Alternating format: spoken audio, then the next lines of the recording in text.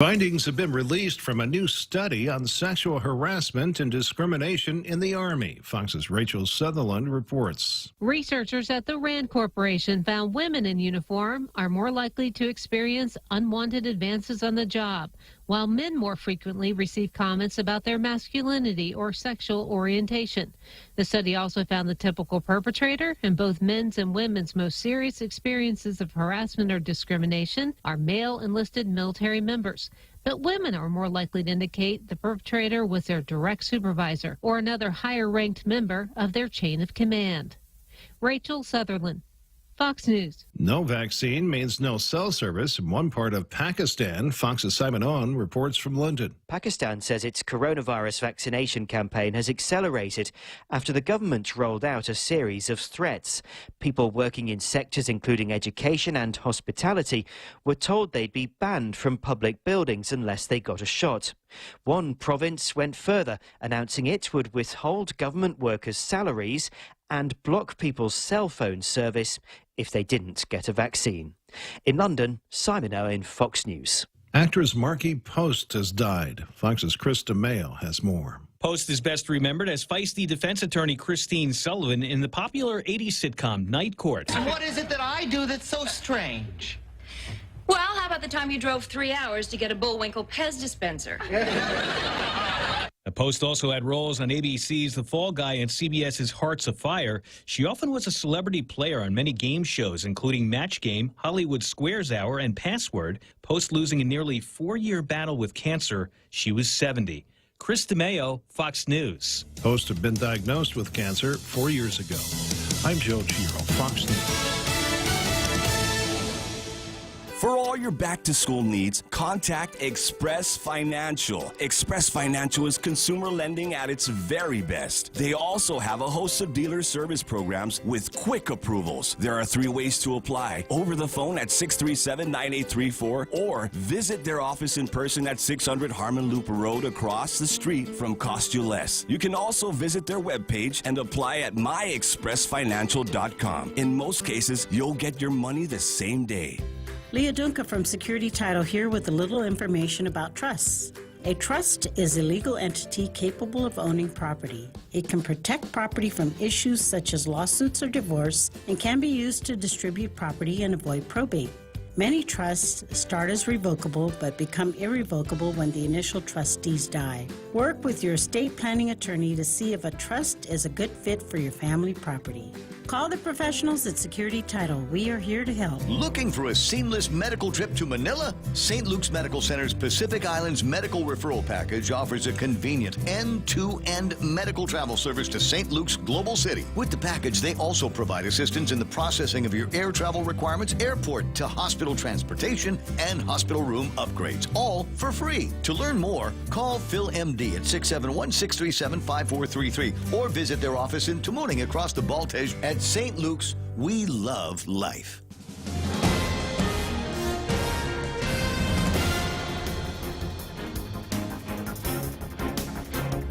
Half the day at 6:06. I'm Mana Silva Tyron with a look at your local news on the point.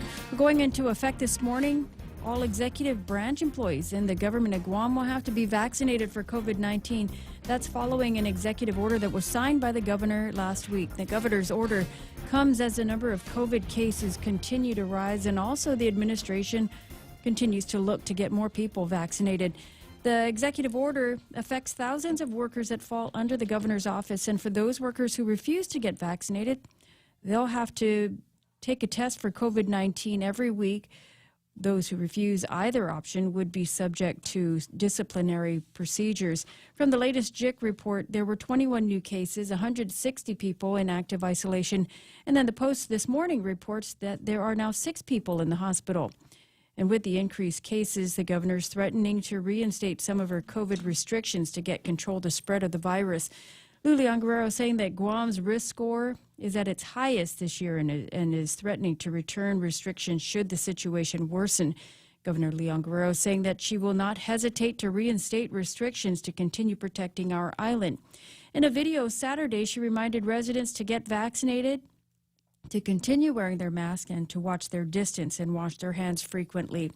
Well, from the Post this morning, the Joint Region Marianas is also calling for increased shore patrols as there are more visiting service members, and they want to re-emphasize local requirements to wear their masks in public. The Post reports the public affairs officer with the Joint Region Marianas Command has reached out to visiting units to reinforce both Department of Defense and local government pandemic regulations.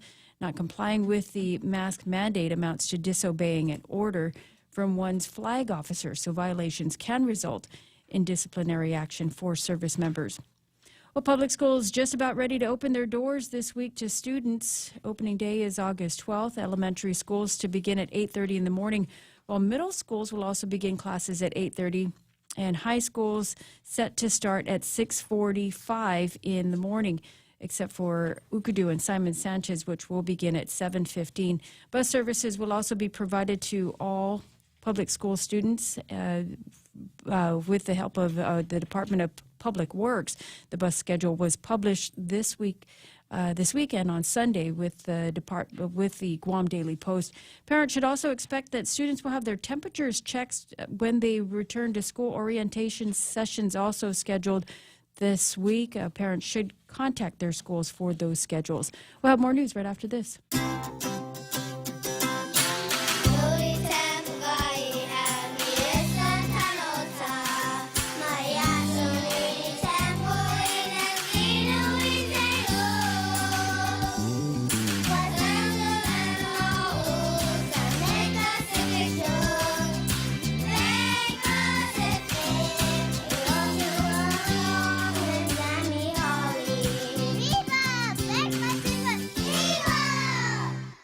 Despite the legislature's good faith effort to work with the administration on spending the American Rescue Plan funding, the governor's office continues to refuse to meet with the legislature to detail her plans for spending the millions of federal dollars. The Speaker of the legislature extended an invitation to the Magahaga and the Lieutenant Governor to go over the spending plan, but the governor said that her fiscal team is just as capable of answering the questions needed to prioritize the government's budget for this next fiscal year. Budget talks slated to start this week. The Speaker considered the governor's response disappointing, adding that the invitation remains open. Meanwhile, two bills dealing with the payout of the All Rise Act is on the desk of the governor, but she has no intention of increasing the payment amounts, and the funding will remain fixed at $30 million. That's according to her spokeswoman, Crystal Paco. The two bills, one by Senator Jim Moylan, the other by Senator Joe San Augustine, passed session last week and are now on the governor's desk waiting for her decision. And those are your top stories here on The Point. Here's Ray with your weather. But wait a second. What about the bills that would change the names of all the southern villages? Has that made it to the governor's desk yet? Inquiring minds want to know. All of the other crap going on, that's the most important thing that they managed to transmit from the legislature last week. Oh, wow. All right. But the answer is yes. I believe they have been transmitted to the governor's office. Yes. Oh, okay. I'd love to see the voting record on that. How much you want to bet these people over at the legislature couldn't vote yes fast enough? Could not. It's unanimous. Here's the one feel-good piece. Everybody's got to vote yes on it. Okay, no holdouts, no fair passing. It's 6:11 in the morning. Welcome to the program. It's weather time. Partly sunny skies today with isolated showers. You know why? Because the weekend's over. That's why.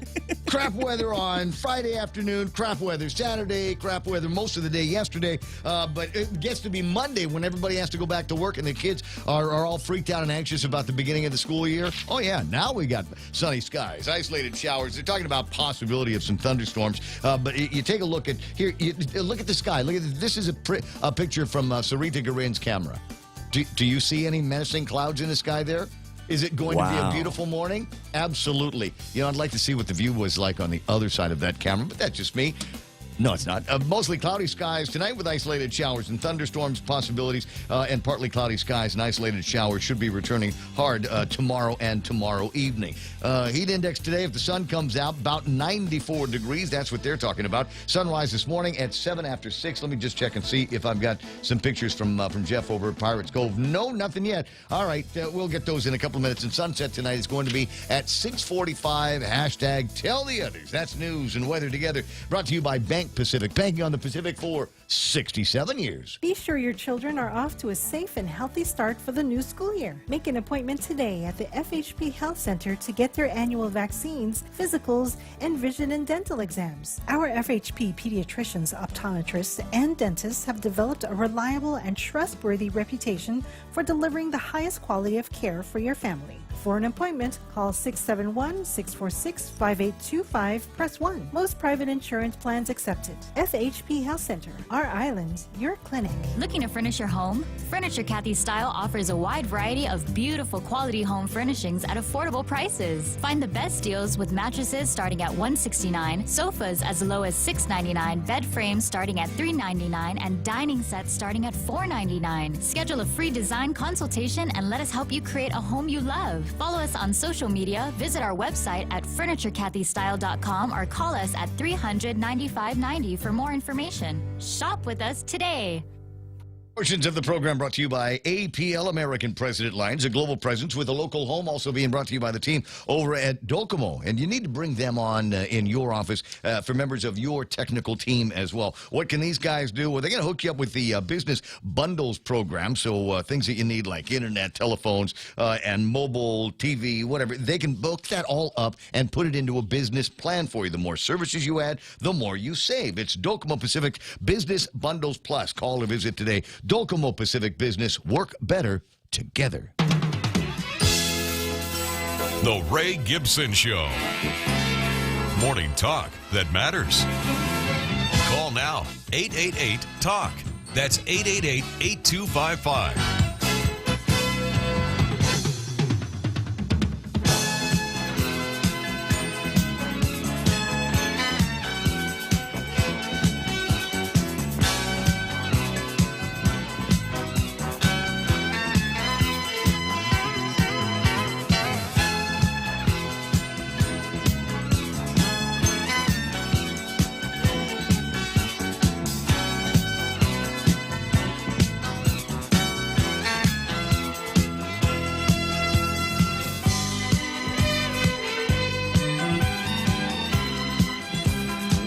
There's the birthday girl pounding the ball up on the screen.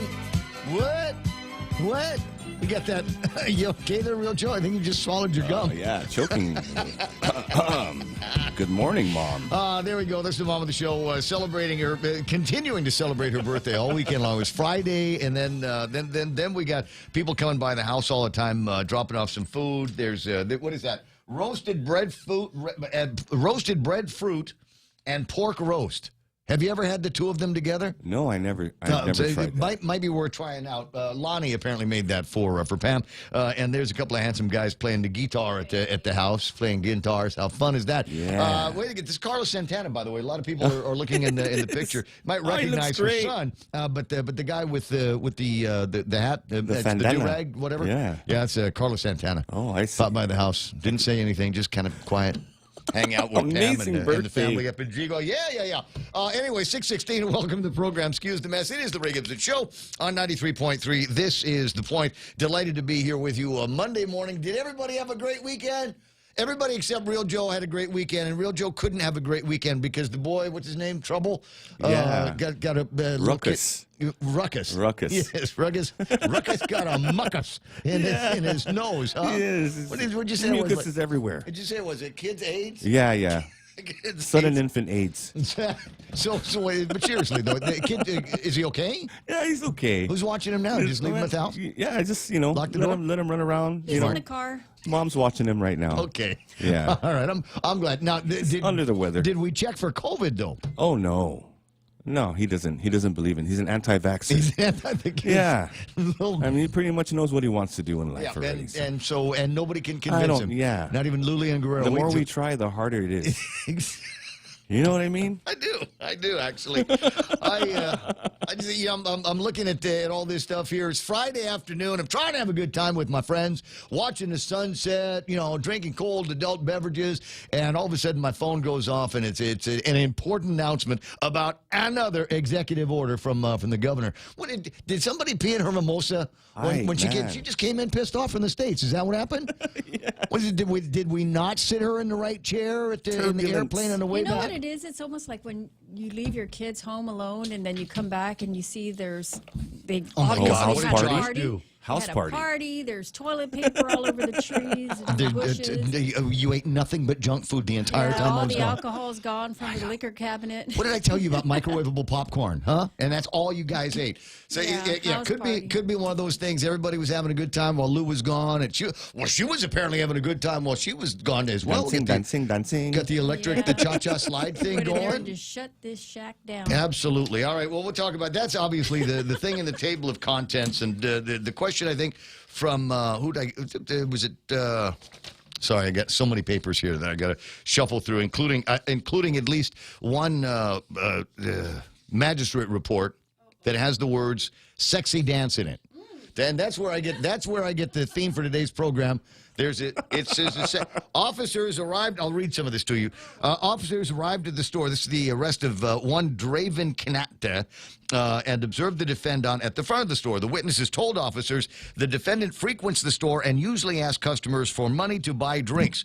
The witness added that the defendant has a history of taking items from the store without paying, and he has been banned from the store. The witness also added that on more than one occasion, the defendant does a sexy dance while making direct eye contact with her and pointing to his groin area. Oh, wow. That could be cultural. I'm just saying. That's with the haka, right? Yeah. What are we doing, man? She added that in the past, the defendant has followed her to her car and made lewd comments toward her. And the defendant, this guy Kanata or is this Cuomo that we're talking about here? It's Cuomo. She frequently urinates out in the open where people can see his penis. Now that's cultural. Yeah. Boys have been doing that forever. The witness stated that she and other cashiers are afraid of the defendant and have seen him violent in the past. Unfortunately, with a name like Kanata, probably not on the deportation list. Probably not. There ought to be a way, though, if you ask me. Anyway, 6:19 in the morning. Did I already give the phone number 18 times? 888-825-5888-TALK is how you reach me here at the radio station. If you want to get through, you got to dial that number. Real Joe gets the phone, and we'll patch you all the way through. The meme machine is online here this morning, 988-5874. That's 988-5874. And among the things on the meme machine today, including some awesome pictures of Pam Duvall. Let me put that back up. Hold on. Sorry, I'm a fan. What can I say? Yeah. In addition to that, we got. I think I've got some pics from Jeff over at Pirates Cove indicating that the sun, in fact, did come up over there on a beautiful. Oh my God, a beautiful Monday morning. Oh wow. Over on the eastern side of the island, it just kind of makes you want to drink beer and eat chicken wings, doesn't it? Take the day off, Ray. What? Gonna about 10 o'clock this morning. I might go ahead and do that because, as I said, I feel like I got my weekend was ripped off because of the lousy weather that we had over the last few days. Nice, and a shot of just before the sun coming up from over on the eastern side of the island. Jeff, I appreciate you sending those in. 671-988-5874 is the number there. Montesilva Tyron in the studio taking care of news and headlines and other information. And big stories include obviously the vax mandate now in the executive branch of the government of Guam. If you are an executive branch employee, unless you are exempt, although I don't see what the exemptions are. And so my guess is there might be some vax-hesitant members of the executive branch community that are now checking out, hey, what religion do I say I'm in order to get the religious exemption here? Am I a pregnant female in the executive branch of the government of Guam? Am I required then to get that to get the vaccination from the COVID-19? Well, you don't have to get the vaccine, but you do have to get tested every week. So who pays for the test? test? It's similar to the federal government requirement now. So all federal employees have to do the same thing. But wait a second. Didn't they say that we would be at herd immunity when we had 80% of the adult population on Guam fully immunized? We're beyond 80% of so I thought there was herd immunity. Did they change the definition of the word? I think so. Immunity when we weren't looking? Is it just? And now we've got a bunch of there's the phrase that pays this week and for the last couple of weeks is the pandemic of the unvaccinated. Wow. Yeah. Didn't it make you feel bad every day? You're a vector. I feel ashamed, Ray. You're a vector, not a victim. Ashamed. You still didn't get yours? No. We're dirty and unclean. No, I'm Vaxhova witness. Vaxhova. I can't. And I wonder what the pushback is going to be. I was talking with I'd seen several posts in response to it from the different media online, and I have not seen a whole lot of very positive comments. And it ain't coming from the rednecks like me out here in conservative land that are saying, well, I'm against any kind of vax mandate, and I'm against any kind of return to the restrictions. That's the side of the table that I am on. But reading through some of this stuff, I was talking to cousin Troy over the weekend, and he said 100% of the comments on Candid News were negative. 100% are like, okay, that's a stretch there, lady. You've gone too you've gone too far. And now you've gone too far. And the question, though, that I started asking around was, well, that's the executive branch of the government of Guam. There's at least a couple others. What about over at the courthouse? Have we heard yet from the people that run the court on whether or not they will be jumping into that pothole with the governor?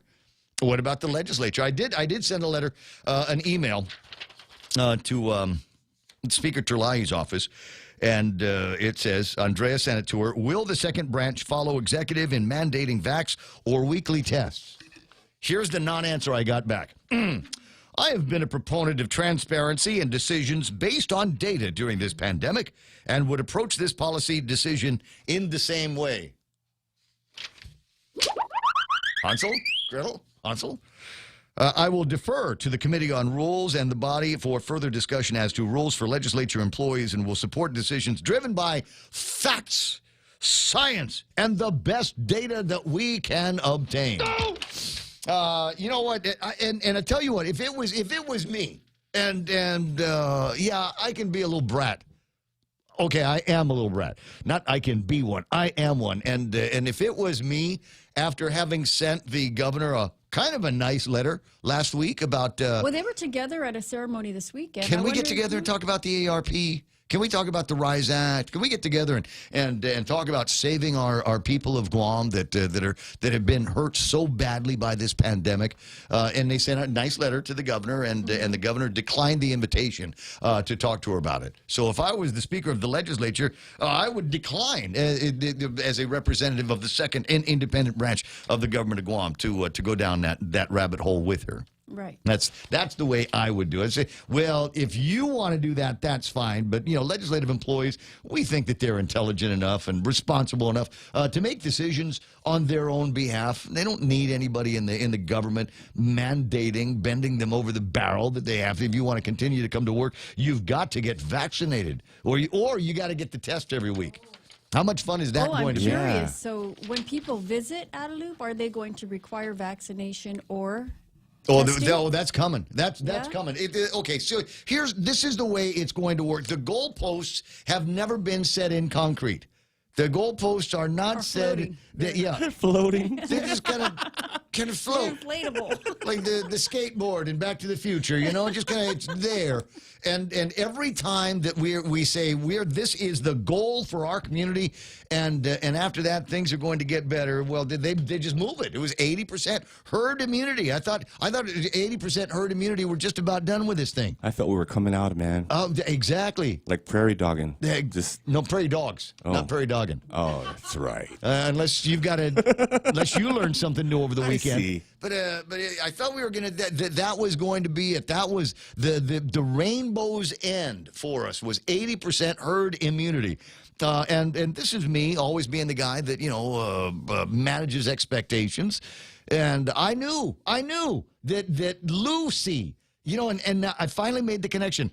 Lucy. in the Charlie Brown comics and Lucy, huh? They're the same person. Everybody charged for it. And there's Josh Tenorio and Dr. Mike Cruz, and they're doing the victory lap at the University of Guam Fieldhouse. I knew watching that wasn't going to be the end of it because there will always be a desire for more. So what's next? What's next, Mana? 100%. Of the 12-plus population need to be vaccinated. Do it for yourself. Do it for your family. Do it for your community. Or I'm going to return the restrictions. And maybe not all of them at once. Maybe I'm just going to return, like we got to eat outside again. Yeah, jabs. During rainy season. Little jabs. Yeah. Anyway, we got all morning to talk about that, and then dying to find out what your comments are on the Facebook Live and the YouTube Live, et cetera, et cetera. In the meantime, it's time to find out who my mandatory deniers are here this morning. Go. Sometimes you want to go where everybody knows your name, and they're always glad you came. You want to be where you can see the troubles are all the same. You want to be where everybody knows your name. You want to go where people know people are all the same. You want to go where everybody knows your name. Yay! Ooh, just in time for me to rant about the mandated vaccines. I've got the vaccination schedule for the rest of the month. Maybe I'll share it with everybody. Okay, but let's do that later. These guys have been waiting all morning long for me to say their names. Number one, Post Canteen. Post. The most valuable information that we need right now is not where the vaccination clinics are going to be. It's going to be, did we get a winner on Friday night? It's over $1,000 in the jackpot for the Queen of Hearts contest up at the VFW, and we don't know this morning whether or not somebody has been made a winner. We'll find out, because now that I've said it, he's going to type it in. Jay Rojas is online. Aloha! And happy birthday. Happy birthday. Mahalos. There's Ismael Velez online, Felix Bumba, Keena McCausland, and Keena says, "Ooh, check your WhatsApp." Okay, let me check the WhatsApp and see what she has sent us, what grooviness exists out there in the upper left-hand corner of the United States of America. And there it is. Ladies and gentlemen, this is another example of how we on Guam are deprived and snubbed, I think, by some of the major companies, some of the major manufacturers on the planet. By example, I give you the latest taste sensation from the Lay's family of chips, wavy Funyuns, onion flavored Funyuns. Why not? They're wavy now. Why don't you just eat Funyuns? It'll be here next year, Ray. But the great innovation is they're wavy now.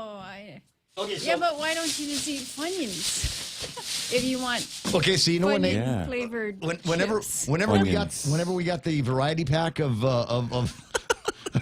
potato chips, the Funyuns was always the last one. You know? It's like it's got some kind of a mumps on it. Of course, there's people that they rave about that. Now, Big Sister Shelley knows how much I love Pop-Tarts. Lays are so good. Ooh. What's that?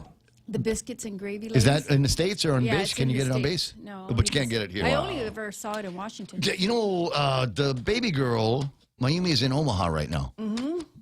What do they have in Omaha? Steaks. Right? It's Omaha steaks. Yeah, that's what I got in my head. Okay, so Big Sister Shelley knows how much and I'm assuming that her company is going to be bringing these in. These are Pop-Tart bites. Wow. So you don't have to eat the whole Pop-Tart. No. You can eat just the 30 single. of them. Yeah. And you could don't stick those in the toaster. I'm getting the You'll munchies, never man. get them out.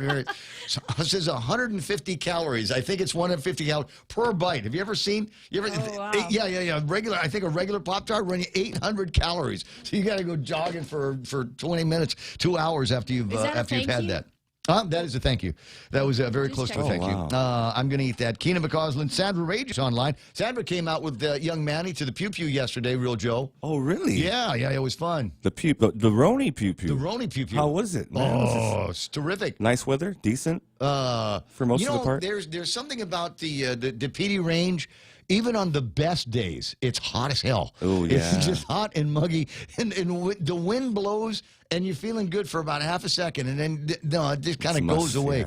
Yeah. But that's the sacrifice that we make so that we can defend ourselves with and the Second Amendment here. Brad Woods online. Saw Brad and Lucia on Friday night. Oh, where? At Tower of London. Yes, I can. No, I'm gonna say. It was over at Tower of London. We were, watching the sunset. Sun goes down, and it looks like we were in for some crap weather on the beach. So we said, well, let's go find some place to go and eat. And we got into the car. Somebody said Tower of London, and I said, oh. Okay. And got in there. You know what they've got at Tower of London? No, I don't. They got a guy there that makes awesome fish and chips. Wow. Their chicken wings were great, and even the mozzarella sticks. Right? I mean, just it was all perfect, comfort. Savory food, perfect for drinking longboards with. You know, we got the big waves. Mark Cruz online. I got Dale Audette, off day to Pam Duval, as we said. Henry Minglotnia saying, good morning. Sabine wants to know what's new. Oh, it's just the usual tyranny. That's what we got. Christian Dixon is online. Dan Rosal and cousin Troy Torres is already up and watching the program. Morning, my favorite children. My most favorite, most beautifulest cousin of the whole wide world. All right, take care of your workout, and then call in a little bit later on and give me the rest of the stories that are huge on Canada. JB St. Nicholas online. Rudy Rodolfo. That's the original Burger King. Morning, Your Majesty. It's Drive-Through Monday, right? Yes. Drive-Through Monday over at I think all August.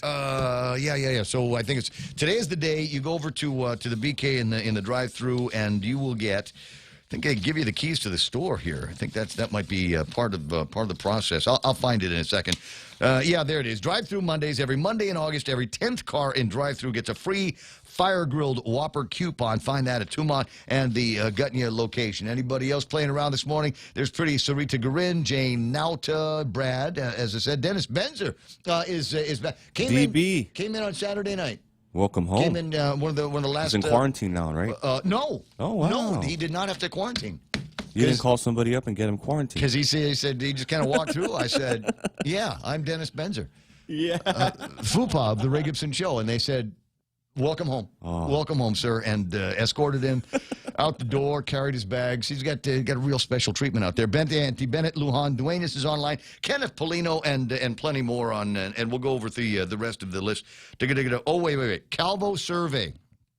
I'm being reminded here that there is apparently a survey of some kind going on in the internet having to do with Eddie Calvo. Mata, do you remember the details of that? It's a change.org thing? I believe it is looking to see what sort of feedback he's going to get if he runs for re-election.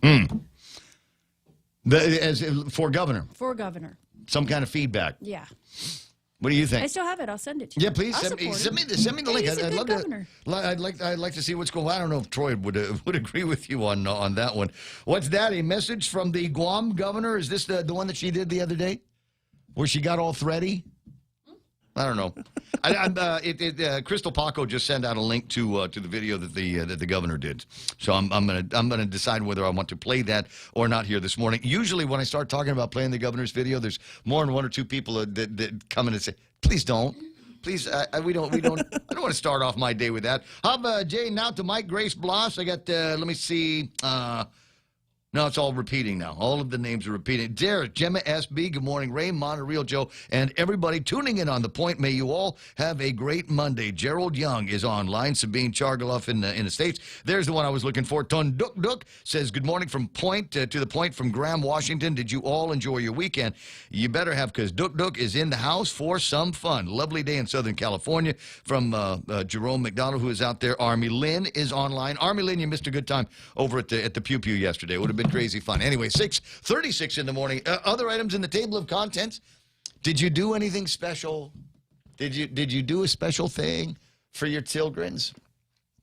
Because it's back to school this week for the majority of the students of Guam. Going to be going back into what I hope isn't going to feel like a kind of a shaky day in the schools. Bus schedule's out. And they put it in Sunday's Guam Daily Post. Hopefully you saw that. If not, maybe there's a place on the World Wide Web where you might be able to download that and see where you live and where your kids are going to be going to school. And maybe that's going to help things be less shaky.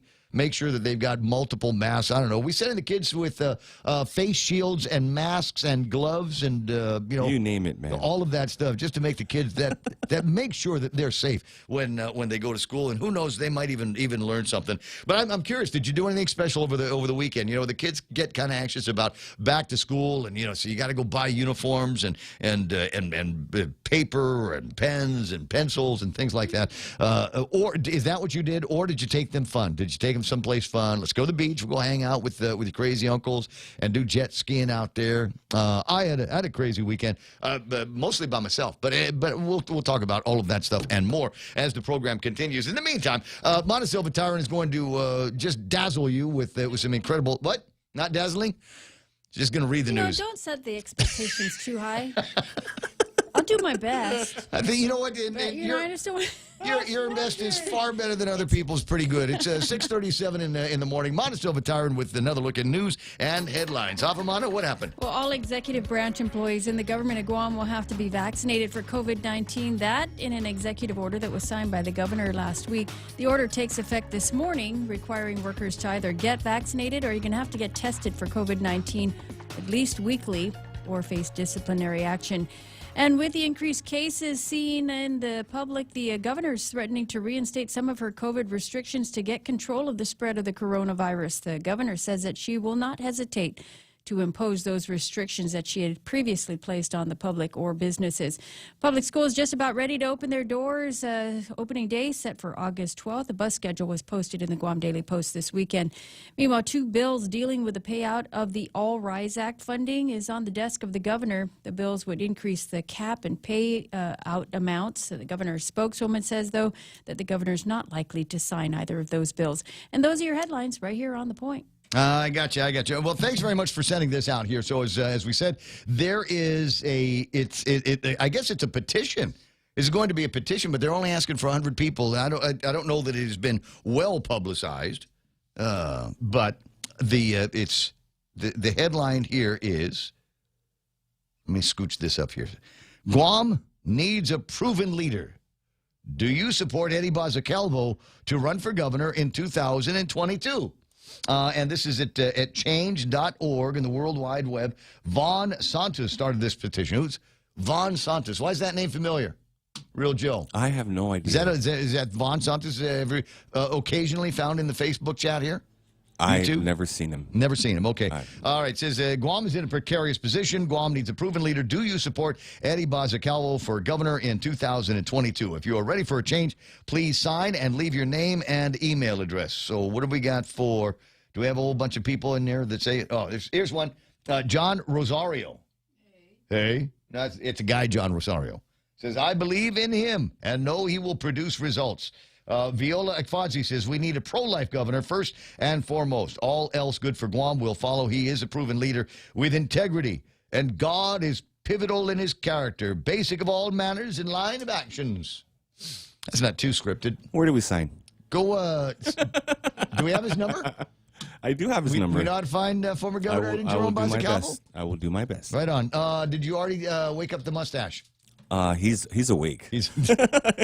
He's been awake since Sunday. All right. Like I said, 69 people so far have signed him. Let's see if I can find out. If I can read some more of the names. Let's log in as Lulian Guerrero and sign it. Ray Gibson Show continues in a moment. At Jack in the Box, I baked cheddar directly into the biscuits of my 2 for $5 cheddar biscuit breakfast sandwiches. Because cheddar makes everything better. Even? Especially that. But what about... Yep, that too. Plus tax, limited time only. Price and participation may vary. At GTA, we continuously develop digital solutions to build resilience for island businesses in need of agility, speed, and stability. Whether you're a home office or large corporation, we have professional services tailored by our GTA Enterprise experts to evolve your business digital transformation. Let the strength and reliability of our network power your business for years to come, and call us today at 671-644-1000. GTA, we start with you. Hafaday, this is Congressman St. Nicholas. Your congressional office would like to remind you that pandemic unemployment assistance is set to expire on September 6th of this year. We encourage the people of Guam to seek out active employment as much as possible, as jobs continue to remain limited, and we want to prevent hardship for our people at the conclusion of the PUA program. Thank you, and Situas Mahase. This ad was paid for with official funds from the office of Congressman Michael F.Q. San Nicolas. 6:42 in the morning, the Ray Gibson Show, and a note here from my new friends over at Longhorn. Please don't steal the cutlery. We know we got the nicest knives anywhere. Have you seen them? I'll send you a picture of them. Legendary steaks, and including, and I don't know about you. I mean, I know some people go crazy over fillets and things like that. Among my favorite things to eat at a good steak place is chopped steak. And Longhorn has got chopped steak. Can you imagine that? They've fixed it up to perfection. Freshly ground and smothered with mushrooms, savory garlic herb sauce, and crispy onions. I'll bet you there's a great place in there to put a little bit of soy sauce on the side and do the dippings. They got New York strips and a thing called the Renegade Sirloin. What's it taste like? I don't know. Let's go test it out today over at Longhorn from 11 until 10 o'clock at night. They're open every single day, and just told you about some of the more popular entrees that they've got. You can find them on Facebook. Just look for Longhorn Steakhouse Guam. Go green, go solar, and save big with Nambo Insurance. When you power up your home with solar panels, Nambo Insurance will pay up to $350 toward your power bill. With Nambo, you can enjoy great savings while going green and helping to save Guam's environment. At Nambo, it pays to go green. Terms and conditions apply. Visit Nambo.com or call 477-9754 for details. Nambo Insurance, proudly serving Guam for over 50 years. Hey, I got the traffic gizmo up and running here this morning. Doesn't look like there's a whole lot to slow you down because, it's Monday. Everybody's trying to hit that snooze bar just one more time. Please. Up in the Anderson Air Force Base area, doesn't look like there's anything major through there. Traffic just now starting to build at the around the McDonald's area because of the traffic, etc. A little bit of traffic. Marine Corps Drive at the Fatima Mobile. 1 and 3 surprisingly clear here this morning. Something must be broken. Then you get to 1 and 16 over by the Micronesia Mall, and that's looking pretty good as well. Doesn't look like there's anything other than even the most basic of the intersection traffic.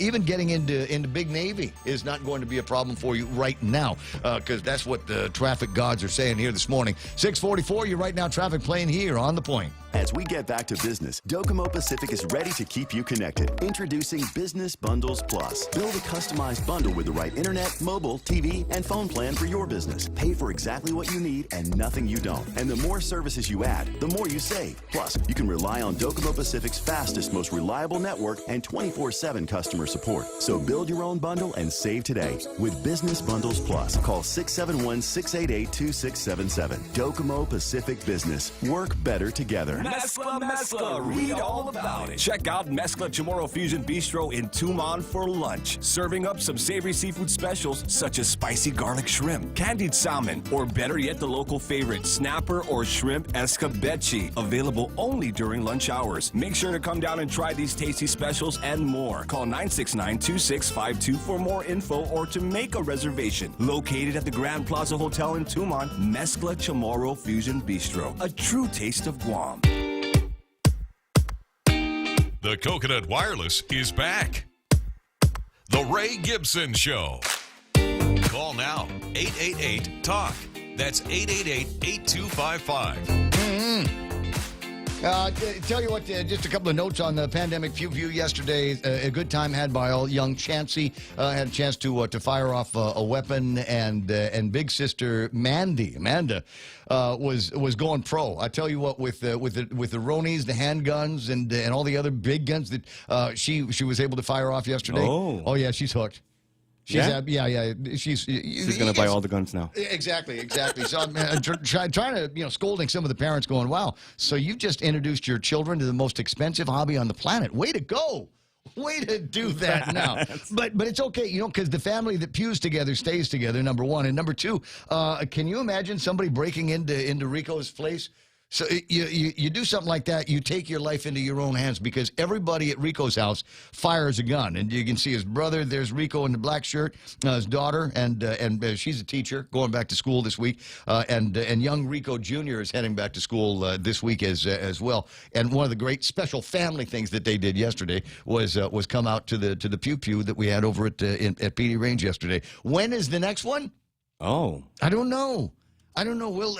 We have to wait and see. It just happens. Yeah, it's hard to predict these kinds of things. 888-8255, 888-TALK is the telephone number. 6:46 in the morning, and among the first people that I thought of when I saw the vaccine mandate for employees, was it government of Guam employees of the executive branch? My first question was, Are we sure that all of this is legal? And the guy that I go to for legalized questions like that is none other than His Honor Judge Klitsky, host of Tall Tales in the Afternoon. Buenas and half a day, Your Excellency. Half a day, Ray. Hope you had a good weekend, and hope you've had an opportunity by now to examine that executive order that came out from the governor's office on late Friday, after you were off the air, after I was off the air, after all the newsrooms were closed, sending out a press release that on a Friday night. If you got good news, break it Monday morning. Absolutely. If you got bad news, break it Friday afternoon. Well, it looks like that's what they decided that they were going to do. I flipped through most of it on Friday evening and got to this part here because this is the working part of it. Mandatory COVID-19 vaccinations for executive branch workers effective now. All workers of the executive branch agencies of the government of Guam shall be required to receive one of the 3 authorized COVID-19 vaccines. Workers shall be fully vaccinated with either a single shot of the Johnson & Johnson or the 2 shots Pfizer or Moderna series no later than September 24th of 2021. And I presumably after the period is some kind of an unseen parenthetical or else. In the event a worker declines to receive a COVID-19 vax or provide proof of such vaccination, they will be required to test for COVID-19 with a PCR or antigen test once weekly. Non-exempt workers are required to vaccinate or submit to weekly testing as provided herein, or they shall be subject to disciplinary procedures, which may include disciplinary action. And make a point about exemptions. So non-exempt workers are required.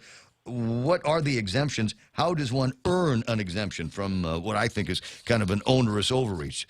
Your thoughts, first of all, on the legality. Can the governor of Guam, by executive order, mandate all of her executive branch employees to follow her and get vaxxed? Yes, she can. A couple of court cases come into play here. One of them is Garcetti versus Savalos. The other one is Jacobson versus Massachusetts. Jacobson goes all the way back to 1905, where the Supreme Court held that fining of a resident of Massachusetts for not taking a vaccine for the virus of the day was tenable, and that if you didn't pay the fine, there were bad consequences, that was within the police powers of the state.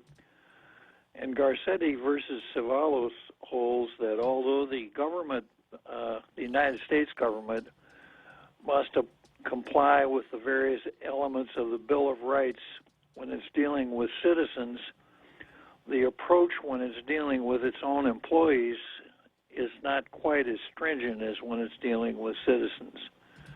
So here the governor is dealing with government employees in an area where the Supreme Court has recognized that the police powers of the state can trump individual rights. Anything special in the rules of engagement for employees of the government of Guam that might get them some civil service protection, some kind of shielding from that at this point? Well, I've never been much of a fan of the civil service. I recall. Yeah. So it may very well be that that anyone who runs afoul of this rule and takes his case to the Civil Service Commission and is properly dressed might get his job back. With back pay as usual. I know. No, I know you're not. You just because you never know what happens when things go into the realm of the Civil Service Commission. A buddy of mine, Mark, saw this and was thinking about it the other day, asking the question: what about will the government assume liability for any side effects that may injure or debilitate those who apparently now are being forced to take the vaccine? And some of these things, you don't see them until you've already got them. A buddy of mine got the vaccine. Actually, you know him as well, and got Bell's palsy, which now has been recognized by the CDC as one of the many side effects that you might get. If I took a vaccine and got Bell's palsy, I couldn't come to work every day. That's right. Yeah. Yeah, that would be an extremely serious side effect for folks like us in the broadcast business. As far as liability is concerned, There are some interesting aspects here because we're dealing with the largest drug experiment in the history of the world right now. Correct. And that would certainly play into it. But in order to stick the government with liability, you'd have to show negligence on the part of the person involved with the administration of the vaccine. So I think that the governor and her minions over at the Department of let's see, what's the name of that department? Public Harassment and Secret Services. Yes. Could make a very good case that given all of the propaganda that's coming out of the CDC, what other states have done, et cetera, you can make a really strong case that there wasn't any negligence here. No negligence, no liability, unless you could find a court that would say that when you stick a needle in somebody's arm, what you encounter is what's called strict liability. Strict liability arises in the absence of negligence, intent, or anything like that. As an example, if you open a dynamite factory in beautiful downtown Toto, and there's a detonation and the dynamite factory explodes and kills all kinds of people and destroys property, the plaintiff in a tort suit there would not have to show that anybody was negligent, because that would be a strict liability type undertaking.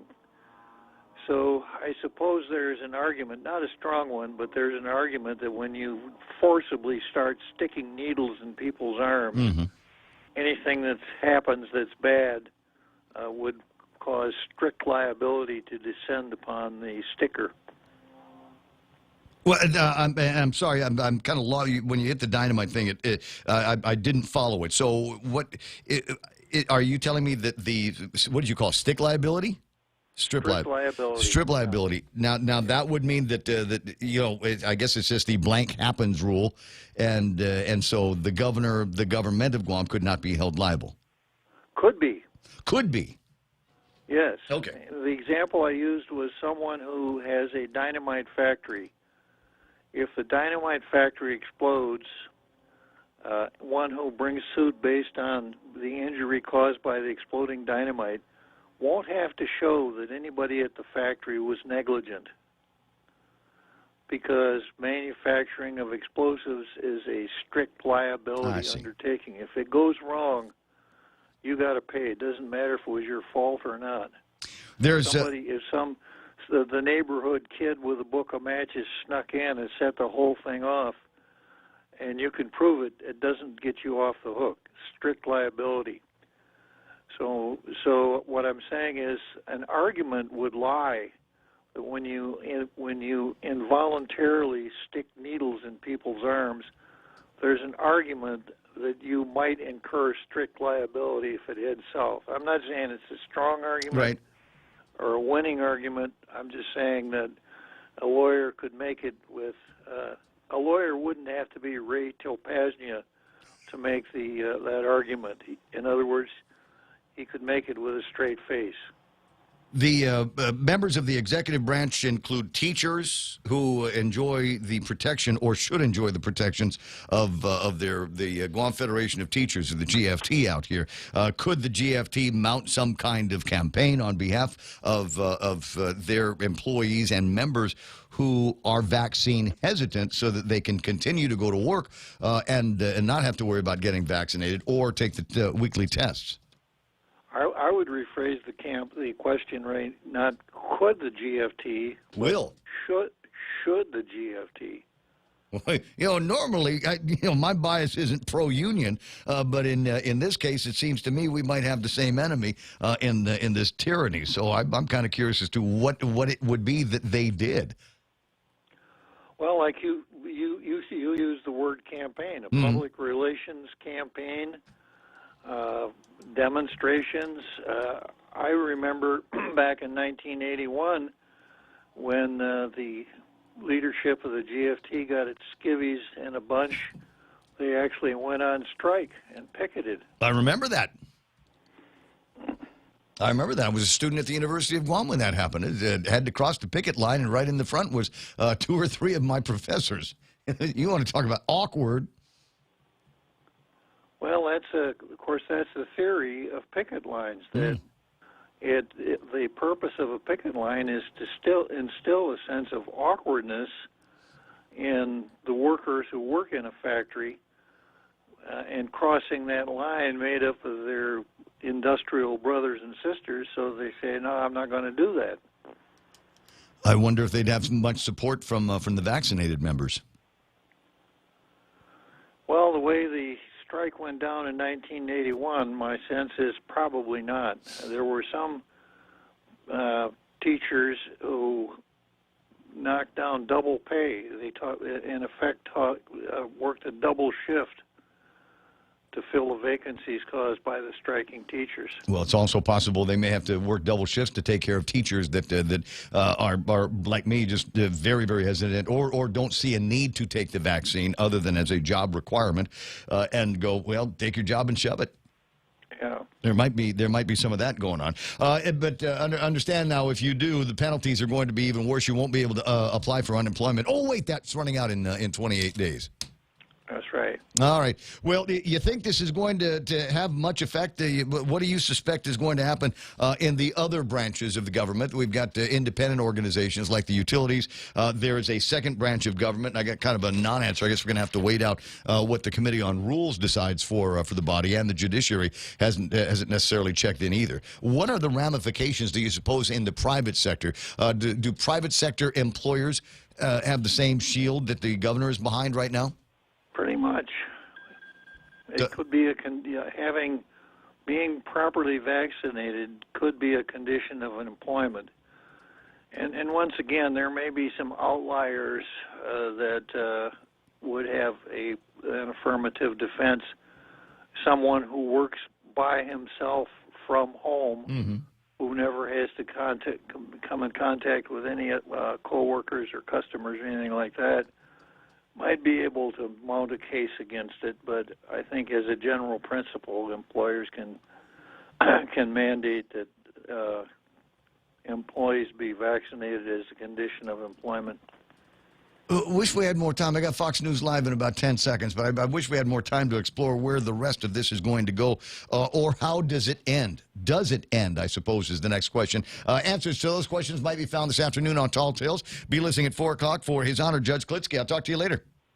So long, Ray. Hugging a kiss to Auntie Lou. I'll see you soon. Right now, it's time for Fox News on the Point. Talk shows urging more Americans to get vaccinated. He told NBC's Meet the Press what he thinks the danger is otherwise. If you give the virus a chance to continue to change, you're leading to a vulnerability that we might get a worse variant, and then that will impact not only the unvaccinated, that will impact the vaccinated, because that variant could evade the protection of the vaccine. The recent surge in coronavirus cases is largely driven by the Delta variant and low vaccination rates in some areas. The Senate continues to work on that $1 trillion infrastructure bill. North Dakota Republican Senator Kevin Cramer told Fox's Sunday Morning Futures that passage will benefit the GOP. We would like to get it through by Wednesday, preferably by Monday, and better yet today, if it's at all possible. Democrats are going to do a much larger jam it down your throat, tax and spending, reckless deal. There's nothing that's going to stop that from happening. By passing this, however, we take hard infrastructure off the table for them, and we make the next deal much more difficult politically for moderate Democrats to support. So we're actually, in passing this, I think, have created a political advantage. That larger $3.5 trillion bill Democrats hope to push through focuses on so-called human infrastructure social programs. As the U.S. completes its pullout, the situation in Afghanistan is deteriorating rapidly. Fox's Trey Yingst reports. The Taliban making serious territorial gains. The northeastern city of Kunduz was reportedly overrun this weekend by the militant group. Afghan security forces lost control of key government buildings and a prison that was housing Taliban fighters. All U.S. citizens last week were urged to leave Afghanistan immediately. America is listening to Fox News. diving and seeing our coral reef full of life. I really love hiking the trails. I really love going to the beach. The sunsets are amazing. Your island needs you. Help preserve what makes our island home. Stop those who threaten our wildlife, plants, and environment. Install the free Toka app and report poaching, littering, burning, and other environmental crimes. Call 864-TOKA or install the free Toka app today. This public service announcement is brought to you by the Department of Agriculture, UOG Sea Grant, and Choice Broadcasting. Half a day, this is Honey. Here at APL, our expertise and extensive network can help you grow your business and reach out to more global markets. As a responsible carrier, APL is also committed to a sustainable future, whether it's protecting the environment or investing our efforts in giving back to the community. Our dedicated teams in Guam, Saipan, and on U.S. mainland are here to support you. Call 588-4651 or visit apl.com.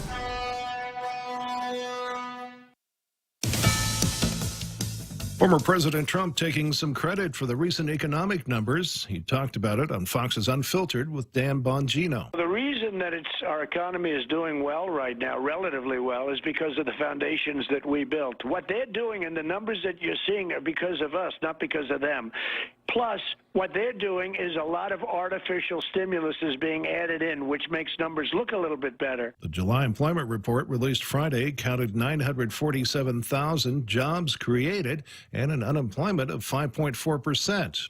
The week ahead, we'll see 2 more space launches. Fox's Eben Brown reports. SpaceX on Tuesday is scheduled to launch the next batch of its Starlink satellites. They are relatively small devices that, when all of them are deployed, will completely cover the Earth with satellite-based high-speed internet destined to be affordable even in lesser developed territories. That launch takes place from Vandenberg Space Force Base in California. Also Tuesday, Northrop Grumman's Cygnus will launch from the NASA Wallops Island facility in Virginia, bringing more cargo and supplies to the International Space Station. Eben Brown, Fox News. Hall of Fame college football coach Bobby Bowden has died at the age of 91. Fox's Matt Napolitano has more. At the helm of the Seminoles, Bowden had just one losing season, his first in 1976. That would be followed by a 21-10-1 all-time record in bowl games, guiding Florida State to national titles in 1993 and again in 1999. FSU fired Bowden in 2010, just weeks after his 80th birthday. Bobby Bowden would be inducted into the College Football Hall of Fame in 2006, but what he saw as his greatest accomplishment, building a family with his wife of over 70 years and with 6 children, including Tommy, who went on to become a head coach at Clemson, and Terry, who was head coach at Auburn, as well as 21 grandchildren. Matt Napolitano, Fox News. And I'm Joe Chiro, Fox News. Pastrami is back at Subway. Pepper-crusted beef layered with crispy pickles, mustard, and melted provolone cheese. Nothing comes close to the pleasure of sinking your teeth into that chewy, juicy, well-seasoned pastrami. It's happiness in a sub. Head down to the nearest Subway restaurant and satisfy your craving for the deli perfection that is pastrami. Subway. Eat fresh. Pastrami sub is available at all Subway locations on Guam and Saipan, including NCS, for a limited time only. Circle K brings you the G-Dog. Get ready for a succulent and flavorful street hot dogs made famous in New York City. These dogs are made with 100% all beef and cooked in a delicious blend of spices for a plump, juicy hot dog experience that's bursting with flavor. Visit your nearest participating Circle K and dig in on the best hot dog experience on island. The G-Dog, served from 9 a.m. to 7 p.m. Available at Anigua, Dededo, and Ocean Vista Circle K locations only. Circle K, hey, take it easy. Hofferay, this is Congressman Nicholas. Your congressional office would like to remind you that pandemic unemployment assistance is set to expire on September 6th of this year. We encourage the people of Guam to seek out active employment as much as possible, as jobs continue to remain limited, and we want to prevent hardship for our people at the conclusion of the PUA program. Thank you, and see to us, Mahasi. This ad was paid for with official funds from the office of Congressman Michael F.Q. San Nicolas.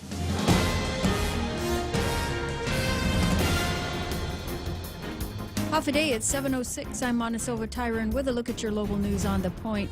What goes into effect this morning, all executive branch employees will have to be fully vaccinated for COVID-19. Otherwise, they will have to be tested every week for COVID. Those who refuse to do either will face disciplinary action. That from the executive order that was signed by the governor last week. Again, it goes into effect this morning.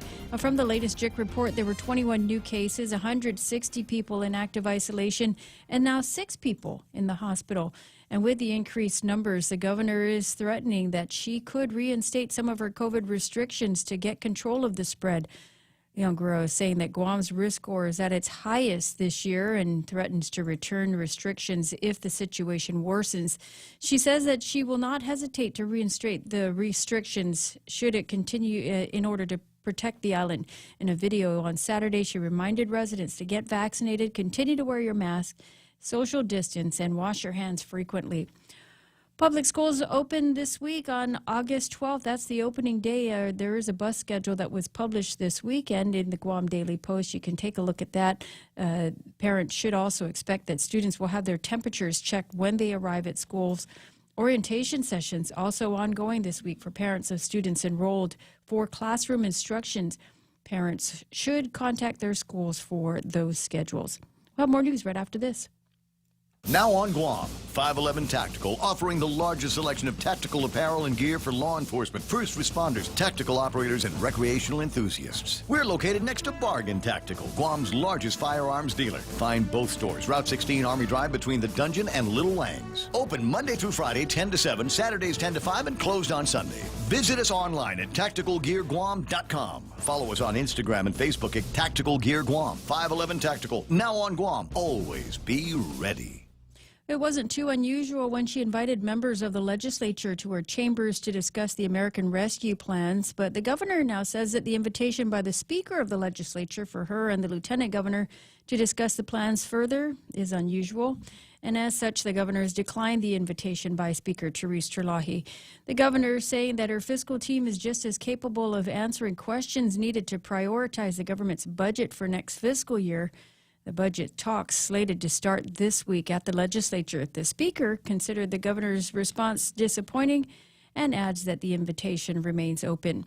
Meanwhile, 2 bills dealing with the payout of the RISE Act funding is on the desk of the governor this week, but she has no intention of increasing the payment amounts, and the funding will remain fixed at $30 million. That's according to the governor's spokeswoman, Crystal Paco. The 2 bills, one by Senator Jim Moylan, the other by Senator Joe San Augustine, both passed session last week and now await the governor's action. And the Attorney General has filed suit against the developer and the contractor of the solar farm up north, and the governor says that she supports the effort to hold the companies accountable to the damage at the Marble Caves and to the northern aquifer. The governor responding to the Guam Daily Post inquiry, saying that while this happens, a federal investigation is also underway. The AG filed the suit against Korea Electric Power Company and Samsung E&C America. And a 20-year-old woman was arrested on drunk driving charges after she overturned her Camaro in Tumon this weekend. Police responded to the crash just before 2 a.m. on Saturday when the car overturned just by DFS. The driver, identified as Jania Anita Seguenza, said that she lost control of the vehicle when it struck a curb and admitted that she had been drinking prior to the accident. At the time, her blood alcohol content was at 0.12, well over the legal limit. She's since been charged with vehicular negligence with injuries as a third-degree felony. Her passenger was said to have had injuries, but the extent of those injuries not reported.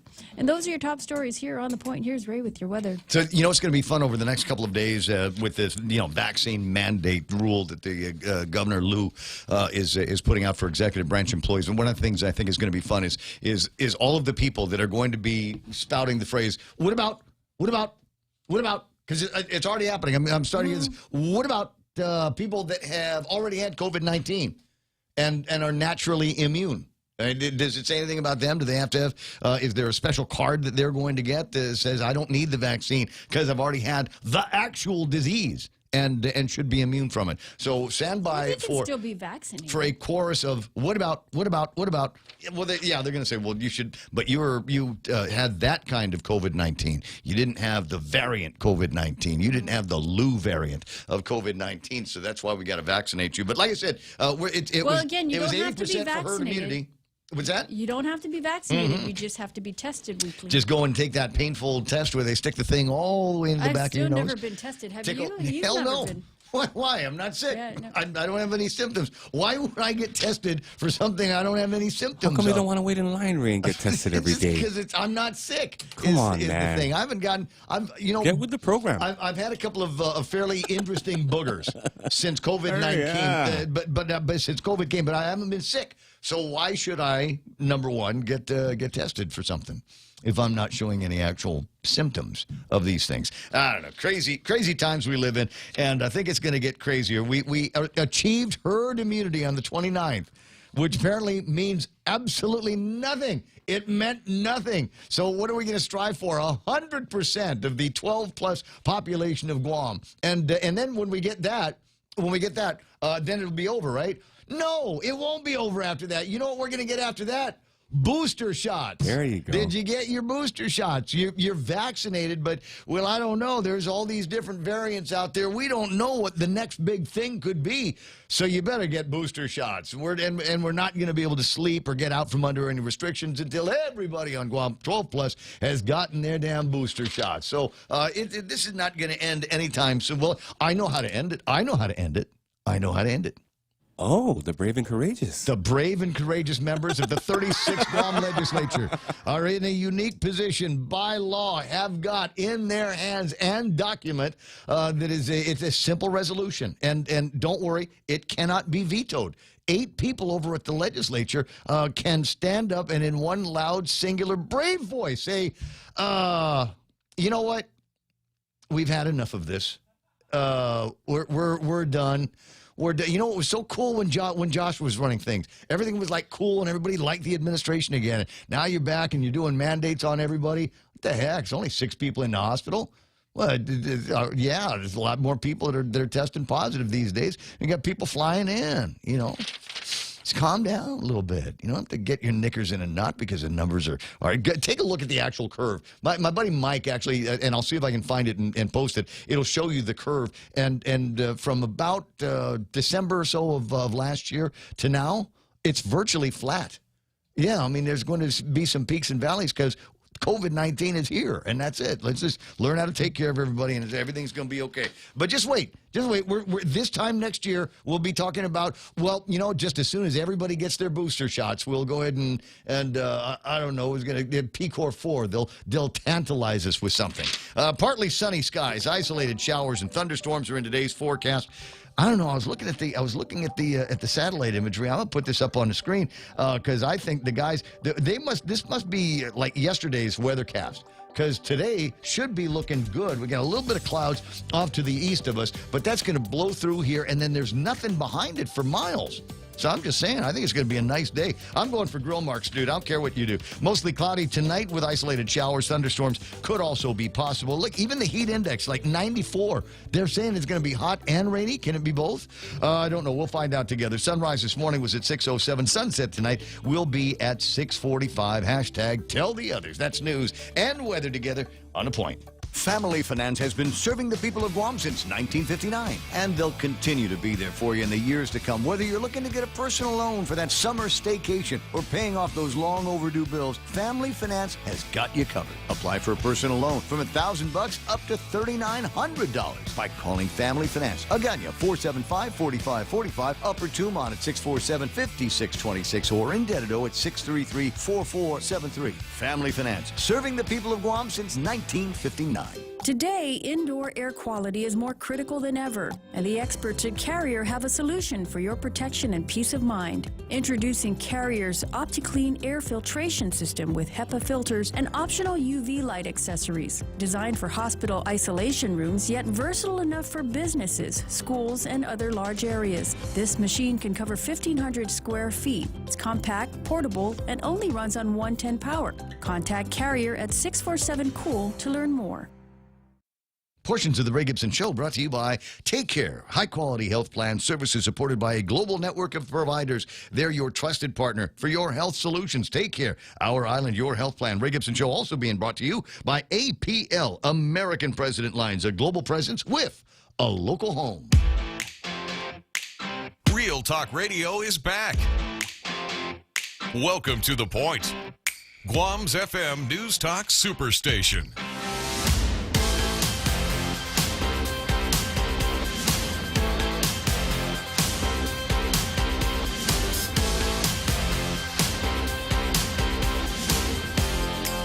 KKKKK, got it. Ready to go. I was going to read this story last week, but the headline on it, it just looked boring until I read the actual couple of paragraphs in and thought, oh, it's a spelling error. The guy said women who do this are more likely to chat, and I thought, well, who cares? What? I don't care about women are likely to. There's chatting going on all the time among women. So it just didn't make any sense to me why that was interesting. And we had so many other interesting things to talk about on Friday, so I just let it go. But I read the actual article. According to a hair treatment producer, Dermoline, this study, women who dye their hair red are more likely to not chat, cheat. Oh, nice. Women who dye their hair red are more likely to cheat on their partners. Apparently, copper red hair makes women feel more confident. Wow. And naughty. Oh, wow. And willing to cheat. Other degrees of red are equally dangerous, while women who dye their hair blonde or brown are more likely to remain faithful. Aw. Yeah. And then there's the other people that dye their hair like a super dark red to cover up the gray. Oh, which is another thing. Well, then sometimes that makes you feel naughty as well. 7:18 in the morning. There could be some other interesting stories along those lines, but we got to take a look at what's going on in the market. So let's go and see where the markets ended up on Friday. You see, after Joe Biden took credit for rescuing the economy. Right? You ready? Here it comes. S&P 500 closed 7 points in the green, 4,436. NASDAQ, 14,835. They're off by about 60 points. The Dow Jones Industrial Average, 35,208, picked up 144 points. Some of the other markets looking good. FTSE up by a couple of points. Nikkei up by almost 100. I got the Hang Seng and the Shanghai down. Hang Seng 25 points down. Shanghai off by 8. And did you read? Big Sister Shelley sent this, and I didn't have a chance to read it over the weekend. But there was a story about how the president, Joe Biden, now is extending a hand to residents and business people in Hong Kong because things are going sideways, apparently, in that little island community in an awful big hurry. U.S. President Joe Biden giving temporary safe haven to thousands of Hong Kong residents being targeted by China's anti-democratic crackdown. What I think one of the editorials in the Daily Post is referring to as the White Terror. First time I saw that, I thought they were talking about me. Oh, yeah. Yeah, but apparently not. There are compelling foreign policy reasons to defer enforced departure for Hong Kong residents presently in the United States, the president said in his memo codifying the 18-month delay. Given the politically motivated arrests and trials, the silencing of the media, and the diminishing space for elections and democratic opposition, we will continue to take steps in support of the people in Hong Kong. That's what Jen Psaki said. This action demonstrates President Biden's strong support for people in Hong Kong in the face of ongoing repression by the People's Republic of China, she added, and said this action makes clear we will not stand idly by as the PRC breaks its promises to Hong Kong and to the international community. The United States is committed to a foreign policy that unites our democratic values with our foreign policy goals, which is centered on the defense of democracy and the promotion of human rights around the round world, said Joe Biden. So what exactly is that safe haven going to look like? Apparently, obviously there are people from Hong Kong that are now in the United States and fearful of returning back to Hong Kong because they've got targets painted on their backs. But what about the ones that are in Hong Kong right now that are in the media that are worried about prosecution and persecution at the hands of the communists? And at which point do they start looking around going, got any airplane rides to, I don't know, Guam? Come out here and wait out the revolution here on Guam. Also possible. You know, we've been talking to the folks over at GCC and the great plans that they've got, incredible programs to get yourself skilled or upskilled. And in many cases, being able to do it for absolutely free. And in even more cases, you can do it for free and have businesses waiting for you to graduate on the other side to hire you for a job. So there's a lot of people looking at going to GCC. They have put out a notice over the weekend to accommodate the influx of last-minute applicants for fall 2021. GCC is extending registration through Friday, August the 13th at 5. Anybody interested in attending GCC can apply online or in person at the Minilao campus, 8 to 5, Monday through Friday. If you've got questions, 735-5531. That's 735-5531. A little bit later on this morning, we got a couple of folks that are going to be coming in talking about training for women entrepreneurs. Folks over at the Guam Women's Chamber of Commerce will be here to talk about this this incredible program. The Elevate program is what it's called. Starts at September 7th and will go until October the 19th. All kinds of things that they're going to be talking about in this training program. Branding, marketing, business management, financial sustainability, led by a team from the Bang of Guam. The program will be held both in person and remotely. And then this interesting thing I got. From Spotify. I'm a Spotify subscriber. I like the way that they help me put playlists together and have stopped saying, oh, we've got a great song. It's a new version of a song that you like that came out in the 70s by the same artist. They've just produced it differently, and they've kind of reworked it. And I will send an email to people. No. Do the original one. The new one that they did is a suck, and they're not as good as they were back then. So just play the old one, or at least give me the opportunity. Spotify says starting August the 4th, we'll be upgrading our systems to ensure the accuracy of sales taxes we are obligated by law to collect from subscribers. If you do not update your account information, we'll charge a rate in accordance with instructions from your state tax authority. Any changes will be applied automatically as of your next billing date after August the 4th of 2021. I wonder if these guys are going to find Daphne Shimizu and say, hey, what's your tax on Guam? You don't have a sales tax on Guam. Would they include the business privilege tax? Will I be paying 5% on my Spotify jams? No, gotta hope not. Not the same with the sales tax. Should be an argument could be made in that direction. Jerry Roberts in the studio. I have not yet had a chance to take a look at the numbers on Tapas. I'll do that in a second. West Texas crude now trading at $68.28, about unchanged from where they were last week. On the Tapas side, hold on, scrolling down to Malaysia, $72.49 was the number for Friday. For Tapas? Yeah, Tapas is moving down. Price should have gone down already. Price pumped in. Yeah, well, you know what? The air is still free. I went by one of the gas stations over the weekend, put air in the tire, no charge. No charge. No charge. I That's love impressive. that. Yeah. I think they've got the water spigot might be working as well at many of those things. 724. And one last thing before we get into it, and I'm wondering if this will be good for the bar business and the beer distributor business. They had football on Friday.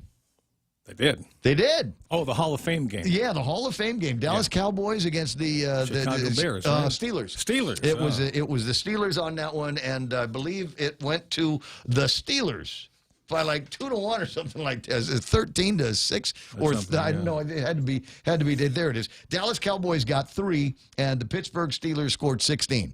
Yeah. In I'm sure a game that must have looked like touch football. Because this is early obviously early in the season, so we're either playing second-string guys or third-string guys. Yep. The starters are not going to see the preseason. No. Nobody plays starters in preseason. Well, the calendar will continue here in I want to say this weekend is the first of the real preseason games, right? So. Yeah. So it's we're headed back into some kind of football salvation. Maybe that will be good. We'll see just to what degree they've unwoke from the wokeness of the last season. Yeah. And all of that. 7:25 in the morning. Jerry Roberts in the studio. How you doing there, Jerry? I'm doing good today. I'm glad you got a big smile on your face. You got something. You have something worthy of celebration or mentioning? No, not a big smile. I just like to grin. Well, it's looking good on you here today. We do have something to celebrate, and this is coming from our YouTube chat group. We've got 2 of them now. There's a Facebook Live and there's a YouTube Live, and I've turned on the chat feature on YouTube. Dorian Cison says, "Hello, everybody. Happy birthday to my brother Pascual Robles." Oh, hey, happy birthday, Pascual. That's a familiar name. Thank you very much for the shout there, Dorian. Island Smooth says, I love Dems who argue that Biden has no responsibility for our higher gas prices, but I imagine it would be first to heap praise if prices were lowered. Guess we'll never know.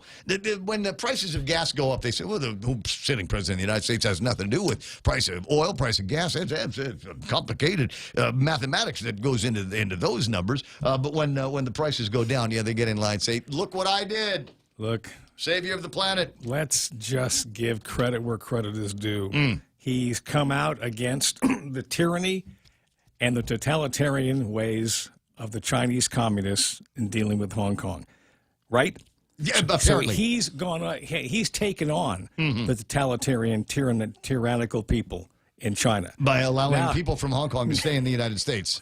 So maybe the British are the ones that are sending ships. Maybe he'll now take on the tyrannical people in his own administration at some point. What, did you see Fauci again with Fauci and another variant that could be worse than anything that we've ever seen before? There's going to be more variants. There's apparently. That's what flu does. Every year there's a new variant. There will be new variants. This is not going away.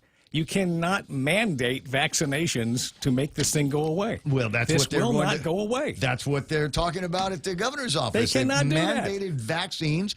Bob Klitsky says every step they're taking is legal. It may be illegal. As employers, the government of Guam can mandate the employees of the executive branch to get vaccinated or test weekly. It may be legal. It's just not going to do what they think it's going to do. This is not going to go away. This will become a part of life, as the flu is a part of life. Singapore gets it right. Singapore says it's endemic. It's here. It's not going away. So we're pretty good at taking care of people once they're in the hospital. Get vaccinated if you want to get vaccinated, but they're not going to be reporting numbers anymore. Not going to be talking about hospitalization. They're just going, you know, wear a mask if you want to. If you don't want to, that's fine with us too. Okay, so question, because you're a smart guy. So God. I need to ask you a question. God. So it's hot in here now. If you've got the vaccine, yes, can you still catch COVID? Yes.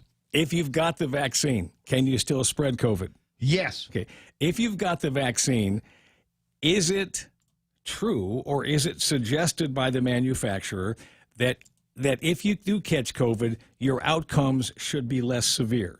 That's what they say. That's what they say. Yes. Although there's numbers now on the CDC site apparently showing there's a lot of people that have been killed by this virus, and a lot of people have had severe side effects. Okay, so if it does protect you against fewer hospitalizations and less stress on the healthcare system, right? Because 80% of Guam, for example, is already vaccinated. They say, and yes. those people should not wind up in the hospital.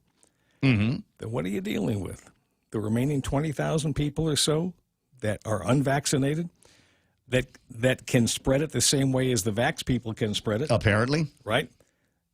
So getting vaccinated only protects me. What's the point of the mandate? Doesn't necessarily protect you. So what's the point of the mandate? 7:29 in the morning. Jerry Roberts will do the extra point. I don't know. After Montesilva Tyron delivers the 7:30 newscast here, being brought to you by the guys over at Burger King. It's drive-through Monday. Every Monday in August, every 10th car in the drive-through gets a free Fire Grilled Whopper coupon. Find that in Tumon and Hagutnia. Anthony Lolita Camet of Remax Diamond Realty wants to talk to you about real estate. 688-6743. That's 688-6743. And if you found a new varmint in your house, uninvited guests of 6 or 8-legged variety, call Ken or Karen at Top End Pest Control, and they will dispatch those varmints quickly. 487-5657. Again, 487-5657. Now with news and headlines. Montesilva Tyron. What happened? All executive branch employees effective this morning will have to be vaccinated for COVID-19. Otherwise, they will have to test weekly, this following an executive order that was signed by the governor last week.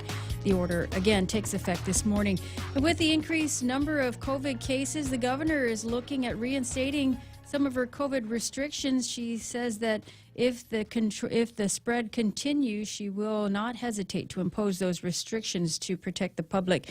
Meanwhile, public schools just about ready to open their doors. They're slated for opening on August 12th. The bus schedule was posted this weekend. You can check the Guam Daily Post for that. Meanwhile, 2 bills dealing with the payout of the RISE Act funds on the desk of the governor this week. The bills increase the cap and payout amounts, but the governor's spokeswoman says that the governor isn't likely to increase the amounts. And those are your headlines right here on The Point. I hear that. It's 7:31 in the morning. Yes, Jerry Roberts is pointing at Mona. What happened? She did the news standing up. I've never seen her do that before. Are you Why standing? is that? She's a stand-up kind of girl. Was there a reason for this? Well, I'm following the science here. Jerry delivers his extra point standing up. First time I've seen you stand up. What's the Oh, deal? my God. You know, it's interesting. You're an interesting human being, but you are a consistent human being. Like standing You up. are a consistent human being. So when you Creature of become habit. yeah, Why? yeah. Why? Why do I need to defend Because Jerry Roberts is in the studio now, and after he's done harassing Monty, he's going to do the extra point being brought to you by Guahan Insurance I live Services. for harassment. Guahan Insurance Services and First Hawaiian Bank. If I asked you to manage up, would you know what to do and why it's one of the most important decisions any employee can make? The concept of managing up is coming next on the Extra Point. Technology is the great connector. It puts songs in your pocket, connects long-lost friends, and has made the world easier, faster, and smarter. And now, First Hawaiian Bank's new mobile app can help you do the same with your money. Whether you want real-time financial tracking with MoneyMap or tailored advice on your personal finances with daily insights, we're giving you the power to connect to your finances from anywhere, like never before. First Hawaiian Bank, it all starts with yes. Equal housing lender, member FDIC. When's the last time you looked at your homeowner's insurance? A homeowner's policy protects much more than just your house. It also protects you against claims from someone being hurt on your property. If a visitor is injured at your place, how much are you covered for? The smart thing to do is get the answer today. That's the Insurance Extra Point. Get out there and make something good happen today by calling Guahan Insurance Services at 475-1162 or visit us at the Camacho Landmark Center in Tamuning.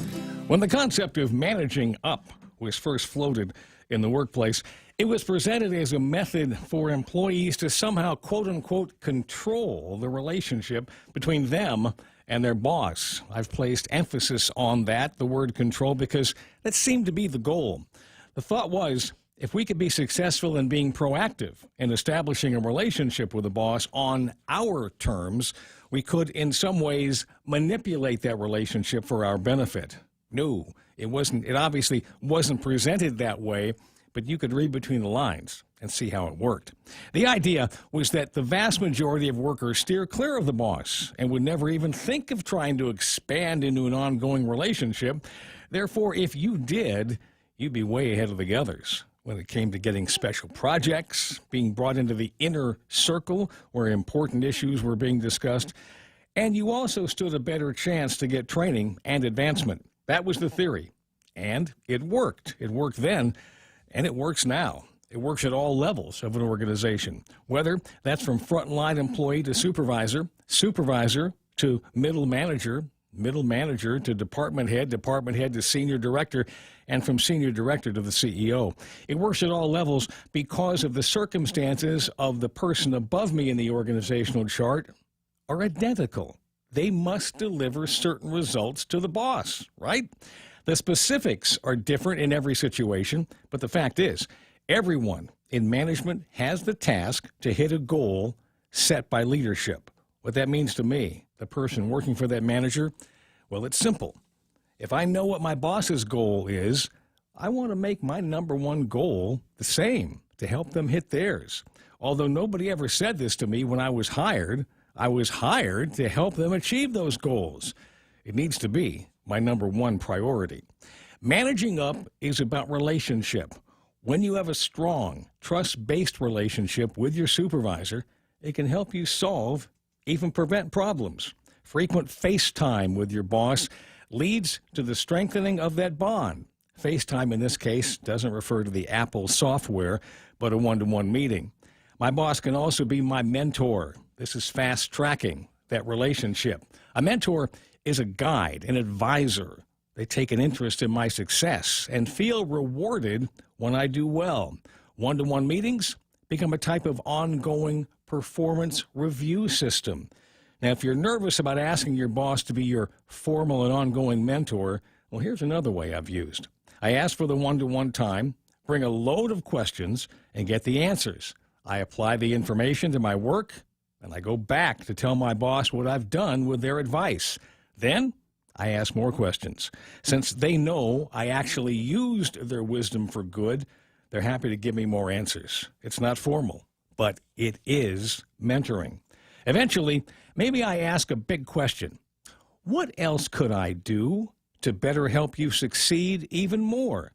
If your boss is dialed in and on the top of his or her game, that might get you a new project and lead the way to even bigger things. When your boss sees greater value in you, it's more likely they'll take advantage of it.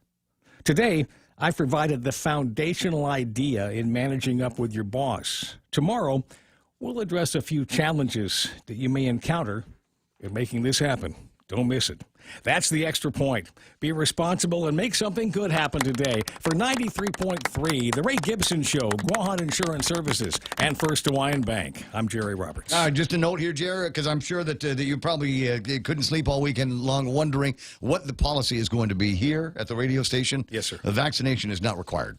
Thank you. Vaccination is not required. Okay. Same reason. I appreciate the clarity. For exactly the same reason why we don't have to worry about masks around here, masks being voluntary. You want to wear a mask, wear a mask. Otherwise, everybody is in their own little silos and can protect each other from each other. That's the way we like it around here. And that's the way I think it's going to stay. 7:37 in the morning, there's Jerry Roberts. And today's Extra Point, is there other? Yeah, I suppose so. Is 7:38. That's Beyond the Box time. Beyond the Box in the Micronesia Mall Center Court. They're right beside GameStop and right below the vaccination center. But what are you doing there? Are you no spaz? Yeah. No spaz Mondays. Just pushing buttons. So I was going to say, so we downstairs, you go upstairs, you can get vaccinated. But the real question that I've got for today is where at the Micronesia Mall Center Court are the distributions going to be for the PEBT cards? Today's the day. It all starts this morning. And don't think that you can just walk up there and get your kid's PEBT card. Well, they'll tell you if you go to Eventbrite and you get and you register. Sold out. Everything is sold out until the end of the month. Wow. All of until like the 27th or something like that. Everything is sold out so far. So if you have not yet gone to tinyurl.com and the last letters are PEBT Guam. Yeah. If you haven't gone there yet to make your appointment to go pick up your card, somebody's probably already going to take that. But hope you don't need the money today. Because you ain't going to be able to get it. That's the word. 7:38 in the morning, Beyond the Box. Call them at 888-8269-8888-BOX. Ray Gibson Show continues in a moment. Burger King says thank you to our drive-thru guests with a very special offer. Every Monday in August, visit our drive-thru location in Tucson or Agana. Every 10th car receives a free Fire Grilled Whopper coupon with your order. This is the King's way of saying thanks to you, our valued guest. Check out our drive-thru services daily, 6:30 to 11. Please wear your mask and stay safe, Guam. BK your way, Tumon Bay, Agana, Micronesia Mall, and the airport. Becoming a homeowner can be a scary process, but it doesn't have to be, especially if you have the right guidance. Break through your fears and go to a real estate professional that will ensure a higher chance of success. That person is Lolita Camet of RE/MAX Diamond Realty. Lolita also specializes in commercial leasing, land sales, local residential sales leasing, and military and corporate relocation. Don't be afraid. Call Lolita Camet from RE/MAX Diamond Realty at 688-6743. That's 688-6743. Ray Gibson Show being brought to you by the guys over at Nissan. Still some time left to conquer the summer, and you can do that in a great. You know what I saw over the weekend? I saw this guy in a 4x4 Nissan pickup truck.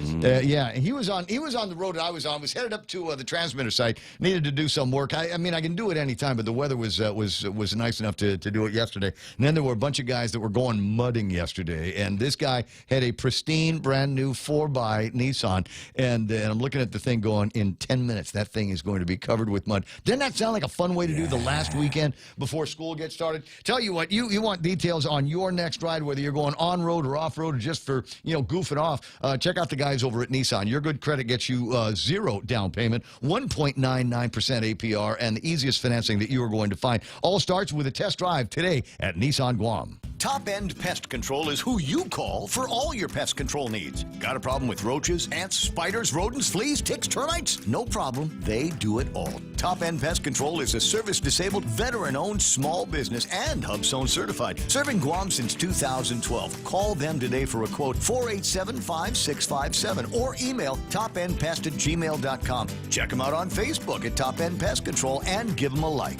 Top End Pest Control for all your pest control needs. Hold on, traffic gizmo time. Let me get this up on my screen and up on your screen as well as we make our way to Workday Monday. And for some people, you know, it's been Workday at school. Congratulations to all the teachers that enjoyed their first day back in their classroom facilities. No kids just yet. You're going to have to figure out how we're going to squeeze 30 kids into a classroom and maintain social distancing and protecting one from the boogers of the other. We got a little bit of traffic over at Big Navy in Sumai, making your way up Marine Corps Drive. Nothing major. Going to slow you down. We might have a spot over by Polaris Point that will run a little bit slower than normal. What am I looking at? Route 8 looks like it's got the most stop and go here. Dogging out? Yeah, in both directions, apparently. Traffic on Marine Corps Drive, as usual. A lot of intersection traffic going on up in Datado area. No major accidents, nothing big slowing you down, except the construction up in Gigon. Let me scooch in and take a look at the Tamuning traffic, because that looks like where it's getting fairly busy. What have we got? Traffic over by St. Anthony School, 3 Squares area. Watch out for some delays through there. ITC building intersection running fairly busy here this morning. We're seeing a little bit of traffic over, where's that? Tumon? Yeah, over by the Hilton intersection. Can I just a favor? Every once in a while, I'll be trying to take that turn down at the Hilton. I don't know why I haven't complained about this before. It happens all the time. But you get down there and you just want to turn north. You want to take that right-hand turn and go north. And there might be a couple of cars at the intersection. And if they just got a little bit closer to each other, the opening opens up just enough so a car can pass by you. There's no need for that kind of social distancing at that intersection. You get right up to the line and have the other car get right up on bumper. Pull up to the bumper, as Grace Jones said back in the 80s. Pull up to the bumper, baby. And then I will be able to get by you. And I'm trying to figure, you try to modulate the horn honks, right? You try to modulate the horn honks, so it's the hi, it's just me back here. Hey. Could you move up a little bit more? Yeah. That horn honk. It always comes out and sound like, get out of my way. That horn honk. I love that one. I learned how to use that one from my big sister, Shelley. It's 7:43 in the morning, and that's right now traffic on the point.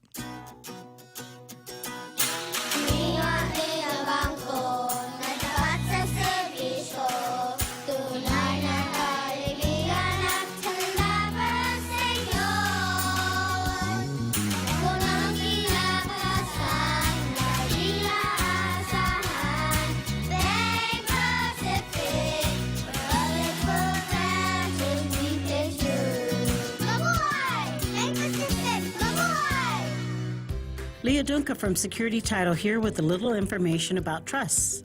A trust is a legal entity capable of owning property. It can protect property from issues such as lawsuits or divorce and can be used to distribute property and avoid probate. Many trusts start as revocable but become irrevocable when the initial trustees die. Work with your estate planning attorney to see if a trust is a good fit for your family property. Call the professionals at Security Title. We are here to help. Okay, I got it. You don't need to remind me 100 times to do a KFC commercial. I'd do it even if they didn't pay me to do it. You know why? That has got to be the best place to go. So did the sunset hunt thing with the crew last night and got to the house and realized I have virtually nothing to cook anymore. I think I've got like a can of Hormel chili and some Skyflakes. And I thought, not again. The hunger is not going to get to me tonight. And got back in the car and drove to the KFC that's near the house. And normally get the Double-licious and the chicken pot pie. I thought today I'm going to be different. So I got the spicy zinger. Spicy zinger and chicken pot pie. So good. Now, they got a bunch of other stuff. I want you to try the Nashville strips as well. Have that with some honey. It's already spicy. It's already got some pico on it, so you're going to be good. 7:45, that's where lunch needs to come up from, and they will deliver it to you at KFC.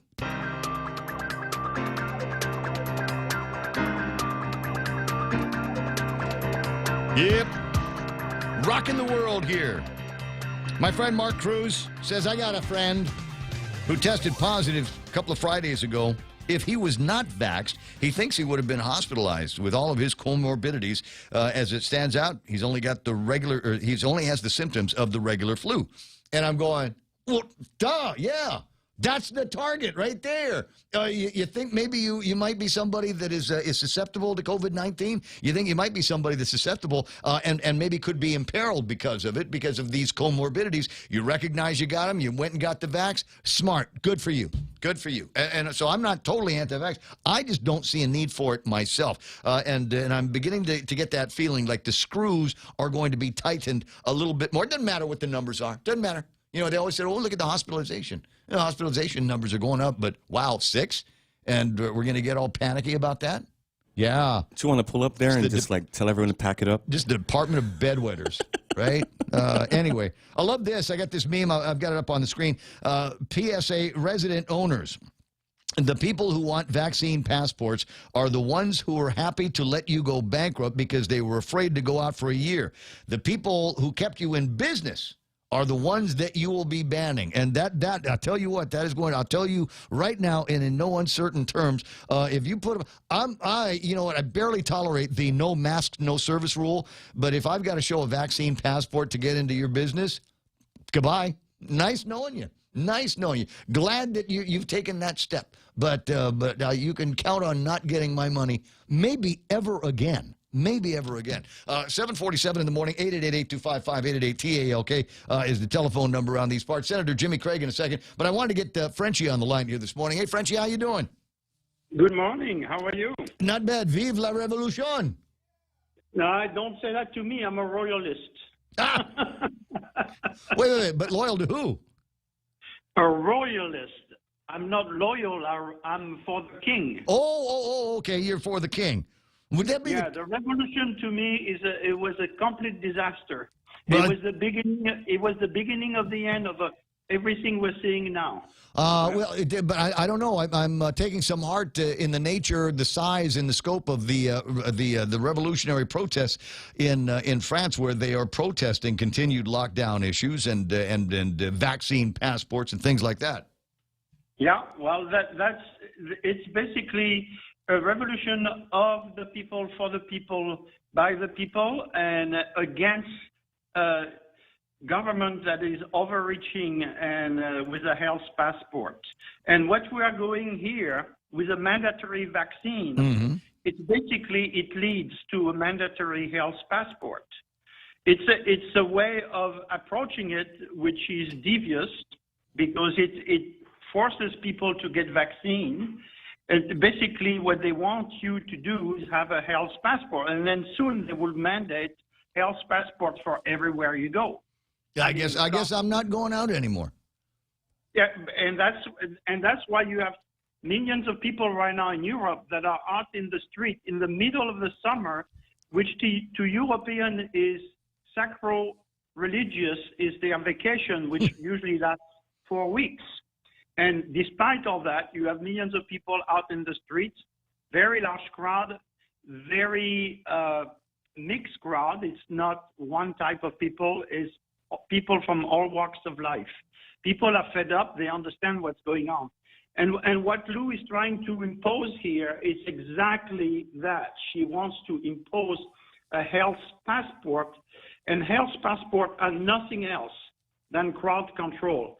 You know, after 9/11, we got the Patriot Act to protect us, they told us, from terrorists. But then we found out 15 years later that they was actually spying on American citizens. And this health passport is another Trojan horse against our liberties that are installed in the U.S. Constitution. And little by little, they're eroding every constitutional right that you have by making it moot. If you look too, you will see a parallel of all the states which are strongly pro-abortion and pro-euthanasia, just like our little governor here, that they all want to make vaccine mandates. So what's the parallel? Is it a correlation with that? I don't know, but it's kind of weird that it's exactly those states that are the ones that are pushing those kind of blackmail situation.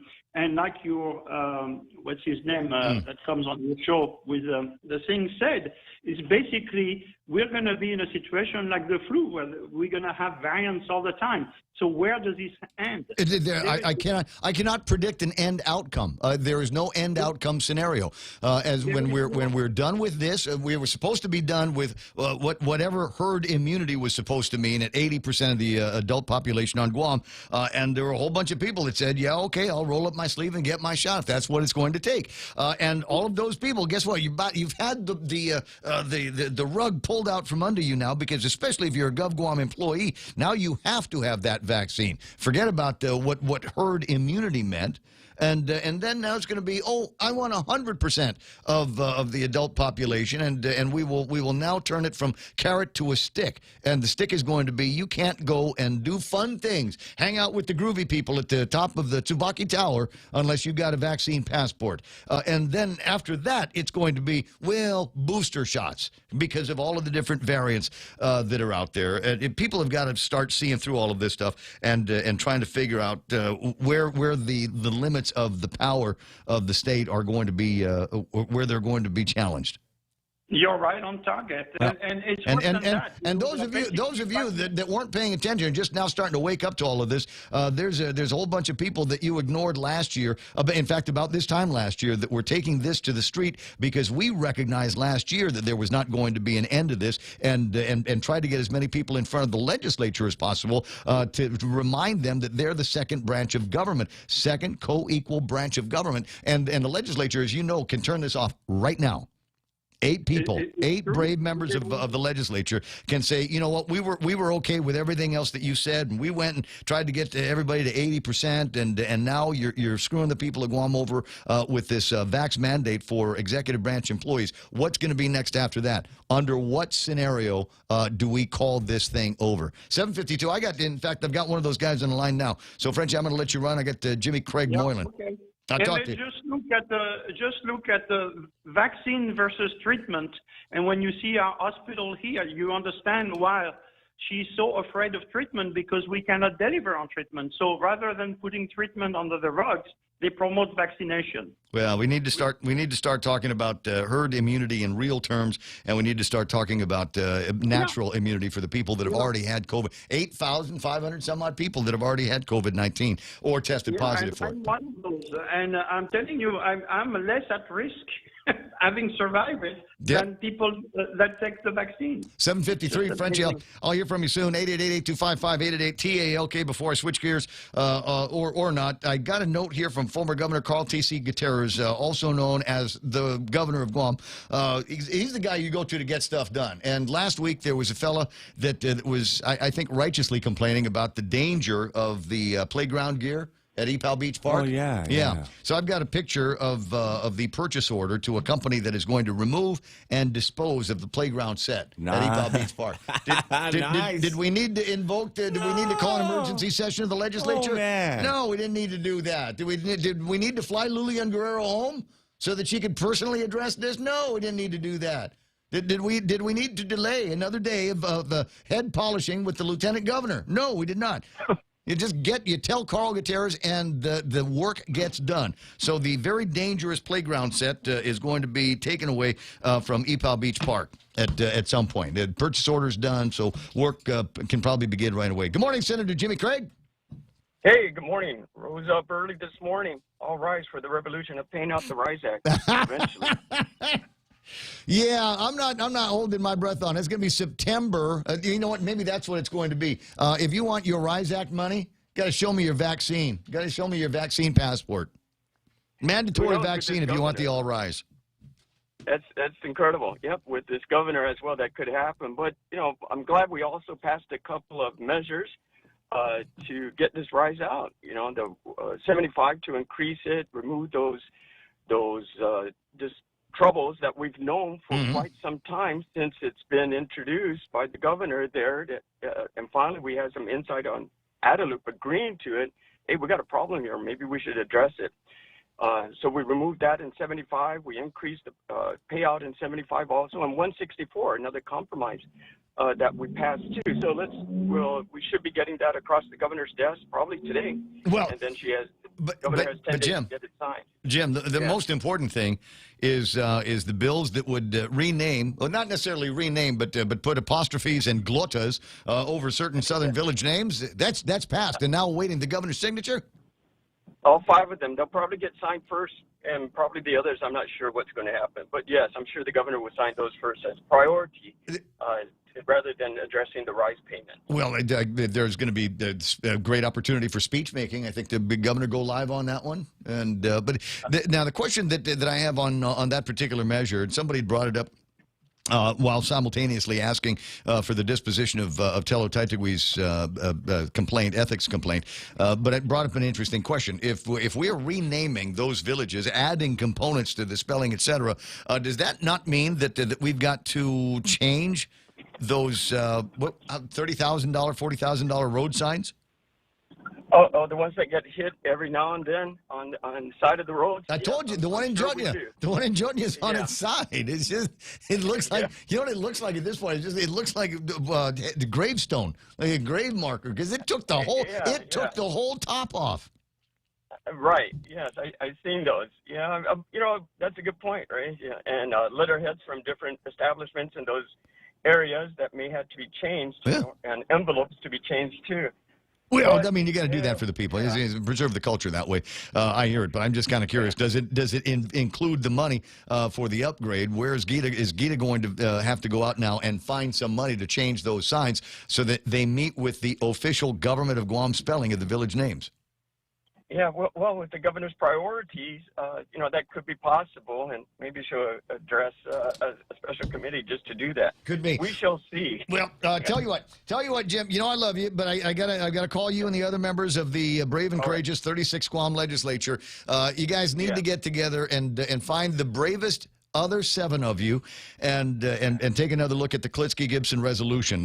Now is the time. I think, and take a look at some of the commentary on what the governor's executive order on Friday night. Call Cousin Troy over at Candid and see what his viewers have got to say about it. I don't think there's one. I think the positive comments are good. Can I have my RISE Act money now?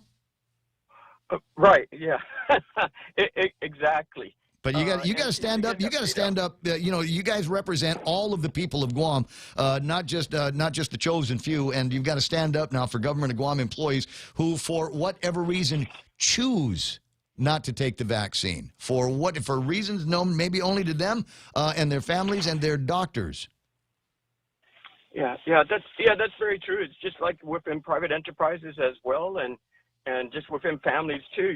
Those will always be the person's choice, right?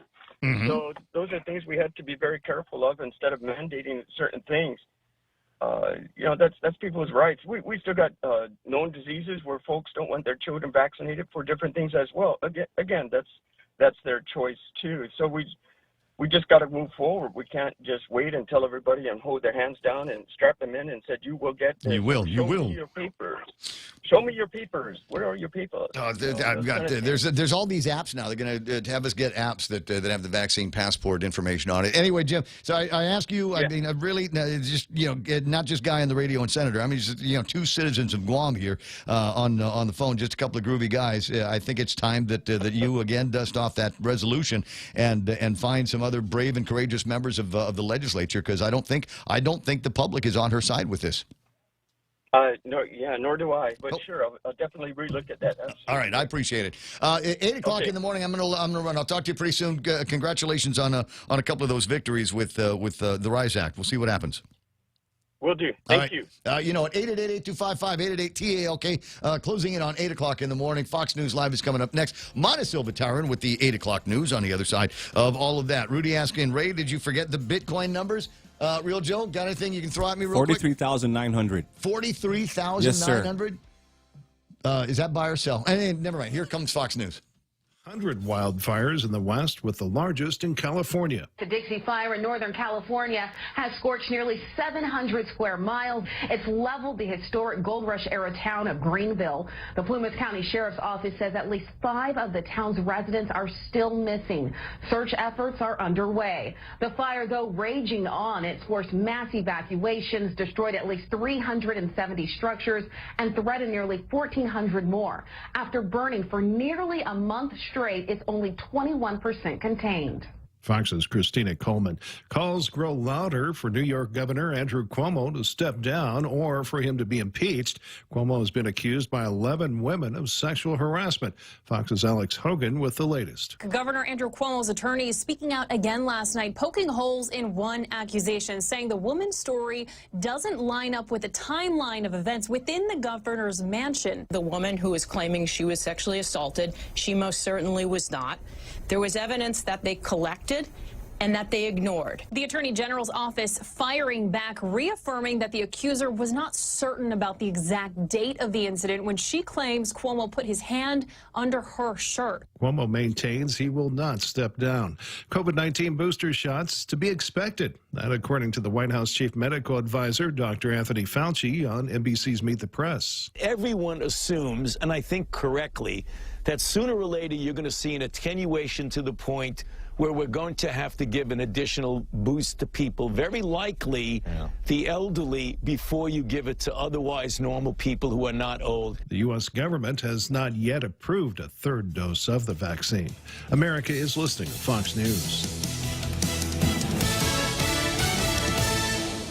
Circle K brings you the G-Dog. Get ready for a succulent and flavorful street hot dogs made famous in New York City. These dogs are made with 100% all beef and cooked in a delicious blend of spices for a plump, juicy hot dog experience that's bursting with flavor. Visit your nearest participating Circle K and dig in on the best hot dog experience on island. The G-Dog, served from 9 a.m. to 7 p.m. Available at Anigua, Denado, and Ocean Vista Circle K locations only. Circle K, hey, take it easy. Wow, nice smile. So perfect and all. Thanks. I owe it all to Dr. Robert Yang and his Smile Team. They do wonders for a healthy, happy mouth. Got teeth? Don't wait until they hurt. Schedule your routine checkup and cleaning with Dr. Yang and his Smile Team. Suite 119 in the East West Business Center, Upper Tumon. Call 647-8702 or 3. The best thing that happened to teeth since toothpaste. Dr. Yang and his Smile Team. They make smiles happen. Podcasts.com. New York City, one of the many across the nation taking or considering new steps to help slow the recent upswing of COVID-19. New York City also considering a mask mandate for schools. New York Congresswoman Elise Stefanik with her thoughts on Fox's Sunday Morning Futures. Restaurant owners are becoming law enforcement officers and having to make the tough decisions. We also should not have policies that segregate those who have been vaccinated or not vaccinated. This discussion about getting back to school in person, we all want to make sure our kids get back to school in person, but there's already discussions about a mask mandate, which is not based upon science. We know that our kids, so few are affected by COVID. Pediatric cases of COVID-19 have surged in recent weeks due in part to the highly transmissible Delta variant. The Disney Hall of Presidents has reopened with the unveiling of the 46th Commander-in-Chief. After being closed for months of refurbishment, Walt Disney World's Hall of Presidents reopened again last week, giving visitors a first-hand look at its newest addition, a figure of President Joe Biden.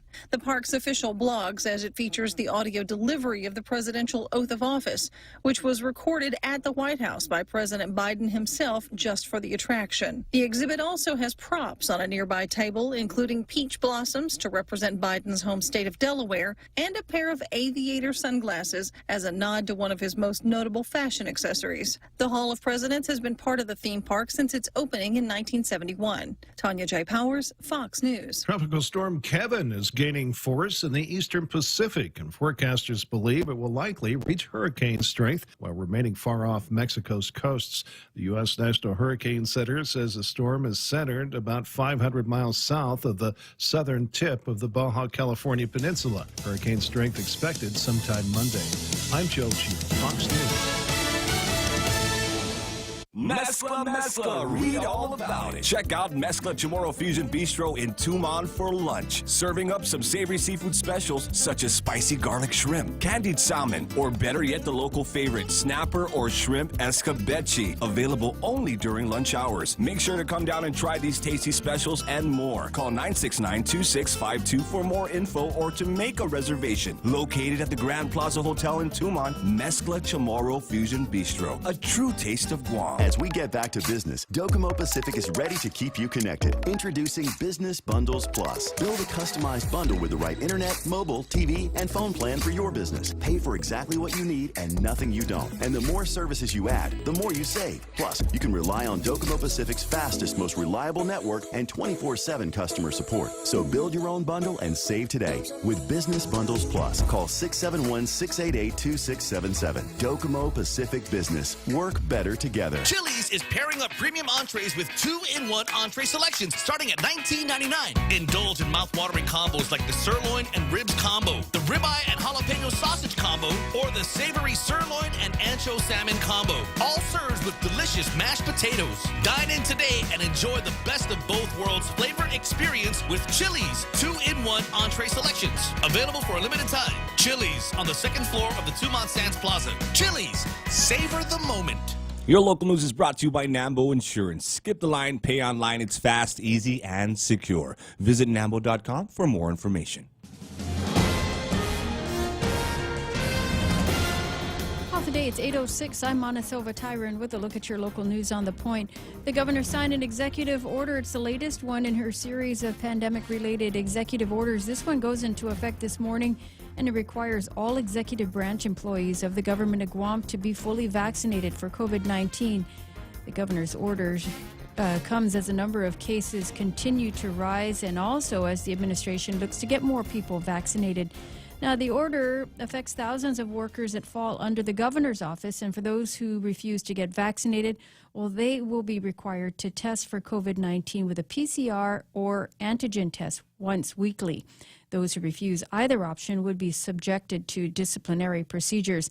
From the latest JIC report, there were 21 new cases, 160 people in active isolation, and the post report, 6 people now in the hospital. And with the increased cases, the governor is also threatening to reinstate some of her COVID restrictions to get control of the spread of the virus. Leon Guerrero saying that Guam's risk score is at its highest this year and threatens to return restrictions should the situation worsen. She says she won't hesitate, especially if it's to protect the island. In a video on Saturday, she reminded residents to get vaccinated, continue to wear your mask, and watch your social distancing, as well as wash your hands. Well, public schools go back into class this week with students expected to go back to school on August 12th. That's Thursday. Elementary schools open up at 8:30, while middle schools also open up at 8:30. High schools scheduled to start classes at 6:45. George Washington High School, Ukudu High School, and Simon Sanchez, those classes start at 7:15 in the morning. Now, the bus schedule was released this weekend by the Department of Public Works. The Guam Daily Post posted that yesterday. You can check them out for the details of that bus schedule. Also, orientation schedules, sessions also scheduled for this week. Parents, reach out to your students' schools to get the schedule for those orientations. And we'll have more news right after this. Go green, go solar, and save big with Nambo Insurance. When you power up your home with solar panels, Nambo Insurance will pay up to $350 toward your power bill. With Nambo, you can enjoy great savings while going green and helping to save Guam's environment. At Nambo, it pays to go green. Terms and conditions apply. Visit Nambo.com or call 477-9754 for details. Nambo Insurance, proudly serving Guam for over 50 years. The Attorney General filing suit against the developer and the contractor of the solar farm up north, and the governor has said that she supports the effort to hold the companies accountable for the damage to the Marble Caves and to the northern aquifer. The governor responded to the Guam Daily Post saying that while this happens, a federal investigation is also underway. The AG filed its suit against Korea Electric and Samsung America. It wasn't too unusual to invite the members of the legislature to her chambers to discuss the American Rescue Plan, but the governor says the invitation by the Speaker of the legislature for her and the Lieutenant Governor to discuss the plans is unusual, and as such, she has declined an invitation by Speaker Therese Chalahi. The governor saying that her fiscal team is just as capable of answering the questions needed to prioritize the government's budget for the next fiscal year.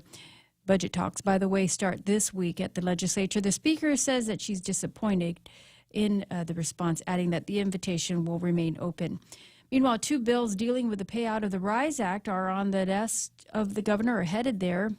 But the spokeswoman for the governor says that she has no intentions of increasing the payment amounts, and the funding will remain fixed at $30 million. The 2 bills that passed session last week were introduced by Senator Jim Moylan and Senator Joe St. Augustine. And there was a 20-year-old woman who was arrested on drunk driving charges after she overturned her Camaro in Tumon. Police responded to the crash just before 2 a.m. on Saturday when the Camaro overturned by DFS. The driver, identified as Jania Seguenza, said that she lost control and admitted to police that she was drinking prior to the accident. She was charged with vehicular negligence with injuries as a third-degree felony. Her passenger, who was injured in the crash, there was no report on what the extent of her injuries were, though. And those are your top stories here on The Point. Here's Ray with your weather. I don't know. I can't make up my mind on the weather. You look outside, you see the satellite map, and then you look at the weather forecast. It's only partly sunny. Hey, Stumby. Check again the machine. But that's what it says. Partly sunny, isolated showers and thunderstorms. East winds up to about 20 miles an hour and highs 88 degrees. Mostly cloudy tonight. Isolated showers and thunderstorms. But I don't see where that's going to be coming from. Not being a weather expert or anything like that, but I just don't see a whole lot by way of junk weather that's going to make us crazy today. Could be wrong. Check your windy, whatever. Partly cloudy and isolated showers tomorrow and tomorrow night. So they got to realize that things got to clear up at some point. 20% chance of rain today. Sunrise this morning was at 6:07. Sunset tonight is going to be at 6:45. Hashtag tell the others. And you know what people are nuts about? Fauci. He's done it again. They didn't talk about it in Fox News, but Fauci is apparently they did one of those things. Obama had a big party over the weekend. Right? Huge party. But it's okay. It's all right. Because a lot of those people were vaccinated. It's all right. It's cool. Lollapalooza. Oh, my. We can have Lollapalooza. But here's the one. Here's the one that they're not going. They're getting frowny face over. Sturgis. Oh, yeah. The bikers. The bikers. How dare they almost gather. 1 million bikers are going to be gathering out there. And they're talking about, oh, my God, it's gloom and doom. Yeah, who's going to tell them what to do? The devil virus in the Dakotas. Oh, my God. All right, so we'll take a look at that little bit of hypocrisy in a couple of minutes. 8:12 in the morning, news and weather together here on The Point. At GTA, we continuously develop digital solutions to build resilience for island businesses in need of agility, speed, and stability. Whether you're a home office or large corporation, we have professional services tailored by our GTA Enterprise experts to evolve your business digital transformation. Let the strength and reliability of our network power your business for years to come, and call us today at 671-644-1000. GTA, we start with you. Bargain Tactical, Guam's largest firearms dealer and sports shooting store, offering the best selection on island. You'll find everything you need for your next trip to the range. Ammo, target, stands, hearing and eye protection. A full-time armorer is ready to help with repairs, maintenance, and builds. Plus, you'll find a large selection of home defense accessories, including tasers, stun guns, pepper spray, batons, and home security devices. Pellet, BB, and airsoft guns in stock now for pest control and training. Tactical Gear Guam, Route 16, Army Drive in Harmon. Follow them on Facebook and Instagram at Bargain Tactical 671 or online, BargainTacticalGuam.com. Bargain Tactical. You defend, we support. If you're going to Bargain Tactical, save me some 9. Dude, you know what? I screwed up. I thought I had a lot of rounds. You blew your wad? Oh, almost totally. So I shot my best shot, bro. I went out there and eliminated pretty quickly, because I was shooting with my Roni. Eliminated pretty quickly the 9s that I had, and I reached into my bag and said, "Hey, I got another bag. I got another box. I got another 50 rounds." And I looked at them, and they were my hollow points. You got to save those. Yeah, I got to save those for bad guys. And fortunately, my big brother Dave showed up, and he's got a new one in the arsenal, the 44. Oh, nice. Shoots 22s. So I get 44. It's 2 times 22 equals 44. And that one was that might be my next gun. That might be my next gun because it comes in. It's got a little wider carriage on the back of it, and the magazine will fit like 18 or 19 of these little. Because it's 22s, it takes a lot more to shoot before you can put the bad guy down. But super accurate. I was able to actually hit targets with it yesterday. And the cool thing is, you're so quiet. You don't need the hearing suppressors. Oh, nice. I'm sorry. We had a good time at the Pew yesterday, and if you missed it, we'll see what we can do about having another one soon. 8:15 in the morning. The Ray Gibson Show being brought to you by Chili's, second floor of the Tumon Sands Plaza. They got a great meal deal for you. How about 2 entrees, like for the price of 1? They got a great. There's a steak and salmon, and a steak and ribs. So you don't have to choose. I can do surf and turf, and we can do turf and turf if you like to for like $19.99. Find out what they are and what some of the other options are at Chili's on the second floor of the Tumon Sands Plaza.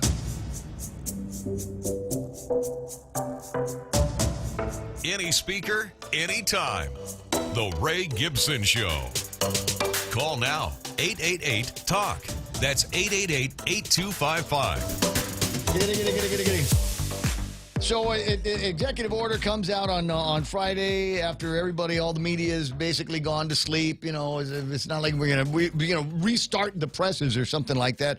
In the newsrooms, they've already done their newscast for pretty much the week, and that's it. So it is the absolute best time to deliver, as Bob Klitsky says, bad news. His show is over, my show is over, all the other talkers, they were done, and no real opportunities in the moment to get commentary from real people other than what we saw in social media. And like I said, you go to the Candidate website, and until the guys over at Adeloop have to are being told to go, hey, go offend a candidate and say what a great job Lou's doing right now. Hurry up, because all the other comments were bad. Right? Yes.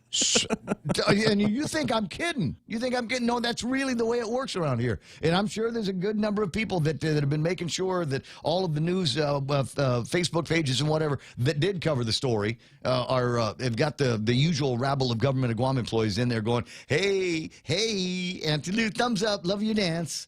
So there's some of that going on. But just wait. There's going to be a chorus of, what about?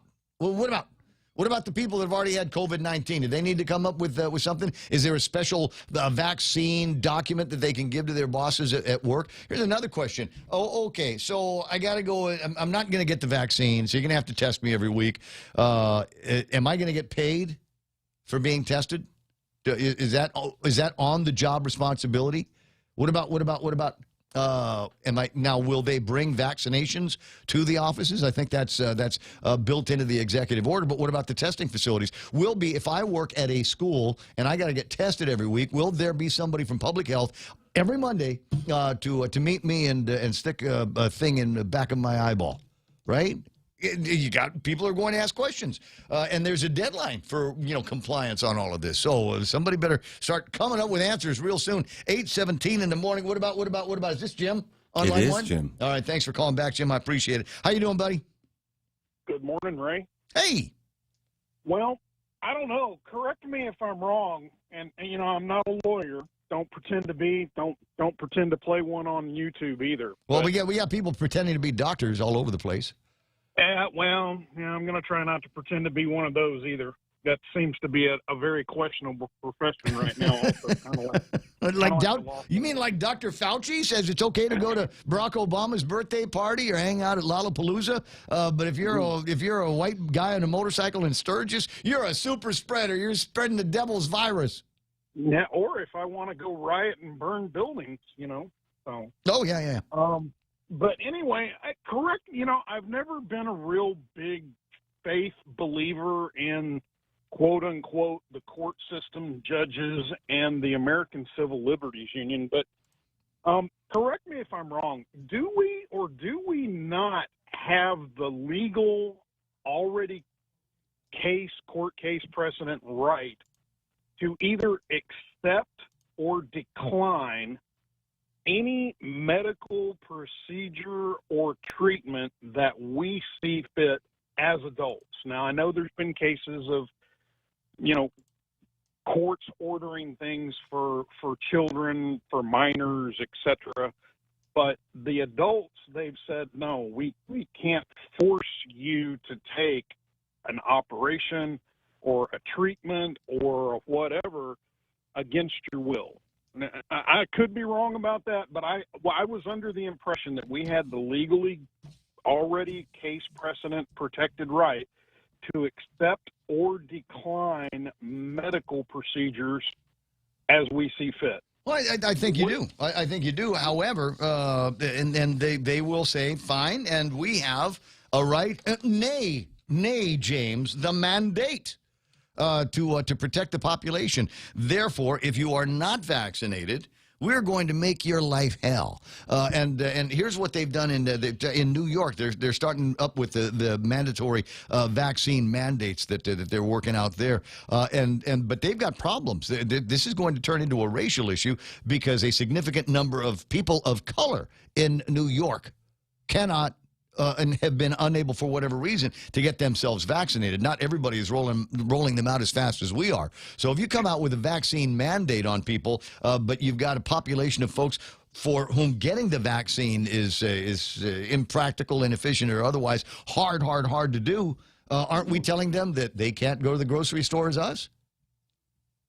Yeah, you can't go into any store. Can't go to the grocery store. Can't go to the movies. Can't eat in this diner. In some places, Jim, it is equivalent of saying no coloreds allowed. Yes, can't get on a plane, can't get on a train, can't get on a subway. Just wait.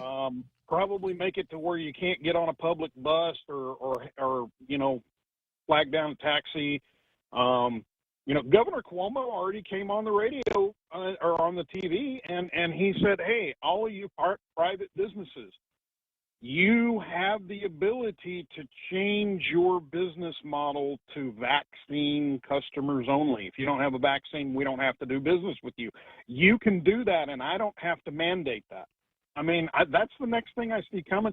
But the American Civil Liberties Union, they're always wanting to sue people for something. How come the ACLU is not standing up for people on this? Or does ACLU's a front for the Communist Party? I don't know what you're talking about. They're the last people I expected any help from.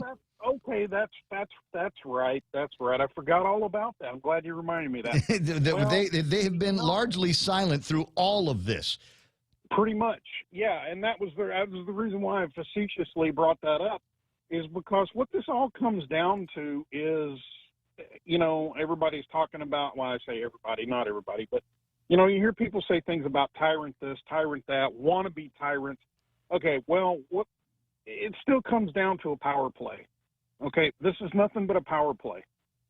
All right, and they're going to squeeze, and they're going to squeeze, and they're going to squeeze until you just say, you know what, hell with it. All right, fine. I'll go down and I'll get the vaccination. Not me. But, I took my mom. I took Mom down to Rexall when they were doing the vaccinations, a while back. Mm-hmm. And I think they're still doing vaccinations at Rexall. Anyway, but I took Mom down there, and, they handed her this clipboard, and she had to fill out this thing, and then she had to sign the bottom. I said, hey, Mom, wait, Mom, hand me that. Let me see that. Mm-hmm. And it's a release. You're signing your rights away. Okay? So if you wake up 2 weeks later and you've got an enlarged heart or a shrunken brain, or if you wake up 3 years later in the middle of the night and you're glowing in the dark, you have signed away your legal rights. That's what it looks like, and I'm uncomfortable almost at word go when we start talking about vaccines. If something goes sideways on me, and I'm no longer able to do this. And the perfect example is, and I used it this morning, was a buddy of mine took the vaccine, got Bell's palsy, which is a known side effect for some people, and so he was unable to do anything. And can you imagine if I had Bell's palsy? I sure as hell wouldn't look as pretty as I am on television in the morning show. Some say it would be an improvement. I don't know, but it would make it difficult for me, even more difficult to communicate than I'm having this morning. Yeah, it doesn't have FDA general approval. It's only been approved for limited emergency use, And then they want you to sign a waiver saying that if it makes you have three-headed flipper babies or glow in the dark or whatever, that, oh, yep, we're not responsible. And sorry, you're just on your own for the rest of your life. And your family is now got the burden of taking care of you and whatever it is that we've done to you. But we don't have any legal responsibility. But then she wants to turn around anybody, not just Lou. I'm talking about Cuomo or anybody, and make a mandate out of it. You know what? I'm sorry, but I'm going to opt out, and you can kiss both cheeks. Well, okay? I kiss both cheeks. I like that. I got to let you run here. It's 8:25, Jim. I appreciate your time. Your cousin Troy here in a second, and I was looking at the executive order on the deal, and I don't know. It seems to me that if you've got an executive order, you know bad news is coming in an executive order where you get to a number of them, which are citations. Legal citations: Jacobson versus Massachusetts, Zucht versus King, Bridges versus Houston Methodist Hospital, Klassen versus the trustees of Indiana University. They're looking, obviously, for legal cover your ass. That's legal CYA. That's what they're doing. Citing case law. We're citing case law. Because we're going to do something that is so unbelievably unpopular that is gone to the Supreme Court.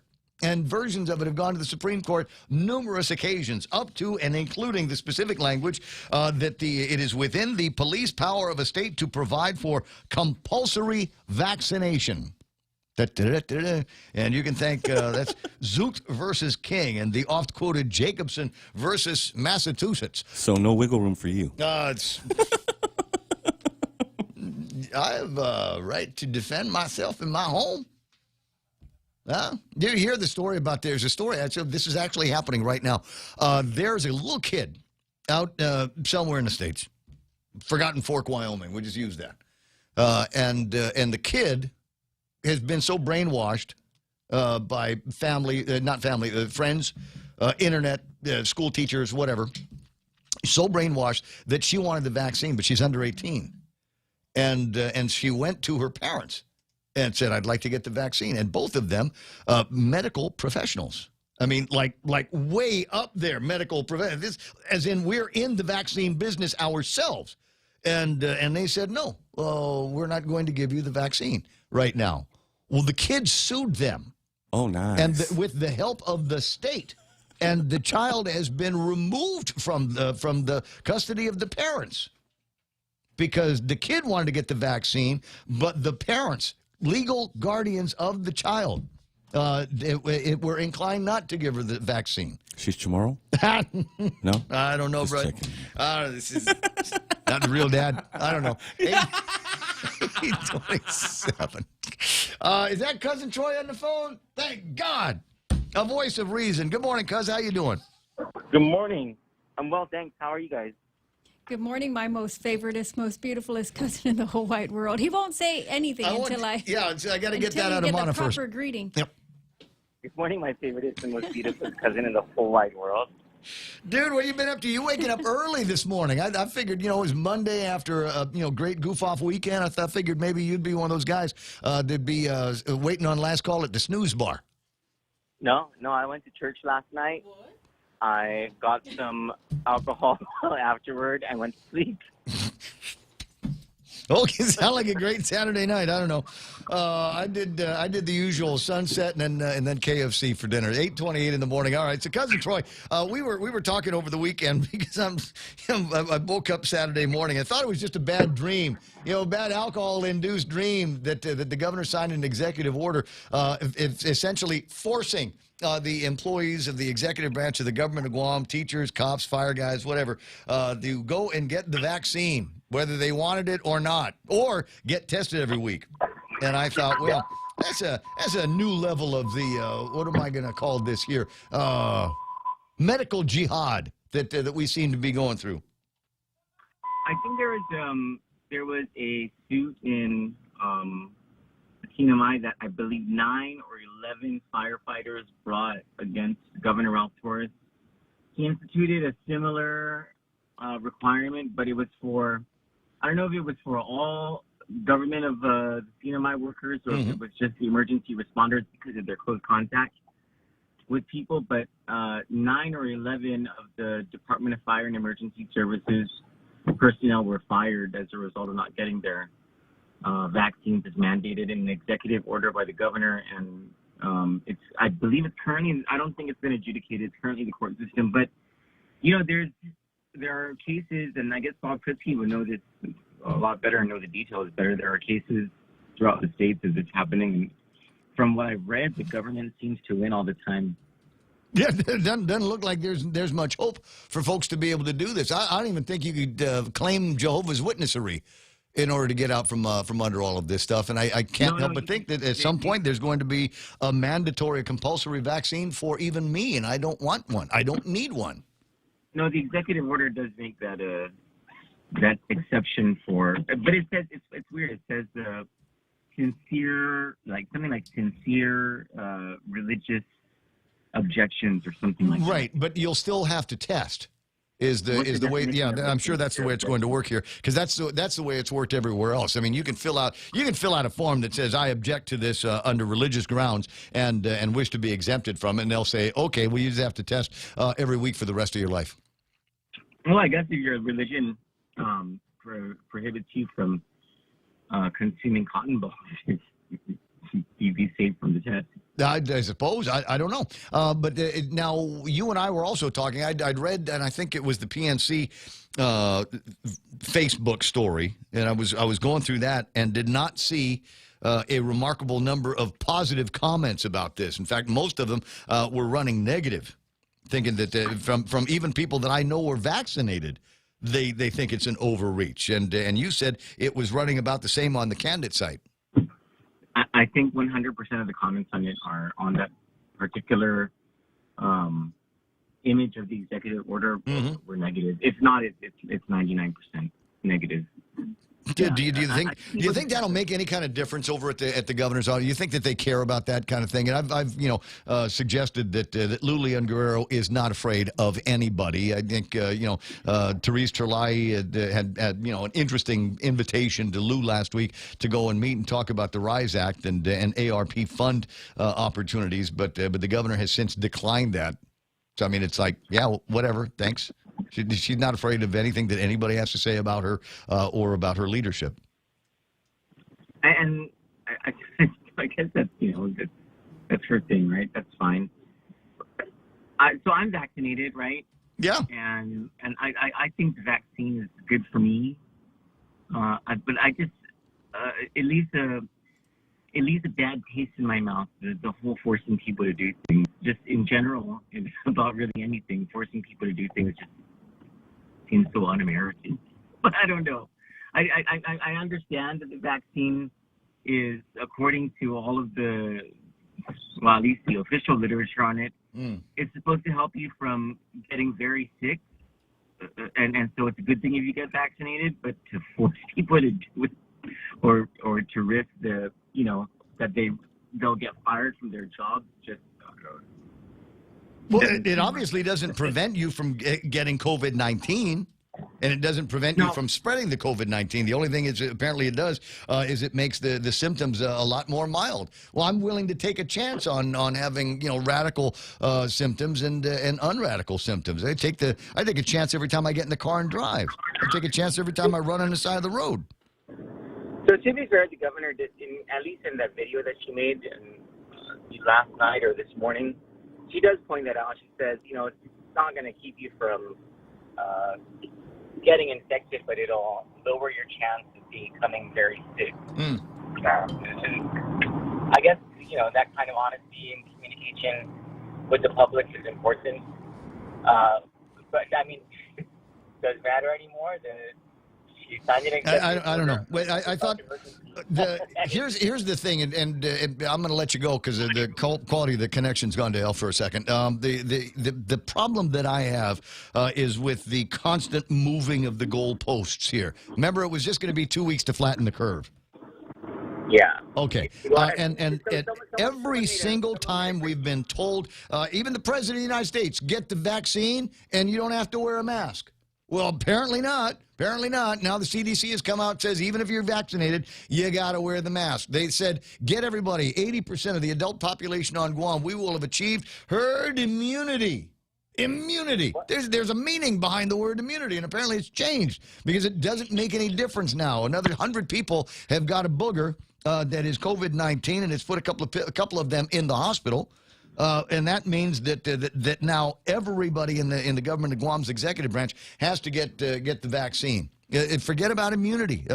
Apparently, the Liber 8 campaign was for nothing. We gave away, what did we give away? 5 cars, $50,000 in cash. I'm not going to complain too much. Mayumi got an iPad, right? No, and it was a good one. It was like a sweet, like top of the line from Beyond the Box. So she got a really good iPad. So I'm not going to complain too much about that. But end of the day, what was the point of all of that if the goalposts were going to get moved again? Well, I guess we don't have herd immunity. I guess I don't know what it means anymore. So if that, if we were supposed to get herd immunity at 96,031 adults here on Guam, under what scenario are we free of the vaccine? I'm sorry, of the disease. Where does it end? How does it end? I just hope that. Just for real this time, for real. I hope that whatever happens, kids don't get very sick because they're going to be going back. They're back to school, right? Yeah, the kids. Yeah, we don't have too many cases of kids. I think in the last batch, the eight. I think it was just 8 kids under the age of 11 that have gotten sick, and near as I can tell, there's only been 1 fatality as a result of somebody dying with COVID-19. Yeah, there it is. That was in the beginning. Yep. Yeah, here's the line from somebody. I'll put it up on the screen. The goalpost will keep moving as long as they know you'll obey.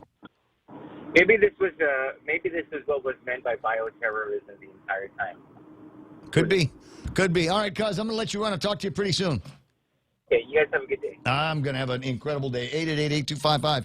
888-TALK is the telephone number around here. Now, there is a good thing. It's a lot of parents are going to get a little bit more money just by virtue of the fact that they got kids in the public school system. And there were apparently some days, not that over COVID-19, where the Department of Education was unable to serve them or give up the free chow. And so as a result of that, each public school kid is going to get the cash equivalent of what would have been spent. And it is something on the order of about $1,200 a kid. So I'm trying to figure this out. For those enrolled last school year. Yes. Now I'm going to make the caveat that this is I am incapable of sinister thought. That's not entirely true. If I was a 17-year-old that was in the public school system last year and I knew that there was a SNAP card coming to my house with $1,200 on it, you know what the value of that SNAP card is to me?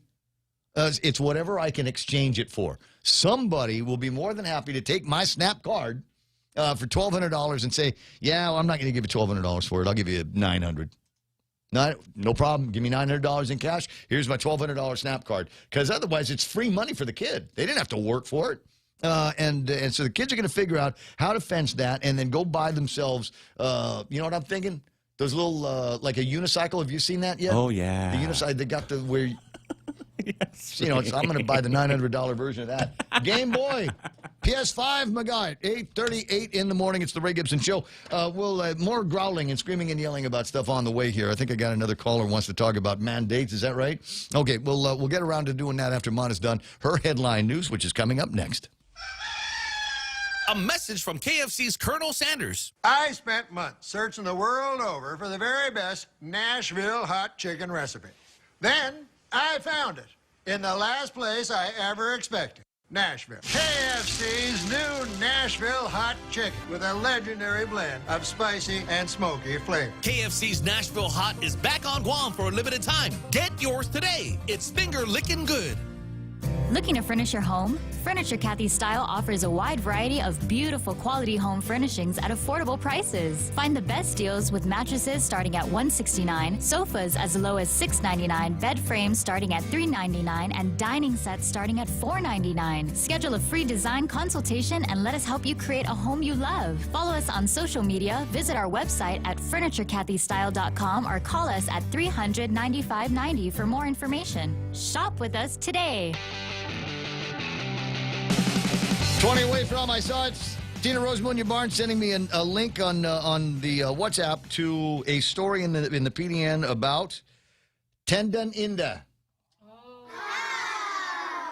Now, I might not be crazy about all the policies that come out of that particular Democrat, but I do love her and her family. Yes. And will, at every chance I get, when I'm in that area, if I'm out of, the hot sauce, the round thing of Denancy. Yes, sir. Yeah, that's where I go to get mine. Righteous. They got a bunch of different ones there. They got good stuff. Yeah, it's amazing. They got, anyway, so I saw the article, and I think that's that. Although I will pass along a message from somebody who's been looking at the PDN recently going, where's the news in this newspaper? It's all like recipes, right?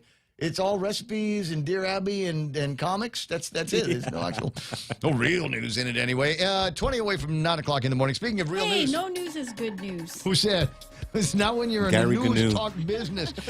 Montecillo Tyron with the 8:30 news here at 8:40. Alphamano, what happened? Well, all executive branch employees will have to get fully vaccinated for COVID-19. That's according to an executive order that the governor signed last week. The order takes effect today. It requires workers either get vaccinated or undergo a COVID-19 test at least once a week. Otherwise, they could face disciplinary action. And with the increased number of COVID cases seen last week, especially, the governor is posing a threat that she may reinstate some of her COVID restrictions if things continue to rise. The governor says that she will not hesitate to impose those restrictions on the public or businesses. Two bills dealing with the payout of the RISE Act head to the governor this week after the legislature passed it last week. The bills would increase the cap and the payout amounts to individuals who qualify for this. The governor's spokeswoman says that the governor isn't likely to support either of those bills. And those are your headlines right here on The Point. That's it? That's all of it? That's it. Can I tell you what I did over the weekend? Tell me anyway, I'm gonna. Yes, I'm gonna. So me and my hiking crew, right? We met up in Telefo. Okay. Right. Did you hear me? I put the accents right, just like Tello wants me to. And so we was scrambling through the boondocks, and then bang, there's a river there. Did you know that? Oh no, you didn't know that? No, dude, neither did I. I thought maybe I'd seen it on the map. You drank it? I got into some of the things. Something got in my mouth. Yeah. Is this the one the one that leads down into Telefofo Bay? Yes. Okay. Yes, it is. And now normally there's river stuff in my hiking crew, and so I got into this thing, and then pretty soon I couldn't feel the bottom anymore. Oh. And for a long way, and there's like swimming in the Telefofo River. I'd never done that before in my whole life. And then I thought, I better get out of here because it feels like a good place to drown. Oh yeah. It's not salt water, so it doesn't carry you. And I got I got hiking shoes on. Yeah. So I was pleased to have survived that. But now I can say, until I'm old, that river back there at the Valley of the Latte. Oh. I swam in that. Nice. I'm Emmy in it too. Got to leave your mark. I'm sure many others have too. Oh, we all did. Your underwear's brown now. Oh, yeah. So your cell phone made it? So yes. And you didn't bring your phone. No, I brought my phone, and for those of you that are wondering just how good these are, I can say without hesitation because I've taken it on trail many times. There's like a $20 vinyl pouch that you can buy at any ABC store on Guam. Oh, the I Love Guam one. Or whatever. Yeah, I think I don't know that one came from I Love Guam, but any ABC store carries one of these things. You see the Korean guys around the neck, right? And your phone goes inside of it, and then there's a Ziploc? like a Ziploc, yeah, and it folds over a couple of times, Velcro, and then there's another Velcro on top of that. So I'm into the water, and the thing is clearly underwater. Get out and opened it up and check my messages. Going, It works. Oh, These things nice. work. So if you're wondering about ways to protect your expensive phone technology, that's one of the ways to do it. 8:43 in the morning. That's my phone calls. 888-8255, 888-TALK. Also taking a look at some of the commentary on YouTube Live. Elvis says, get tested, was positive, but not sick. Told you were asymptomatic. Do you need the vax? 8,000 plus Guahan cases. How many were PCR-generated false positives? Too many. See, again, what about this? This is where we're going to go. So what about? And the answer is, I don't know. We have to wait until public health comes out with some of their what do you do about this, i.e. the guy that is a teacher in the executive branch. And I'm getting a lot of messages these days that are saying, keep my name out of it. Okay, so I'm not going to get the vax. I don't care what Lou says. I don't care what Mike Cruz says. I'm not getting the vax, but I still want to work. So how am I going to get myself tested? Is that going to be something that they do every day or every week at school? Do I have to go to public health and get tested? And who's going to pay for it? Who pays for all of these tests? They're not free. They're not cheap. So who's cover the expense? Who's going to cover all of the expense of that? Does your Jacobson court case tell me that if I don't want to get vaccinated, I have to pay for my $100 test? We'll watch and see just to what level the matapang is going to rise here. It's 8:44. I'll be right back. Looking for a seamless medical trip to Manila? St. Luke's Medical Center's Pacific Islands Medical Referral Package offers a convenient end-to-end medical travel service to St. Luke's Global City. With the package, they also provide assistance in the processing of your air travel requirements, airport to hospital transportation, and hospital room upgrades, all for free. To learn more, call Phil MD at 671-637-5433 or visit their office in Tamuning across the Baltej. At St. Luke's, we love life. For all your back-to-school needs, contact Express Financial. Express Financial is consumer lending at its very best. They also have a host of dealer service programs with quick approvals. There are 3 ways to apply: over the phone at 637-9834 or visit their office in person at 600 Harmon Loop Road across the street from Cost You Less. You can also visit their webpage and apply at myexpressfinancial.com. In most cases, you'll get your money the same day. Celebrity birthdays? Maybe a little bit later on. Take Care delivers high-quality health plans and services supported by a global network of providers. They're your trusted partner for your health solutions. Yeah, they tell you to get vaxxed. If you hear from them, yeah, it might be a good thing. Take Care, Our Island, your health plan.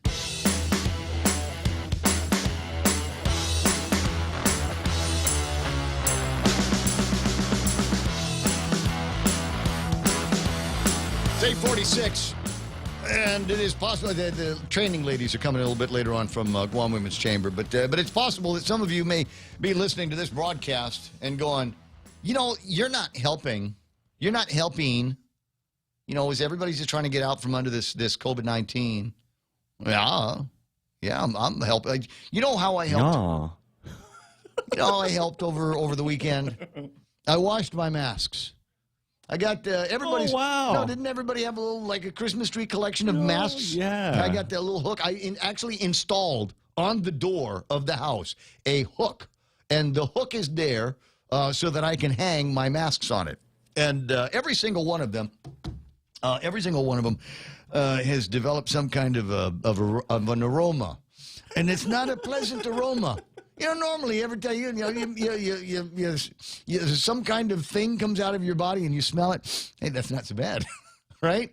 But the aroma on these masks was, mutang is not a strong enough word. So I put them all in the laundry, and they're all now clean and pristine. Even took the opportunity, a couple of masks that I picked up on the side of the road, got washed up those things, and they're looking good. Nice. What?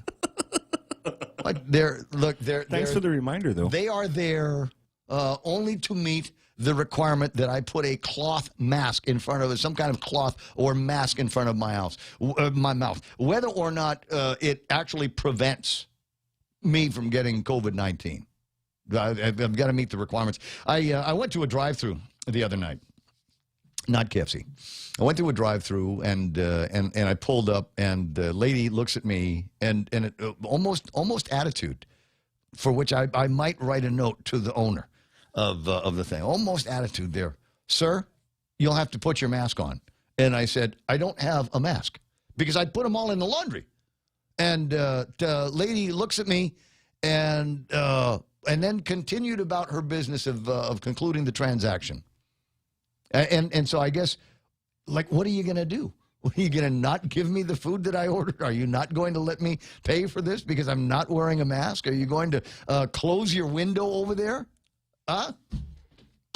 So much for the rules. 848-888-8255-888-TALK. My name is Ray, and let's get John on the line. Good morning, John.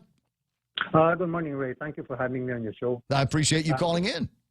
All right, this thing about the executive order, this is wrong. Let's put it that way. It's wrong. Okay? It appears to me right now that the government is blaming people that are not vaccinated. They're the one spreading the virus. Okay, and that's wrong again. I personally know of an individual that came in on a flight last week, okay, not knowing that he's carrying the virus. And this individual was fully vaccinated, okay, and he's got the virus. So, obviously, these people are not doing their homework right. They should come up with a plan of how to get rid of this virus and how to control it, rather than forcing people to be vaccinated. Okay, vaccinated. And the other thing, are they responsible for those people that are allergic to the vaccine? No, and you know, I'm tired of hearing this thing that when somebody passed away at the hospital, he passed away due to COVID and due to pre-existing medical conditions. They will not say that the person passed away because he's allergic to the vaccine. If that's the case, you know, you cannot sue the manufacturers. That's in my mind is a big red flag. If you want me to take something, and as a result of me taking it, and now that it's mandated for Government of Guam employees, if I get sick, you know, if I die, who's going to pay my bills? Who's going to cover the mortgage? Who's going to help send my little girl to college? Yeah, let me finish what I have to say, if you don't mind. The other thing, okay, is that if you don't take the vaccine, then you get a weekly test, okay? Get that stick and stick it in your nose every week, and let's see what's going to happen to you. You're going to eventually have some kind of sinus problem or some kind of a problem, because if you keep on sticking that thing on your nose, something's going to happen to you. Okay. The other thing is that, from my understanding, is that there's a federal statute in existence right now that the only time the government can mandate drugs or a vaccine to the employees or what like that has to be federally approved, FDA approved. If it's not FDA approved, it has to be only voluntary. And if I'm not mistaken, the military right now are still doing the voluntary because it's not FDA approved. Correct. But once it becomes FDA approved, that's it. Everybody takes it, whether you like it or not. It's federally approved. The military now can say, get in there and get that shot. No and if and but. But right now, it's only voluntary. Okay? And this Biden, the dumbhead guy, okay, is trying to change that federal law to make it mandatory. Okay? And that is wrong again. That's why we need Trump back in place. Oh, boy. Because that's the guy that can do the best job for this virus. He's the man for the virus to solve this problem. Not that Biden guy that don't know what the shit he's doing. He has to look at his cheat sheet, you know. Because just every time he makes a speech, I hear you, Johnny. I got to run. I appreciate your time and I appreciate your thoughts here this morning. They seem to run parallel with mine in so many different places. It's almost predictable now how the where we're going to be going from here. We're going to first. It's going to be a mandate of executive branch employees, and then who knows? Maybe the utilities. Maybe the port's going to be next, right?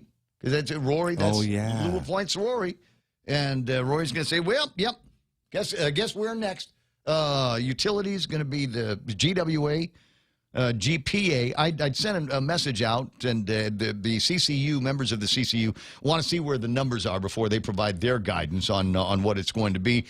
Nothing definitive yet out of the legislature, the second branch of government, but I don't know.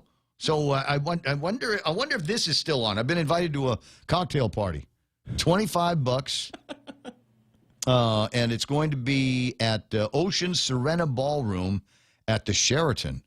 Oh, wow. It's like a gala, but it's a cocktail party. 6 o'clock, Wednesday, August the 18th. And it is, There it is. You want to go? Cocktails. Lou and Josh. Oh, really? Yeah. It's a fundraiser. $1,000? $25 donation. Oh, wow. $25. I might be able to afford that one. You might, well, I don't know. I didn't get my All Rise money yet. Got to wait until we get the Rise Act money before we get into all that. Join us for a cocktail, all in Lou and Josh 2022, and this is going to be August the 18th, 6 o'clock, Ocean Serena Ballroom. So we won't have lockdowns until at least after this. Of course. Right? So Yeah. that's the way it works. So we'll have the fundraiser first, and then we'll put the restrictions back in place. We planned this well, Ray. Exactly. 854-888-8255, 888-TALK is the telephone number. My bro Kel's on the line. Hey, Kel, how you doing? I am blessed. How are you today? Not bad. My panel's is 105 degrees. Is that good or bad? Not good. Okay. See you. See you at 11. So, first of all, just let me, because now that you've mentioned that, I'm sure they are going to check, so you can't go to that, the fundraiser. You can't go. I have a Because mask. they're going to check, no, because you're not 100%, you don't have your vaccine. Wait a second. I just got a Maybe note you'll- from somebody that says it's been canceled. Well, because they canceled it because you didn't have your vaccine. So, but I'm sitting there thinking, you can't just make all the employees for the executive branch take the shot, because they have family members that might have had the shot. And then you also, the executive members will come in contact with other people who have not taken the shot. So this is what I believe should happen. The executive branch, all of Guam, should shut down without pay until Guam is at 100%. Ooh. Because I can tell you, because see, Guam employees did not feel the hurt of not being paid. So I thought that we shut down all of Guam. Yeah. Executive branch, everybody, until all of Guam is 100%, then maybe. And that won't happen. No, they've been protected heretofore, and I think this is the payback. All right, everybody, and look, a lot of them they've already taken the vaccine, but there's 15% or so of the executive branch employees of the government of Guam for whatever reason, and it's in my view, in my estimation, it's their decision to make because it's their body, Right. and if they don't what feel I'm like putting the getting at vaccine is in. Once those 15% take their vaccine shots, they might have, another 10% of their family members that are 12 years old and older that have not had the shot. So they could be, I'm sitting there. Yeah. No, I see what you're saying. So they could among themselves be the actual vectors, not the victims. Right. And then, we should stop letting the tourists in to get to receive the vaccine. Because that means we know for a fact they're coming in unvaccinated. Mm-hmm. So, we should, if we just shut down all of Guam, close the military, close all the businesses, don't let any ships, aircraft come in, Ever. then that would be enough pressure for everyone to get the shot. Or everyone will just die of hunger. Well, those of us, I know where to get food in an awful big hurry. Oh. Yeah. Exactly. Yeah. I'm start growing that stuff in the backyard and catching those chickens that are messing up my yard. 8:57 and change. Kel, I'll talk to you pretty soon. You take care. You too. Bye. You got the telephone numbers. Closed up a line there. Yeah, kind of annoying where we are here today, but I suppose I'm speaking to the choir. And I'm delighted that we've got phone calls from the usual suspects. These are not too far off from the people that we had calling in the radio station this time last year to complain about businesses that were shut down, bars that couldn't open, businesses that had to, if they were allowed to open. Oh, you're a restaurant? Oh, you can only serve food to go. Bang, change out the business model. Oh, you're a restaurant? You can sell food to go, and if you got customers, they have to eat outside. Bang, new business model. You can open up now, but only 50% occupancy. Bang. Do we really want to have to go through that nonsense again? Do you want to have to walk into Kmart because there's a pharmacy in there, and you might be able to get some food and home improvement stuff. But everything else is going to be off limits. Do we want to go back to that again? And especially since there is, quote, 80% of the adult population that has been fully vaccinated. And in some places, they're calling herd immunity at 70%. But no, we're Guam. We're going to take it to 80. And they did. But still, now there's a conversation where there's a threat. We're being threatened again with restrictions. Get out of here. Get out of here. Now, if you were a senator of the 36th Guam legislature, you have it within you. Your one vote to stand up for all of the people of Guam. And I'm sure that somewhere out there, a bunch of vaccinated people saying, yeah, you know why I'm vaccinated? Because Lou wanted me to get vaccinated? Hell no, I'm vaccinated because I got to travel for my work. I have to get vaccinated. Otherwise, forget about it. It's hard enough to get onto an airplane. And even up in Saipan, out of an abundance of caution, they have renewed the quarantine procedures for incoming flights again. Do we really want to go back there? I don't think so. I got to figure out how to turn this thing off, and I have no trust in any of the usual institutions that they're going to do it. 9 o'clock in the morning. I guess we're not going to party with the governor on the 18th after all. It's been canceled, darn it. Stand by now. Fox News Live's playing On the Point. A deadly shootout in Chicago. I'm Joe Chiro, Fox News.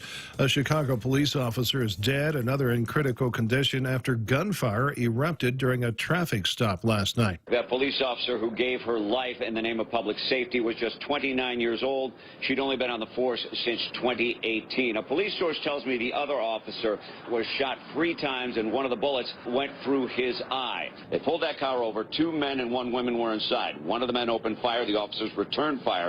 Both officers were hit. The gunman was hit. Both of the men were arrested right away. The woman in the car escaped, but she was picked up this morning. Fox's Mike Tobin. The Senate's continued its weekend session working on that $1 trillion spending package. If there's no agreement to speed things up, final passage could happen in the wee hours of Tuesday morning as early as 2:30 a.m. From there, it'll head to the House. Speaker Pelosi's plan is to attach it to $3.5 trillion worth of Democratic priorities in a reconciliation budget bill, then make members vote on that. The president is going to remain in Delaware today. We do expect him in Washington for at least the first part of the week to make sure that everything stays on track. Fox's Peter Ducey. The Taliban continues to take more ground in Afghanistan as U.S. troops complete their pullout. The northeast city of Kunduz was reportedly overrun this weekend. This allowed the Taliban to reinforce their ranks as they continued an offensive on the city's airport.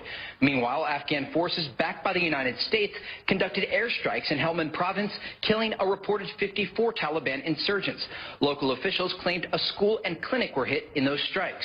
This as American citizens were urged this week to leave Afghanistan immediately. The U.S. Embassy in Kabul even offering repatriation loans for people who can't afford a ticket. Fox's Trey Yingst. America is listening to Fox News. Starting August 1st, pandemic unemployment assistance claimants must start searching for work to remain eligible for PUA benefits. 3 work searches a week are required. Work searches include registering on HireGuam.com, meeting with employers, submitting resumes and applications, and attending job fairs. Only a few are exempt from the work search requirement. This includes those working reduced hours, those in training programs, and self-employed individuals. Remember, PUA ends September the 4th. Now is the time. Let's rebuild our workforce. For more information, go to dol.guam.gov. Today, indoor air quality is more critical than ever, and the experts at Carrier have a solution for your protection and peace of mind. Introducing Carrier's OptiClean air filtration system with HEPA filters and optional UV light accessories. Designed for hospital isolation rooms, yet versatile enough for businesses, schools, and other large areas. This machine can cover 1,500 square feet. It's compact, portable, and only runs on 110 power. Contact Carrier at 647-COOL to learn more.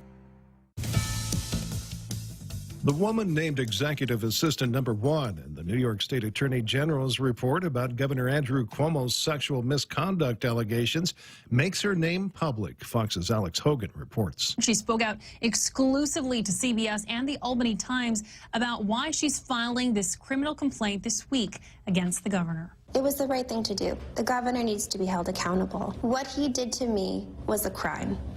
He broke the law. The governor's lawyers held a Zoom press conference on Friday, calling the Attorney General's report unfair as they aimed to cast doubt on some of the accuser's stories. The woman, Brittany Camiso, also filed a criminal complaint against the governor. As students around the country head back to school, the nation's education secretary says some states blocking mask mandates are putting students at risk. Fox's Gernal Scott reports. Secretary Miguel Cardona says he's contacted leaders in states like Texas and Florida that are preventing masking requirements.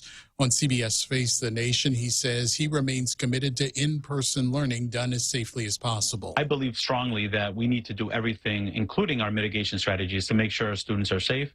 The data is showing us that in places where they're not following those mitigation strategies, we're putting students at risk. In Florida, Republican Governor Ron DeSantis has threatened to pull funding from school districts that institute mask mandates. Gernal Scott, Fox News. Facebook wants your prayers. The social media giant has rolled out a new prayer request feature, a tool embraced by some religious leaders as a cutting-edge way to engage the faithful online. Others are weighing its usefulness against the privacy and security concerns they have with Facebook. In Facebook groups employing the feature, members can use it to rally prayer power for upcoming job interviews, illnesses, and other personal challenges. I'm Joe Chu, Fox News.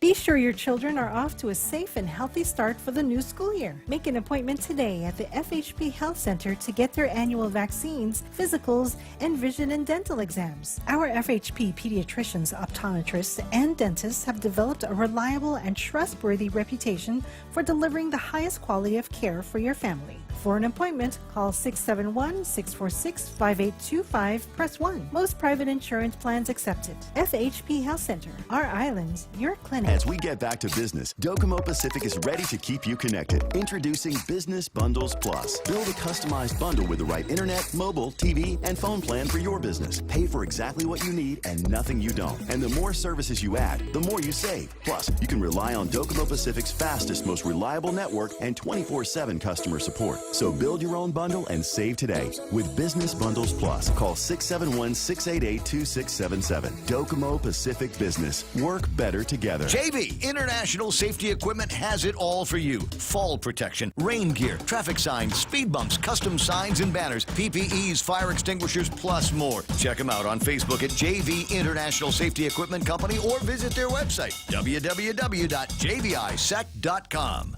JV International Safety Equipment, Guam's leader in occupational and environmental safety equipment. Call 688-9524. JV International Safety Equipment, located in Harmon Industrial Park.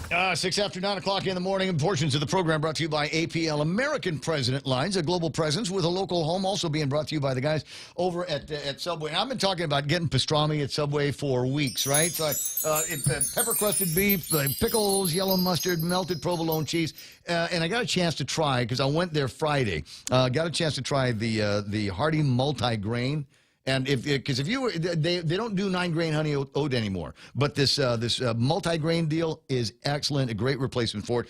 So try it today over at Subway. But I didn't get the pastrami though, because I don't know, man. It's just one of those things. I start in my head, I'm going, I'm going to get pastrami, and then I get there and I'm thinking BMT, man. I gotta have that. A little ketchup, a little mustard. I want some banana peppers and jalapenos and olives and just ray it up. That's what my favorite thing is about Subway, how you can customize and individualize your own sandwich. Ray Gibson Show, 7 after 9.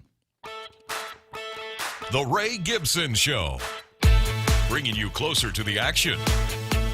This is The Point, Guam's FM News Talk Superstation. Yep. So first 3 hours of the program today, all frowny face about this mandatory vaccination or testing, weekly testing for government of Guam employees in the executive branch. And how many of you guys were, who among you thought you were going to get off, huh? Everybody got COVID-19 and you didn't really work, but you still got paid anyway, and you're going, oh, this is awesome. Yeah, look at me. I'm bulletproof. I don't have to Oh, wait, I have to get the vaccine now? Otherwise, what if I don't want the vaccine? Can I still get paid for staying at home, even though this is going to be problematic? Call your union shop and see if they're able to help you. Those of you that have some kind of union shield here. 8 after 9. Ray Gibson Show until it's not going to be anymore. And so the first 3 hours of the program, frowny face. Let's do now pretty face. Is the way I'm going to be introducing the next guest. It says there is a Guam Women's Chamber of Commerce. And so here I am thinking the Guam Women's Chamber is like a knife and fork league or something like that. A bunch of people get together every once in a while, but there's no real like organization to it. But the Women's Chamber, I mean, there's like an office and there's secretaries and administrators and there's a boss that comes in every day. And you have like that? Yes, we actually have an office downtown, Hagatnya, so it's behind Mighty Purple, and it's a business center, so any of our members, so any small business owners or people that decide to be members of Guam Women's Chamber can come and utilize that space. Is Mighty Purple, since you mentioned it now, is Mighty Purple still, you have to call and make an appointment before you can get your Mighty Purple, or can you go in the store now? I've gone in there and ordered a couple times. Okay, all right. Yeah, well, I want to take care of the small businesses that pepper the downtown Hagatnya area, including places like Mighty Purple. Academy of Our Lady of Guam back in session, which means you'll be in competition with the Academy girls for the Mighty Purple starting about 1 or 2 o'clock in the afternoon when the seniors get out. Yep. You know, she knows the drill, ladies and gentlemen. She knows the drill. Anyway, but first, it's Aaron, and the last name for Aaron is Loader. Aaron Loader, and this is going to be a fun conversation for me because Aaron Loader is, like myself, a Tar Heel. She's from North Carolina, a little town outside of Fayetteville, but she didn't want to tell me the name because she's like, nobody knows about this town. Yeah. Linden, North Carolina. Linden. All right. Now, what's it known for? Anything? No, I don't think so. Nothing. So not much, but it's the rest of the southern culture that you get, and there's no place finer. Even in the hot flatlands, when it gets to be summertime in North Carolina. What's your family up to these days? My dad's retired Army. They actually all live in Utah, so they live in Salt Lake. Oh, I see. They're enjoying the nice, cool weather. So they all moved from North Carolina out to Utah to take care of family members. Hey, don't they normally say you got to stop in Asheville on the way out, right? Mm-hmm. That is. Oh my God, Asheville.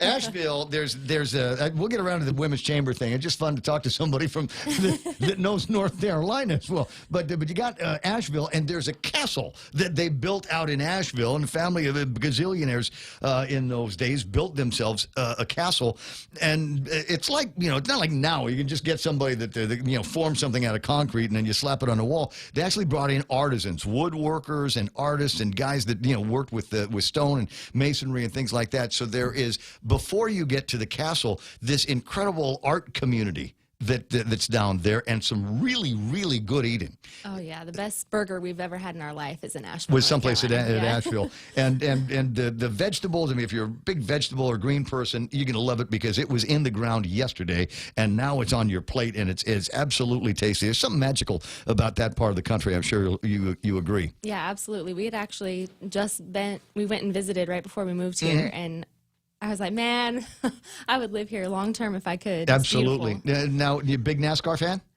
I grew up watching it with my dad, so to say I'm still watching it is probably not accurate, but Every chance you get. Well, if you go to Charlotte, that's where the NASCAR headquarters are, with the big building and the museum that they've got in there. I passed by 100 times, but never had the opportunity to go inside. Anyway, so Aaron's out here, a military wife, and came out to Guam about a year ago. And I'm sure, like every other military wife, spouse on Guam, going, "This is going to be great. We're going to Guam, and you get on an airplane in any direction for about 4 hours, and there's great food, and there's great shopping, and there's great souvenirs, and there's great adventures that you can have." And so, since you've been to Guam, how many places have you gone?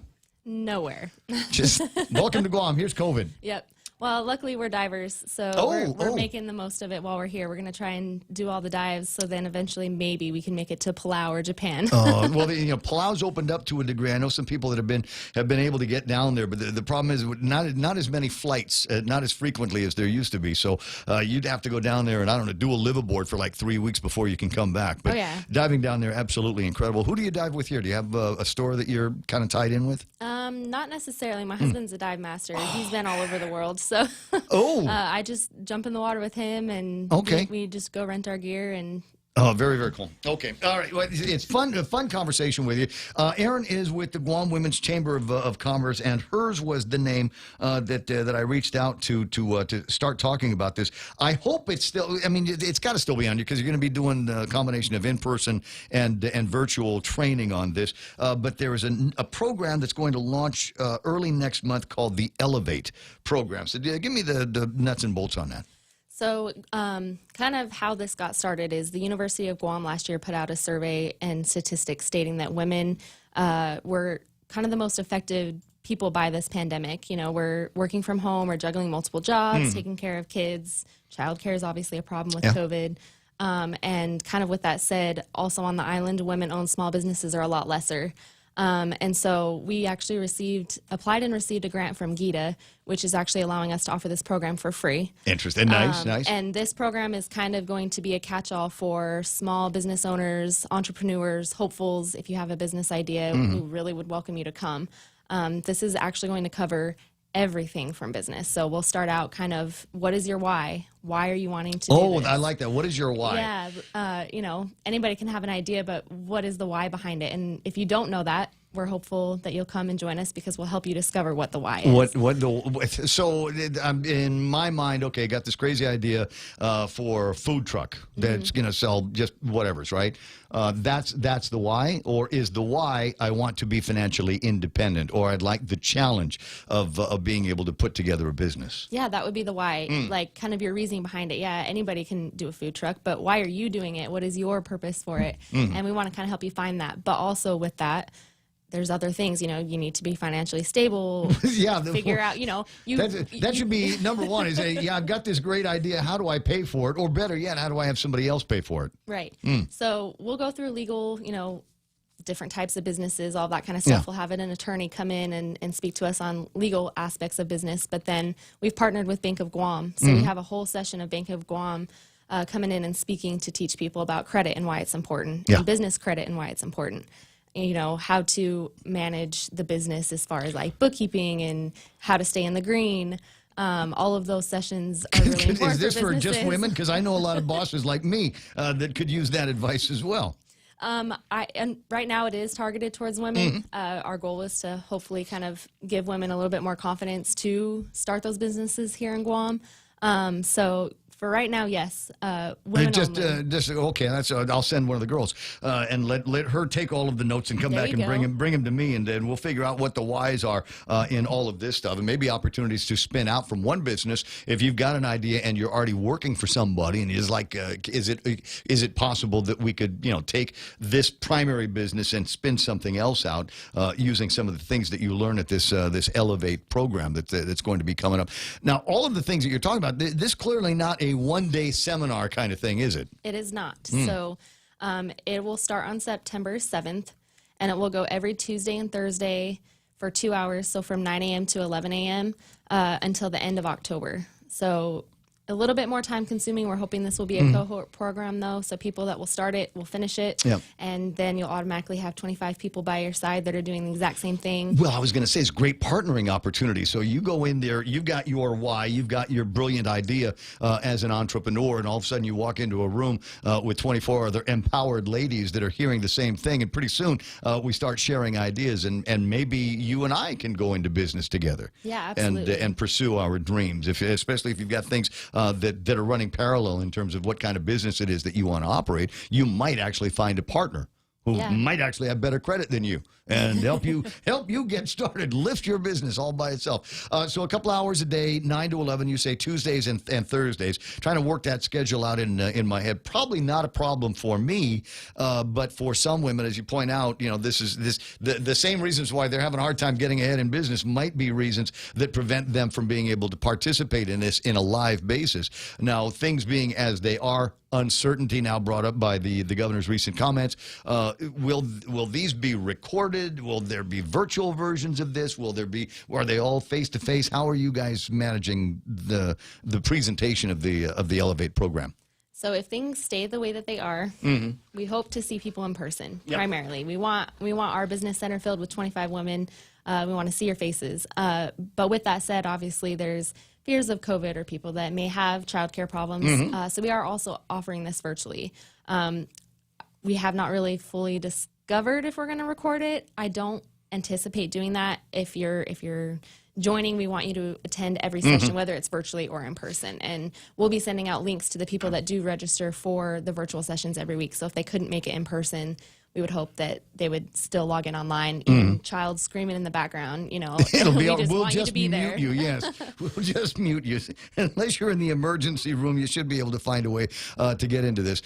Target market, obviously, females. Is there a demographic in particular that you're looking for? Old, young, retired, military, spouse, whatever. Yeah, no specific demographic. We just want women that have this idea or that are already kind of, maybe doing their businesses from home right now, but don't know and understand the full process of businesses. We want women to come and get this great information. We have industry advisors that are some of the best on the island, and we want you to come sit with them and, build your business. That is one of the things, ladies. If you're listening to the broadcast right now, if you just look at board members and the up and down names on the side of the list, I mean, these are some power players that we've got here on Guam.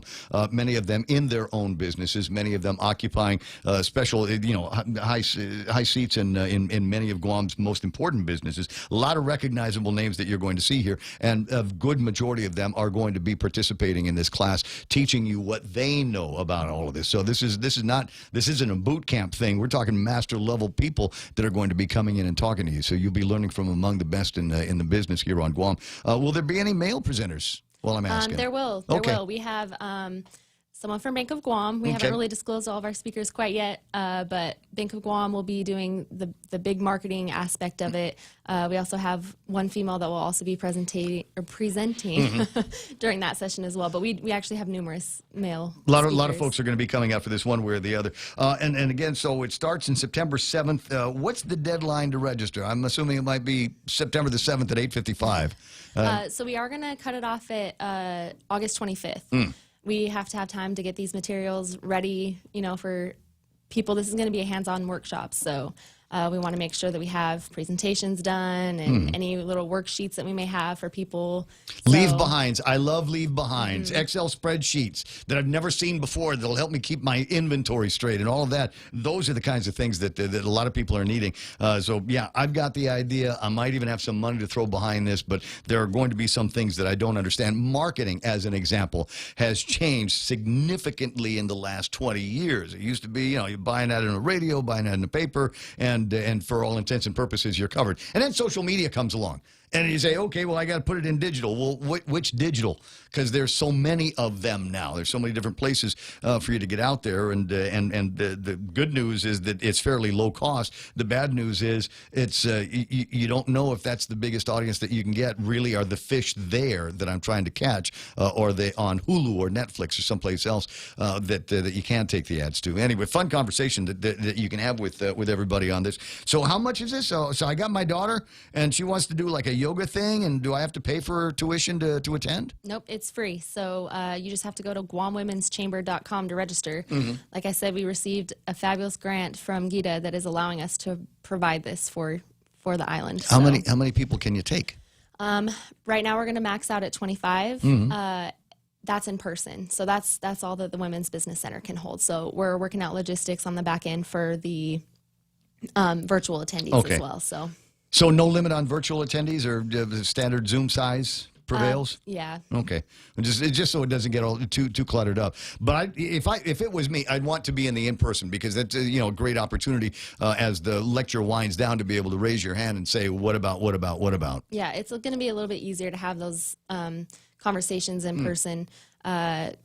And then obviously like the hands-on workshops and the paperwork that will be physically in your lap while you're working and stuff. So we're hopeful to see people in person and register in person. This is a unique opportunity given the times that we're in and access to cash and that kind of thing. Basically, what we're talking about is a month worth of some solid education with the folks from the Guam Women's Chamber of Commerce, the Elevate program, and we'll give you some telephone numbers and email addresses before too much longer so that you can get yourself enrolled in this. Again, the deadline is going to be about the 25th of August before this is all said and done. The question for you, Erin, is what's your why? What's my why? What's your why? I mean, this has got to have captured at least a little bit of your imagination, and something that you can do from maybe basic entrepreneur cottage industry at the house, or maybe something where you're going to start looking around now to buy a building. So, do you have any plans of world domination at all? Right now, I'm just trying to support my husband in the military career.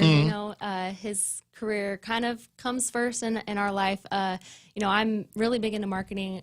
I have always done event planning. So down the line, my why would eventually be I would love to be like a party planner or wedding planner. I love when we can start planning, when we can start doing events again. I got word about it, a fundraiser for a political group, but apparently that's been canceled now because of optics for the most part. But it would be nice one of these days to be able to get together and do some incredible kind of events. I've got in my head, and it's not my idea, but I've got in my head, even if we can't do it as the way we've done concerts in the past, what I'd like to do is you got that area about where the Hyatt and the Dusit are over here, and then we'd put a barge out there in the bay.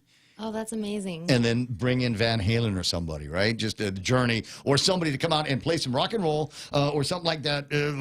Garth Brooks will play some country. We'll do some country and Western. And you don't attend the concert like anybody else. We'll have beachside seats, but the real heaven is going to be in the hotel rooms that will be facing the barge, right? So we'd have a vertical concert, if you will, as opposed to a horizontal concert. Well, what date is this? Because I got to make sure I get my hotel room real quick. I don't know. I just think it'd be crazy fun. 9:20. Yeah, that's awesome. 9:24 in the morning. Erin, is it just a blast meeting? I wish I had a chance to meet your husband. Is he currently deployed, or is he actually just goofing off and diving? I wish he was just goofing off and diving. He's a physician assistant in orthopedic surgery, so he is busy. Oh, no. Yeah, okay. Up at Navy Hospital? Yes. That's where I go when I get sick. Oh, good. No, don't break a bone then, though. Don't break a bone. Otherwise, there's no diving for the old man. Got it. Erin, just a pleasure to meet you, and I'm glad that they sent you over from the Guam Women's Chamber of Commerce. Tell Renee I said hello. I will, absolutely. Appreciate that. She's actually been in this studio doing sports. Oh, I love it. Yeah. She's amazing. She's they're multifaceted and multi-talents. 9:25 in the morning. If you want information on this, you can call the Guam Women's Chamber of Commerce. They're in the book, and I'm sure that you've got a Facebook page where people can go and check on it right now. Yep, we have Facebook and Instagram. You can also email us at events@guamwomenschamber.com. All right, and GuamWomen'sChamber.com on the World Wide Web, where you can go and get yourself signed up and get plenty more information. Appreciate you coming by. We're going to do some selfies while the commercials are playing, and everybody else will go back to being frowny face over COVID vaccination mandates in a couple of minutes. Did you know that indoor air can be up to 5 times more polluted than outdoor air? Meet the world's smartest all-in-one air purification system, Aura Air. Suitable for all businesses with patented filters that disinfect the air from bacteria, viruses, mold, odors, and more. It also provides real-time monitoring for indoor and outdoor air quality, all at the convenience of a user-friendly mobile app. Get your Aura Air today by calling 688-2677. Docomo Pacific Business. Work better together. Wow, nice smile. So perfect and all. Thanks. I owe it all to Dr. Robert Yang and his smile team. They do wonders for a healthy, happy mouth. Got teeth? Don't wait until they hurt. Schedule your routine checkup and cleaning with Dr. Yang and his smile team. Suite 119 in the East West Business Center, Upper Tumon. Call 647-8702 or 3. The best thing that happened to teeth since toothpaste. Dr. Yang and his smile team. They make smiles happen.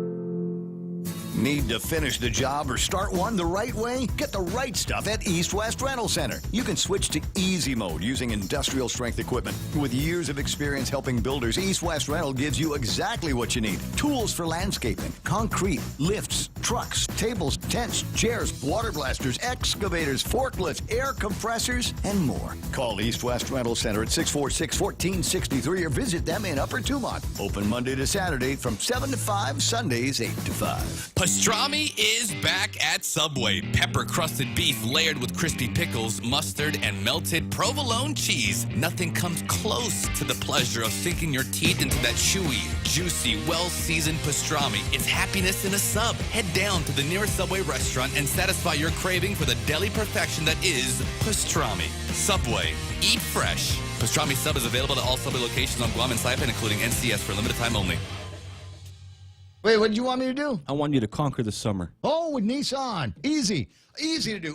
Listen, I'm a big fan of every ride that they've got out there, especially, Truck Guy, Frontier, awesome ride. And there's so much that's packed into the front, and then they leave you to pack out the back of this thing. And you can, right now, with your good credit, first of all, test drive. Find the colors that you like, find the options that you dig, and then we'll start talking about financing. Now, depending on where you are in the arc of the financial world, they're probably going to be able to entice you with things like no down payment, which is awesome because I don't know about you, but I blew every dollar that Joe Biden gave me here. That's all gone. So, yeah, I don't have anything for the down. 1.99% APR on your good credit and super easy financing. Terms and conditions apply. Find out what they are with my friends over at Nissan Guam.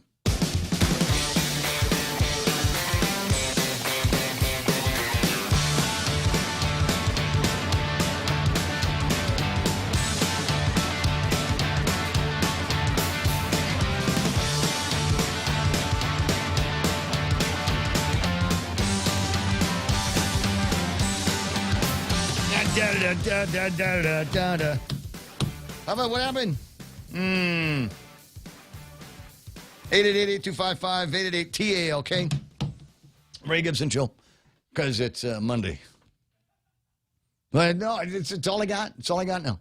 As I was thinking, it's all of my adventures over the weekend that I wanted to share with everybody. And we've talked some about it. The pandemic pew, another great one over the weekend. Even greater because it involved children. We had children there. And there is nothing, well, I can't say nothing. But there is something about, like with Sarita's daughter, Mandy. And she picked up a pistol and threw a couple of rounds down the range. And just the smile. You saw that sparkle? Yes. And she was wearing sunglasses because she's 15. She may not ever look upon my eyes. But she was wearing sunglasses, and I could see how delighted she was. It kind of reminds me of the first time that Rico's daughter, somebody offered to shoot a shotgun. Oh, wow.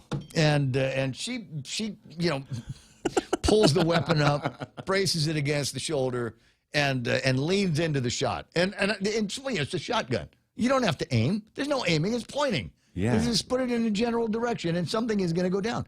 And so she's got this Mossberg, and she's got it leveled up, and then pow. And there's something about, there's the kick, there's the sound, and it's impossible to prepare you for. And but she whips around on this thing and kind of looks at everybody with big eyes, big Charlie Manson eyes. Yeah. Dad, we've got to get one of these. We've got to get one of these. So there we go. There we go. That was one of the great adventures. It's always nice to see. Number one, it's nice to see people in family settings, and even better when we're talking about family settings, where there is going to be the amendment. We're going to protect the amendments. So what do we got? Where's the numbers here? I'm kind of involved in a couple of conversations that are going on between family chat, regular WhatsApp, station WhatsApp, YouTube's, Facebooks, and all of that. Are we talking about another situation here like we had last year? Do you remember it was getting to be, in fact, one of my memories, because Facebook will do this, right? They'll say, hey, here's what you were doing this time last year. Here's a memory of a post that you did on Facebook.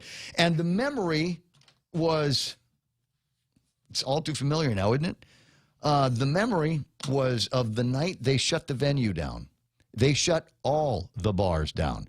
We'd gone from P-Core 1 to P-Core 3, and then all of a sudden, we had the Guam side spike that took us actually pretty close to where we are on the numbers now. It all happened in a fairly rapid rise. We've been about flat since then because, real herd immunity, natural immunity, that kind of thing.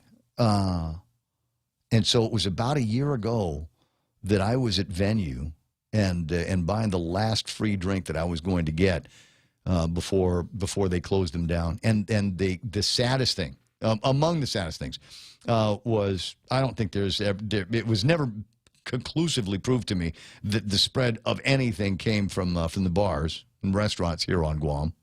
There were a bunch of people and went to the Philippines, had a really good time, a couple of big deals, came home, went to a couple of bingo things.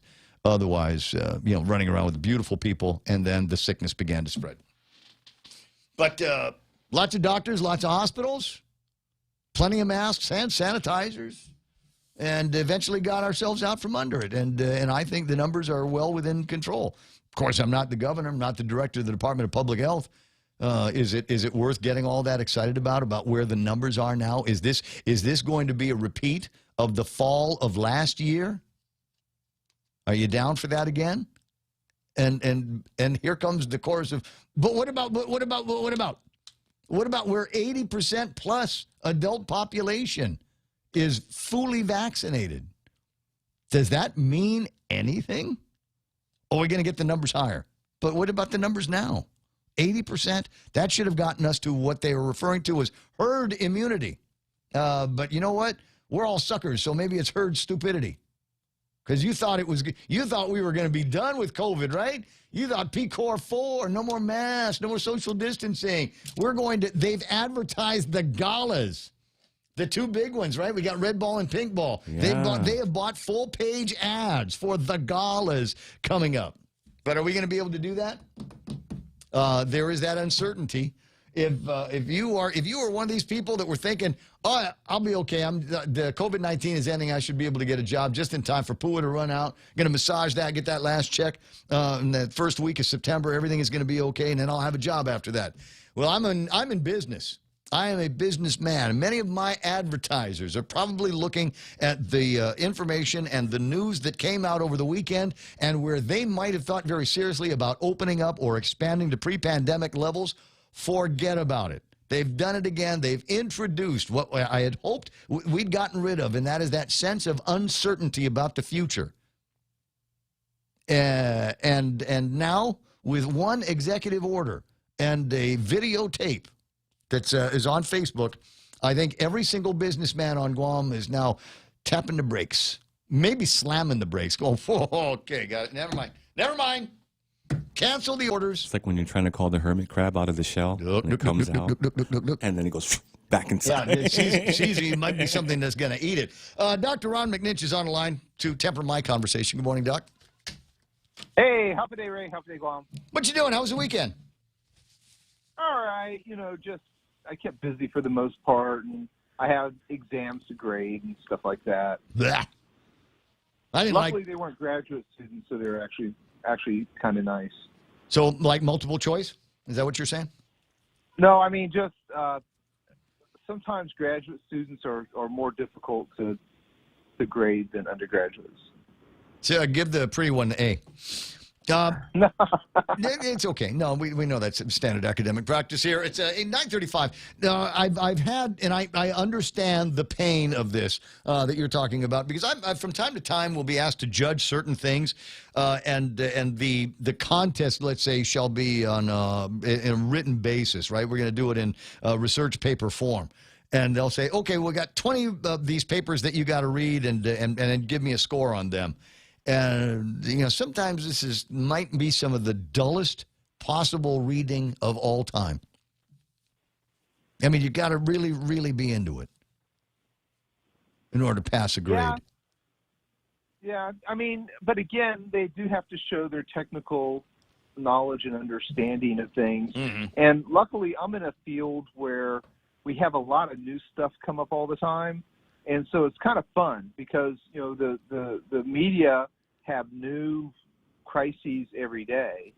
And so it's not that bad in my field because we're constantly dealing with, it's like Baskin Robbins over and over again. You have a different flavor, every semester. There's different stuff that we study, and students certainly. And here's another thing. I had to learn this lesson the hard way many years ago as a new professor, and that is, while I may have went over the material 1,000 times, all of this stuff is new to my students. And so for them, it's all, novel and brand new. It's just like when you have like a new kid, a new child who finds everything interesting. Yeah. The whole world is just fabulous and full of things to explore and discover. And sometimes students will come up with very novel ideas I hadn't thought of. And that's always nice. And they have different views, especially as technology changes and society changes. The views of our young people are changing also. And so their understanding of things and their on the face acceptance of what should be questionable things. That's scary. Simply, yeah. As a dad, it scares the hell out of me. Right. And so it's not, sometimes it's not just blind acceptance. It's this is what the group think is. Right. And so when the group thinks in one direction, there is peer pressure on thought and thought patterns and even facts that are guided by a group, and that's just as bad as cigarettes and marijuana and that first gulp of cheap gas station wine. No, actually, to me, it's even worse, Ray. I mean, substances, you can get over a hangover. You can't get over basically ideological indoctrination as easily. Well, hold on, academia. Are children being indoctrinated as opposed to being educated? Indoctrination in the guise of education? What is social media but indoctrination? Oh, well, same thing could be said about broadcasting, and has been said about broadcasting. Well, there's a bit of a difference. And the difference is, in broadcasting, I may call into you and I may respond to the things that you say and let people know who I am and things like that. In social media, almost everyone is expected to participate, to be part of the group. And I saw this last year with my students when the Black Lives Matter movement began to emerge, and there was intense peer pressure among youth here to get everyone to comply, to get everyone to show up. There was almost a shaming effect. If you didn't like them, you weren't, our friend, that kind of stuff. And it was downright scary. It was, right out of 1960s China in terms of its level of pressure toward our youth. It was downright scary.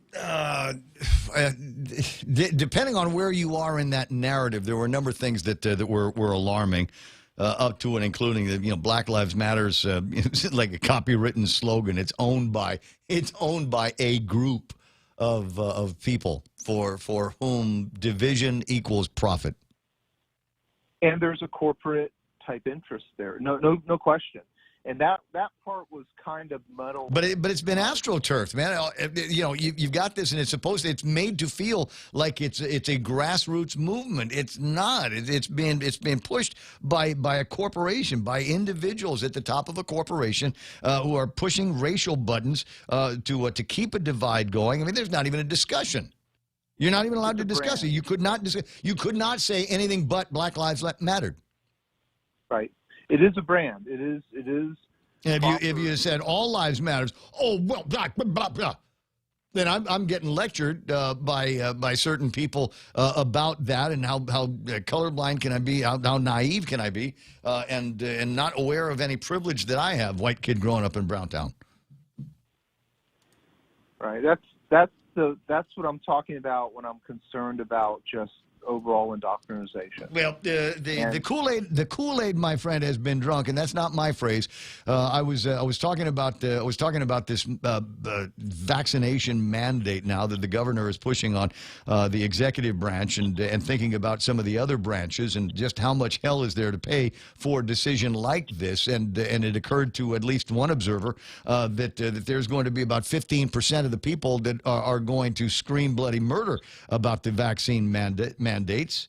But the other 85%, for whatever reason, have already drank the Kool-Aid. To what degree will the vaccinated come out to the unvaccinated and support their choice?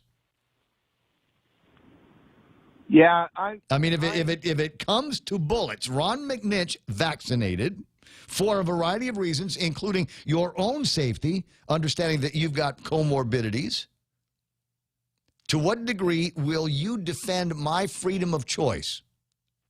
Well, I'm pretty libertarian when it comes to individual choice, and in terms of if somebody wants to place themselves at risk, that's their individual choice. The only caveat there is, are they placing other people at risk? And then that's where we probably start to disagree a little bit on some of these things. Well, hold on a second. There's all kinds of things that I might pick up that aren't COVID-19. You know, what happens if I get frisky with somebody that has HIV, as an example? What happens if I get frisky with somebody with HIV? Do I need to disclose that to my workmates? Do I need to socially distance from my workmates? Well, do I need a vaccine card? Do I need a passport to be able to get to work, knowing that I've got a disease that, while it ain't like breathing on somebody, is still in some cases transmissible? Well, the HIV is an intimate partner disease, and so I believe that the social obligation in that respect would be people that you're intimate with that may be exposed to the virus. You would probably have a moral duty to inform. Not in California. They just changed the law in California. If you have HIV and you don't tell somebody and they get it, they can't sue you anymore for non-disclosure. Have we sunk to the level that we're using California law as the law? Hey, yeah, why not? Because once it starts in California, it's going to spread to Seattle and Portland, and pretty soon they're going to start talking about, well, in California, this is the way it's done. We ought to do this everywhere else in the Ninth Circuit. Yeah, and we wondered why people are leaving California in droves. But they're going to go and infect the good states with their idiotic liberal policies. Well, in California, we did this. You know, I hear this all the time on Guam, and people say, well, back in Oklahoma, this is how it worked out. And I'm like, well, go the flip back to Oklahoma, buddy. Yeah. We're pretty good about that. I don't know, Ron. You know, at 9:45 in the morning, I just worry that this is just another indicator of goalposts moving. And you can argue with me all day long about no, it's not. We got to do this for further protection of the community. We will be further protecting the community forever. If you ask me, there's no limit. I don't see an end in sight to this. I really don't. Well, I mean, there's nobody at the legislature that's got the stones to stand up to Lou. And even if they did, she doesn't care. She doesn't care. She's got her panel of advisors, and this probably isn't going to cost her the election. And so I don't know. What I'd like to hear today is what is the benchmark by which we will determine that COVID-19 is the pandemic is over, or B, these are the steps that we are going to take as a rational community to live with COVID-19 and still be able to operate our government, operate our businesses, operate our schools, get our hospitals lined up. That's what I want to know. What does the number have to be? We thought it was 96,031, but apparently it's not. Well, there is a key point, Ray, and I've pointed this out ever since the beginning of the pandemic in March 2020. And it's like either people don't understand the point or they want to ignore the point for expedient purposes. Guam is a closed circuit system. We're not an open circuit. And what I mean by that is we don't have highways running through here. We have two ways to get in. You can come in by boat or you can come in by plane. And so we have a very controlled input function here. And so when we saw those numbers rise last week, and they did, when you separate out the military members from the general population, it was a nominal effect. I agree. There was, yeah. But we need to help some of our leaders to catch that point, that we're a closed system in terms of measurement, and they're using open system differential equations calculators in a lot of their statistics they're trying to promote. And I hope at some point a meaningful discussion can happen along those lines. Now, I'm not saying that the governor's wrong or I'm not saying anyone's right or wrong here. But what I am saying is I believe that the measurement system and structure and thought process needs to be relooked at in terms of the Guam specific case, because we're different. I don't disagree with that. I don't disagree with it today. I didn't disagree with it last year when you originally said it. I just wish other people would get the point and try to sort out really what it is that we're trying to do. I mean, if we're never ever going to be able to eliminate COVID-19. It's not ever going away. But the idea that we're going to continue to even threaten restrictions over the people of Guam, who many of them, for the most part, have tried to follow the rules and engage where they were supposed to engage. Strive for 5. Remember we were striving for 5? Yeah, we got down to 5, and they just kept making the number smaller. You remember when we were trying to get to 80%, and the number got to 80%, July 29th, and everybody thought, okay, good, herd immunity, open the thing up now. And you're right. There's 100 people got sick. About half of them were part of some military maneuvers, and everybody starts wetting the bed again. But there is another part too. Well, that is go ahead. Asymptomatic. That is, there are people that might have been infected or are infected and have no symptoms as infected. So the reason we're testing people is we're afraid that our numbers of ventilators and hospital capacity are going to do fruit basket turnover, which is a legitimate concern. But if the people we're testing and identifying are asymptomatic, that is, we're just identifying them as having a positive effect or having had the virus, and they don't require medical care, there has to be a point where we function those numbers out of the crisis equation for when we have a legitimate crisis point. As an island, we have a legitimate crisis point. That doesn't help you hold on to power, unfortunately. Doc, I got to run. I got a bigger name online, too. Hey, there's always bigger names than me, Ray. Come on. It's another doctor. It's Dr. Mary Okada from GCC. Oh, she's definitely a much bigger name than me. No question. All right, buddy. I'll talk to you pretty soon. My favorite school, by the way, is GCC. I hear that. 10 away from the top of the hour, 888-8255. Denise Mendiola online last week talking about the boot camps on steroids that they've got over at GCC. But did you know that GCC is like you can just go there like it's a regular school. You don't have to be in one of these boot camp programs. You can go and sign up for cosmetology and work on cars and electricity and plumbing and all of that. They have regular school years like everybody else does, but this is not a regular school year. Good morning, Mary. How you doing?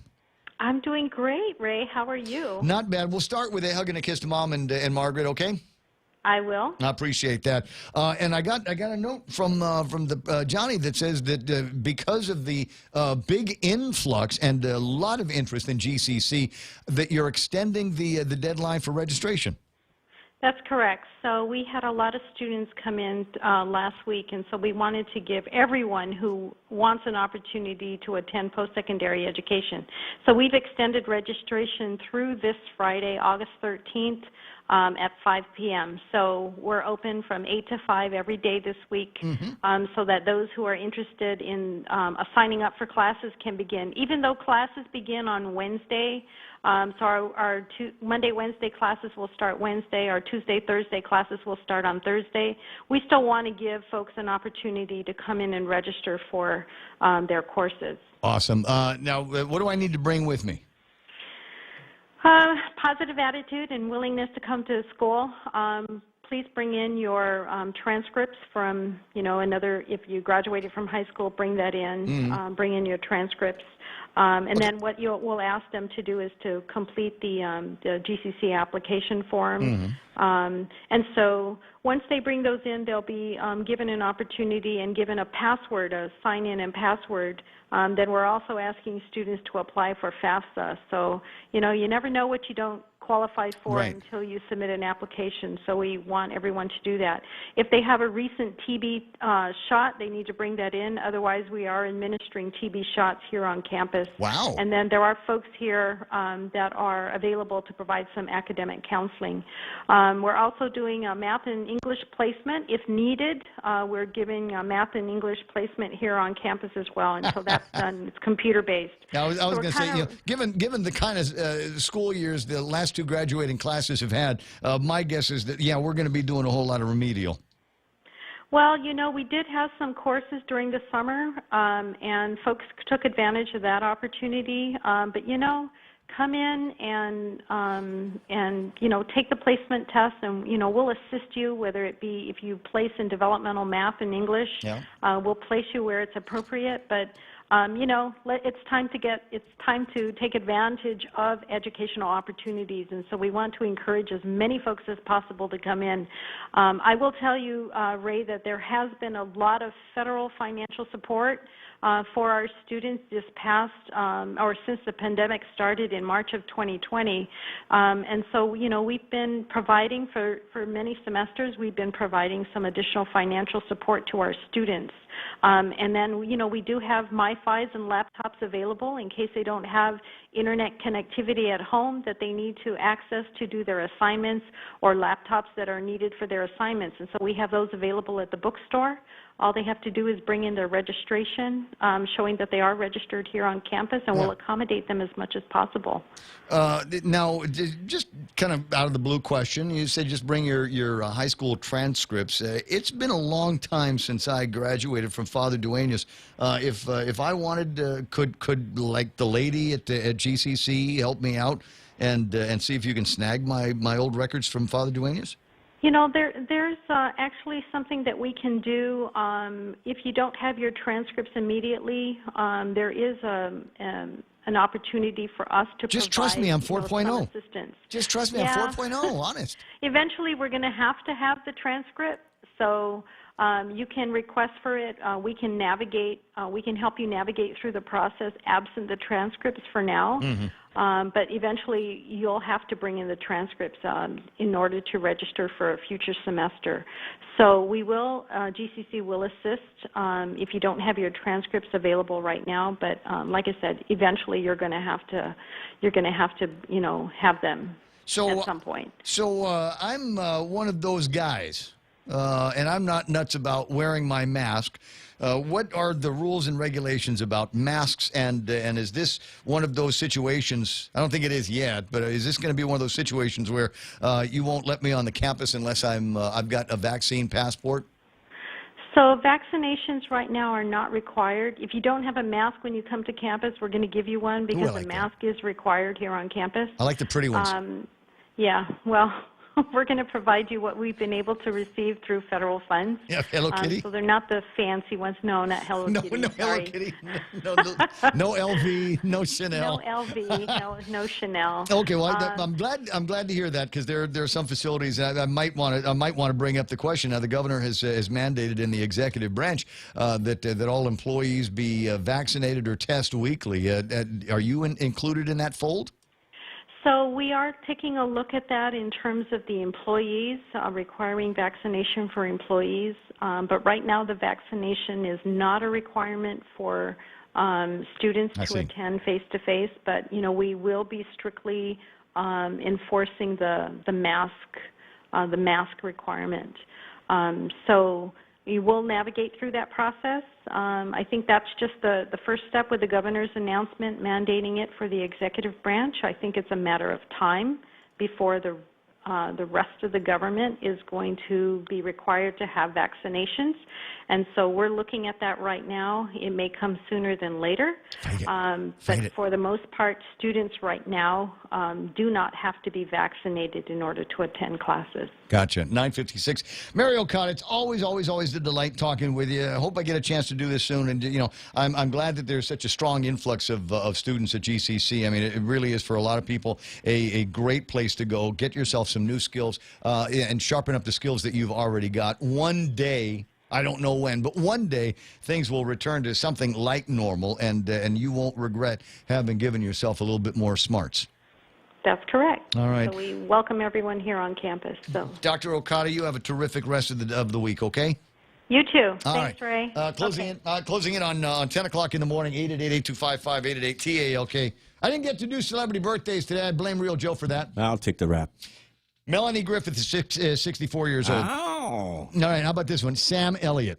Oh, yeah. Roadhouse Sam Elliott. Yeah. Maybe the best Sam Elliott of all time. True. 77 years old today.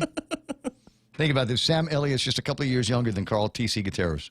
Oh, yeah. Carl T.C. Gutierrez is the get-it-done guy, and he will be pleased to know that the dude that sent me all the pictures of the derelict playground set, the dangerous derelict playground set in the backyard of the Guam Visitors Bureau, will be cleared. He's got the purchase orders all taken care of. It's already been sent to the company that is going to go down there and get the grinder and start cutting bits and pieces of Play Center out. Now the bad news is there's not going to be a play yard there.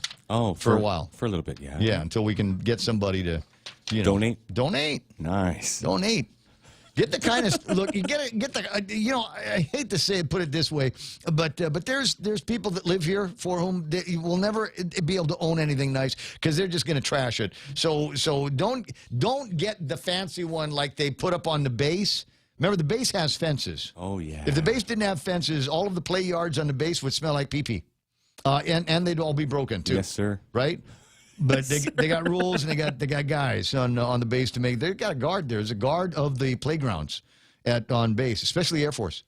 Yeah. But anyway, so Carl's the get it done guy. Michael Kors. Hey, that's Tello's purse guy. Oh yeah, he's the man. 62 years old. Curtis Blow.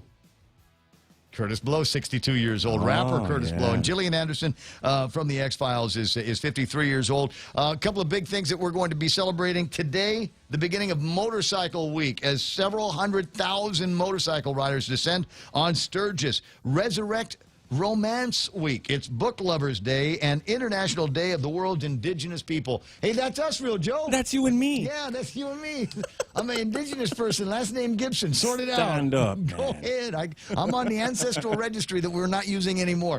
And Real Joe Cruz, also likewise indigenous individual. Look, we got to go, right? 13 seconds. That's all the time I get. That's all the time they've given me for today. Tickfin, facing us tomorrow morning, 6 a.m. It's the Ray Gibson Show on 93.3 The Point. For Real Joe, Montesilva Tyrant, and me, it's KUSG Agatnia. Here it comes, Fox News. Focus. I'm Joe Chiro, Fox News. Senators continue to work toward eventual passage of that $1 trillion bipartisan infrastructure package. Once it's approved, Democrats want to push through a $3.5 trillion so-called human infrastructure bill. But even some Democrats, like Massachusetts Congressman Stephen Lynch, are concerned about it. I think there's a lot of good in it. I'm not sure we need every bit of it. But again, if I'm going to try to balance the two initiatives, I'd like to know what's in them before I weigh in. House Speaker Nancy Pelosi has said that she will not approve the smaller bill without the larger reconciliation bill. More than 100 wildfires are burning across 14 states. The largest is the Dixie Fire in Northern California, which is now the second largest wildfire in state history. We just really haven't seen that rain they need to help with some of these wildfires throughout the weekend, and that's not going to change the next couple of days. All of those western areas where you're battling those wildfires, mostly extreme drought from the Parker Mountains down to some of the southern Rockies, all the way up the west coast, California, getting up in the Pacific Northwest. Fox meteorologist Adam Klotz. A 23-year-old man is in custody after 3 women were found shot to death in a Padre Island, Texas condo. The dead women were 46, 47, and 65 years old. A Chicago police officer remains in critical condition after he was shot last night and his partner killed during a traffic stop. Chicago Mayor Lori Lightfoot calling for an end to violence. We have to reclaim the physical and moral territory. Shoulder to shoulder, fighting for each other, not against each other. 2 men and a woman are in custody. One of the men was shot by the officers and is in critical condition. America is listening to Fox News.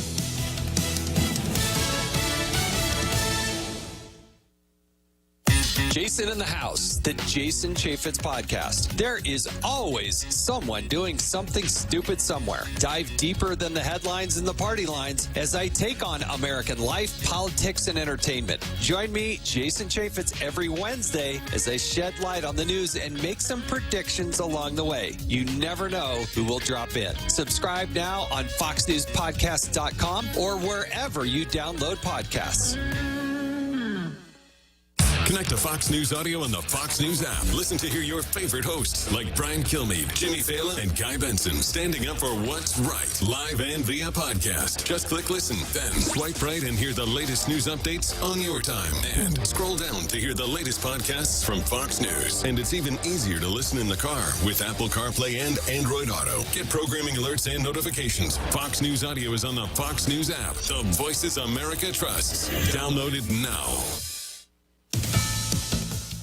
The FAA is asking airports to take a more active role in curbing assaults on flight attendants, including limiting alcohol served. The FAA says intoxicated passengers are playing a large role in the surge of unruly passenger reports this year. The agency wants it to stop, so it's leaning heavily on airport leaders to make changes. For one, the FAA wants airports to work with vendors to stop offering passengers alcoholic drinks to go. The agency says that's led some to think they can carry those drinks onto their flights, leading to drunken incidents in the sky. So far this year, the agency has received 3,715 reports of unruly passengers and has initiated 628 investigations compared to just 146 in 2019. Fox's Charles Watson. Noisy summer nights in Michigan are driving neighbors nuts. Fox's Karen McHugh with that story. Did you ever play pickleball? It's kind of like tennis, only you use paddles and plastic balls, and the court is smaller. It's a pretty big deal on Michigan's Upper Peninsula, and it's become wildly popular among adults who love playing it during these hot summer nights. And that's got the folks who live in an Iron Mountain neighborhood up in arms. The pickleball courts are supposed to close at 6, but nearly 24 players raised objections at a recent city council meeting. Neighbors say it's so noisy it makes them want to move. One player suggested using quieter paddles, but cutting off playtime at 6 spoils the fun for those who like to join in after work. Mayor Dale Alessandrini says we'll try to mitigate the noise somehow. Karen McHugh, Fox News. Law enforcement officials say the first few days of this year's Sturgis Motorcycle Rally in South Dakota have been among the busiest they've ever seen. Some 700,000 people expected to celebrate their enthusiasm for motorcycles at the 10-day event. It kicked off Friday in the western South Dakota city. I'm Joe Gio, Fox News. Media Minute with Howard Kurtz. Vice President Kamala Harris sat down with the Atlantic magazine, perhaps part of an effort to boost her sagging poll numbers, as the press keeps reminding us. With an average of 45% approval, she's 7 points lower than President Biden. Now, the article says sexism and racism could be the reason, men viewing the VP unfavorably by an 18-point margin. I suppose there may be some of that. Others say her limited political skills, which helped sink her own presidential campaign, could be at work. It's hard for vice presidents to break out on their own. Reporter Peter Nicholas says that she filibustered during the interview, plainly wary of saying anything that might deviate from the Biden message. Also, her defenders tell reporters that Biden has put her in an impossible position by making her the point person for the intractable mess at the border, and obviously there's a lot more attention on her because she could be the front runner in 2024. Harris says, part of my frustration is the way the system rewards sound bites as opposed to depth and thought. That's the media system that all politicians live with. With your Media Minute, Howie Kurtz, Fox News.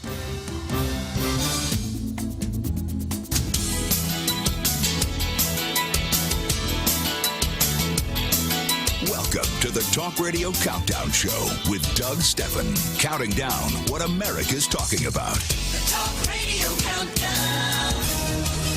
It's the Talk Radio Countdown Show. Boys and girls, here is Michael Harrison along with me, Doug Stephan, to review the hot hits in talk radio. The charts on Talkers Magazine at talkers.com are for the week of August 2nd to the 6th, the first full week of August, as we know.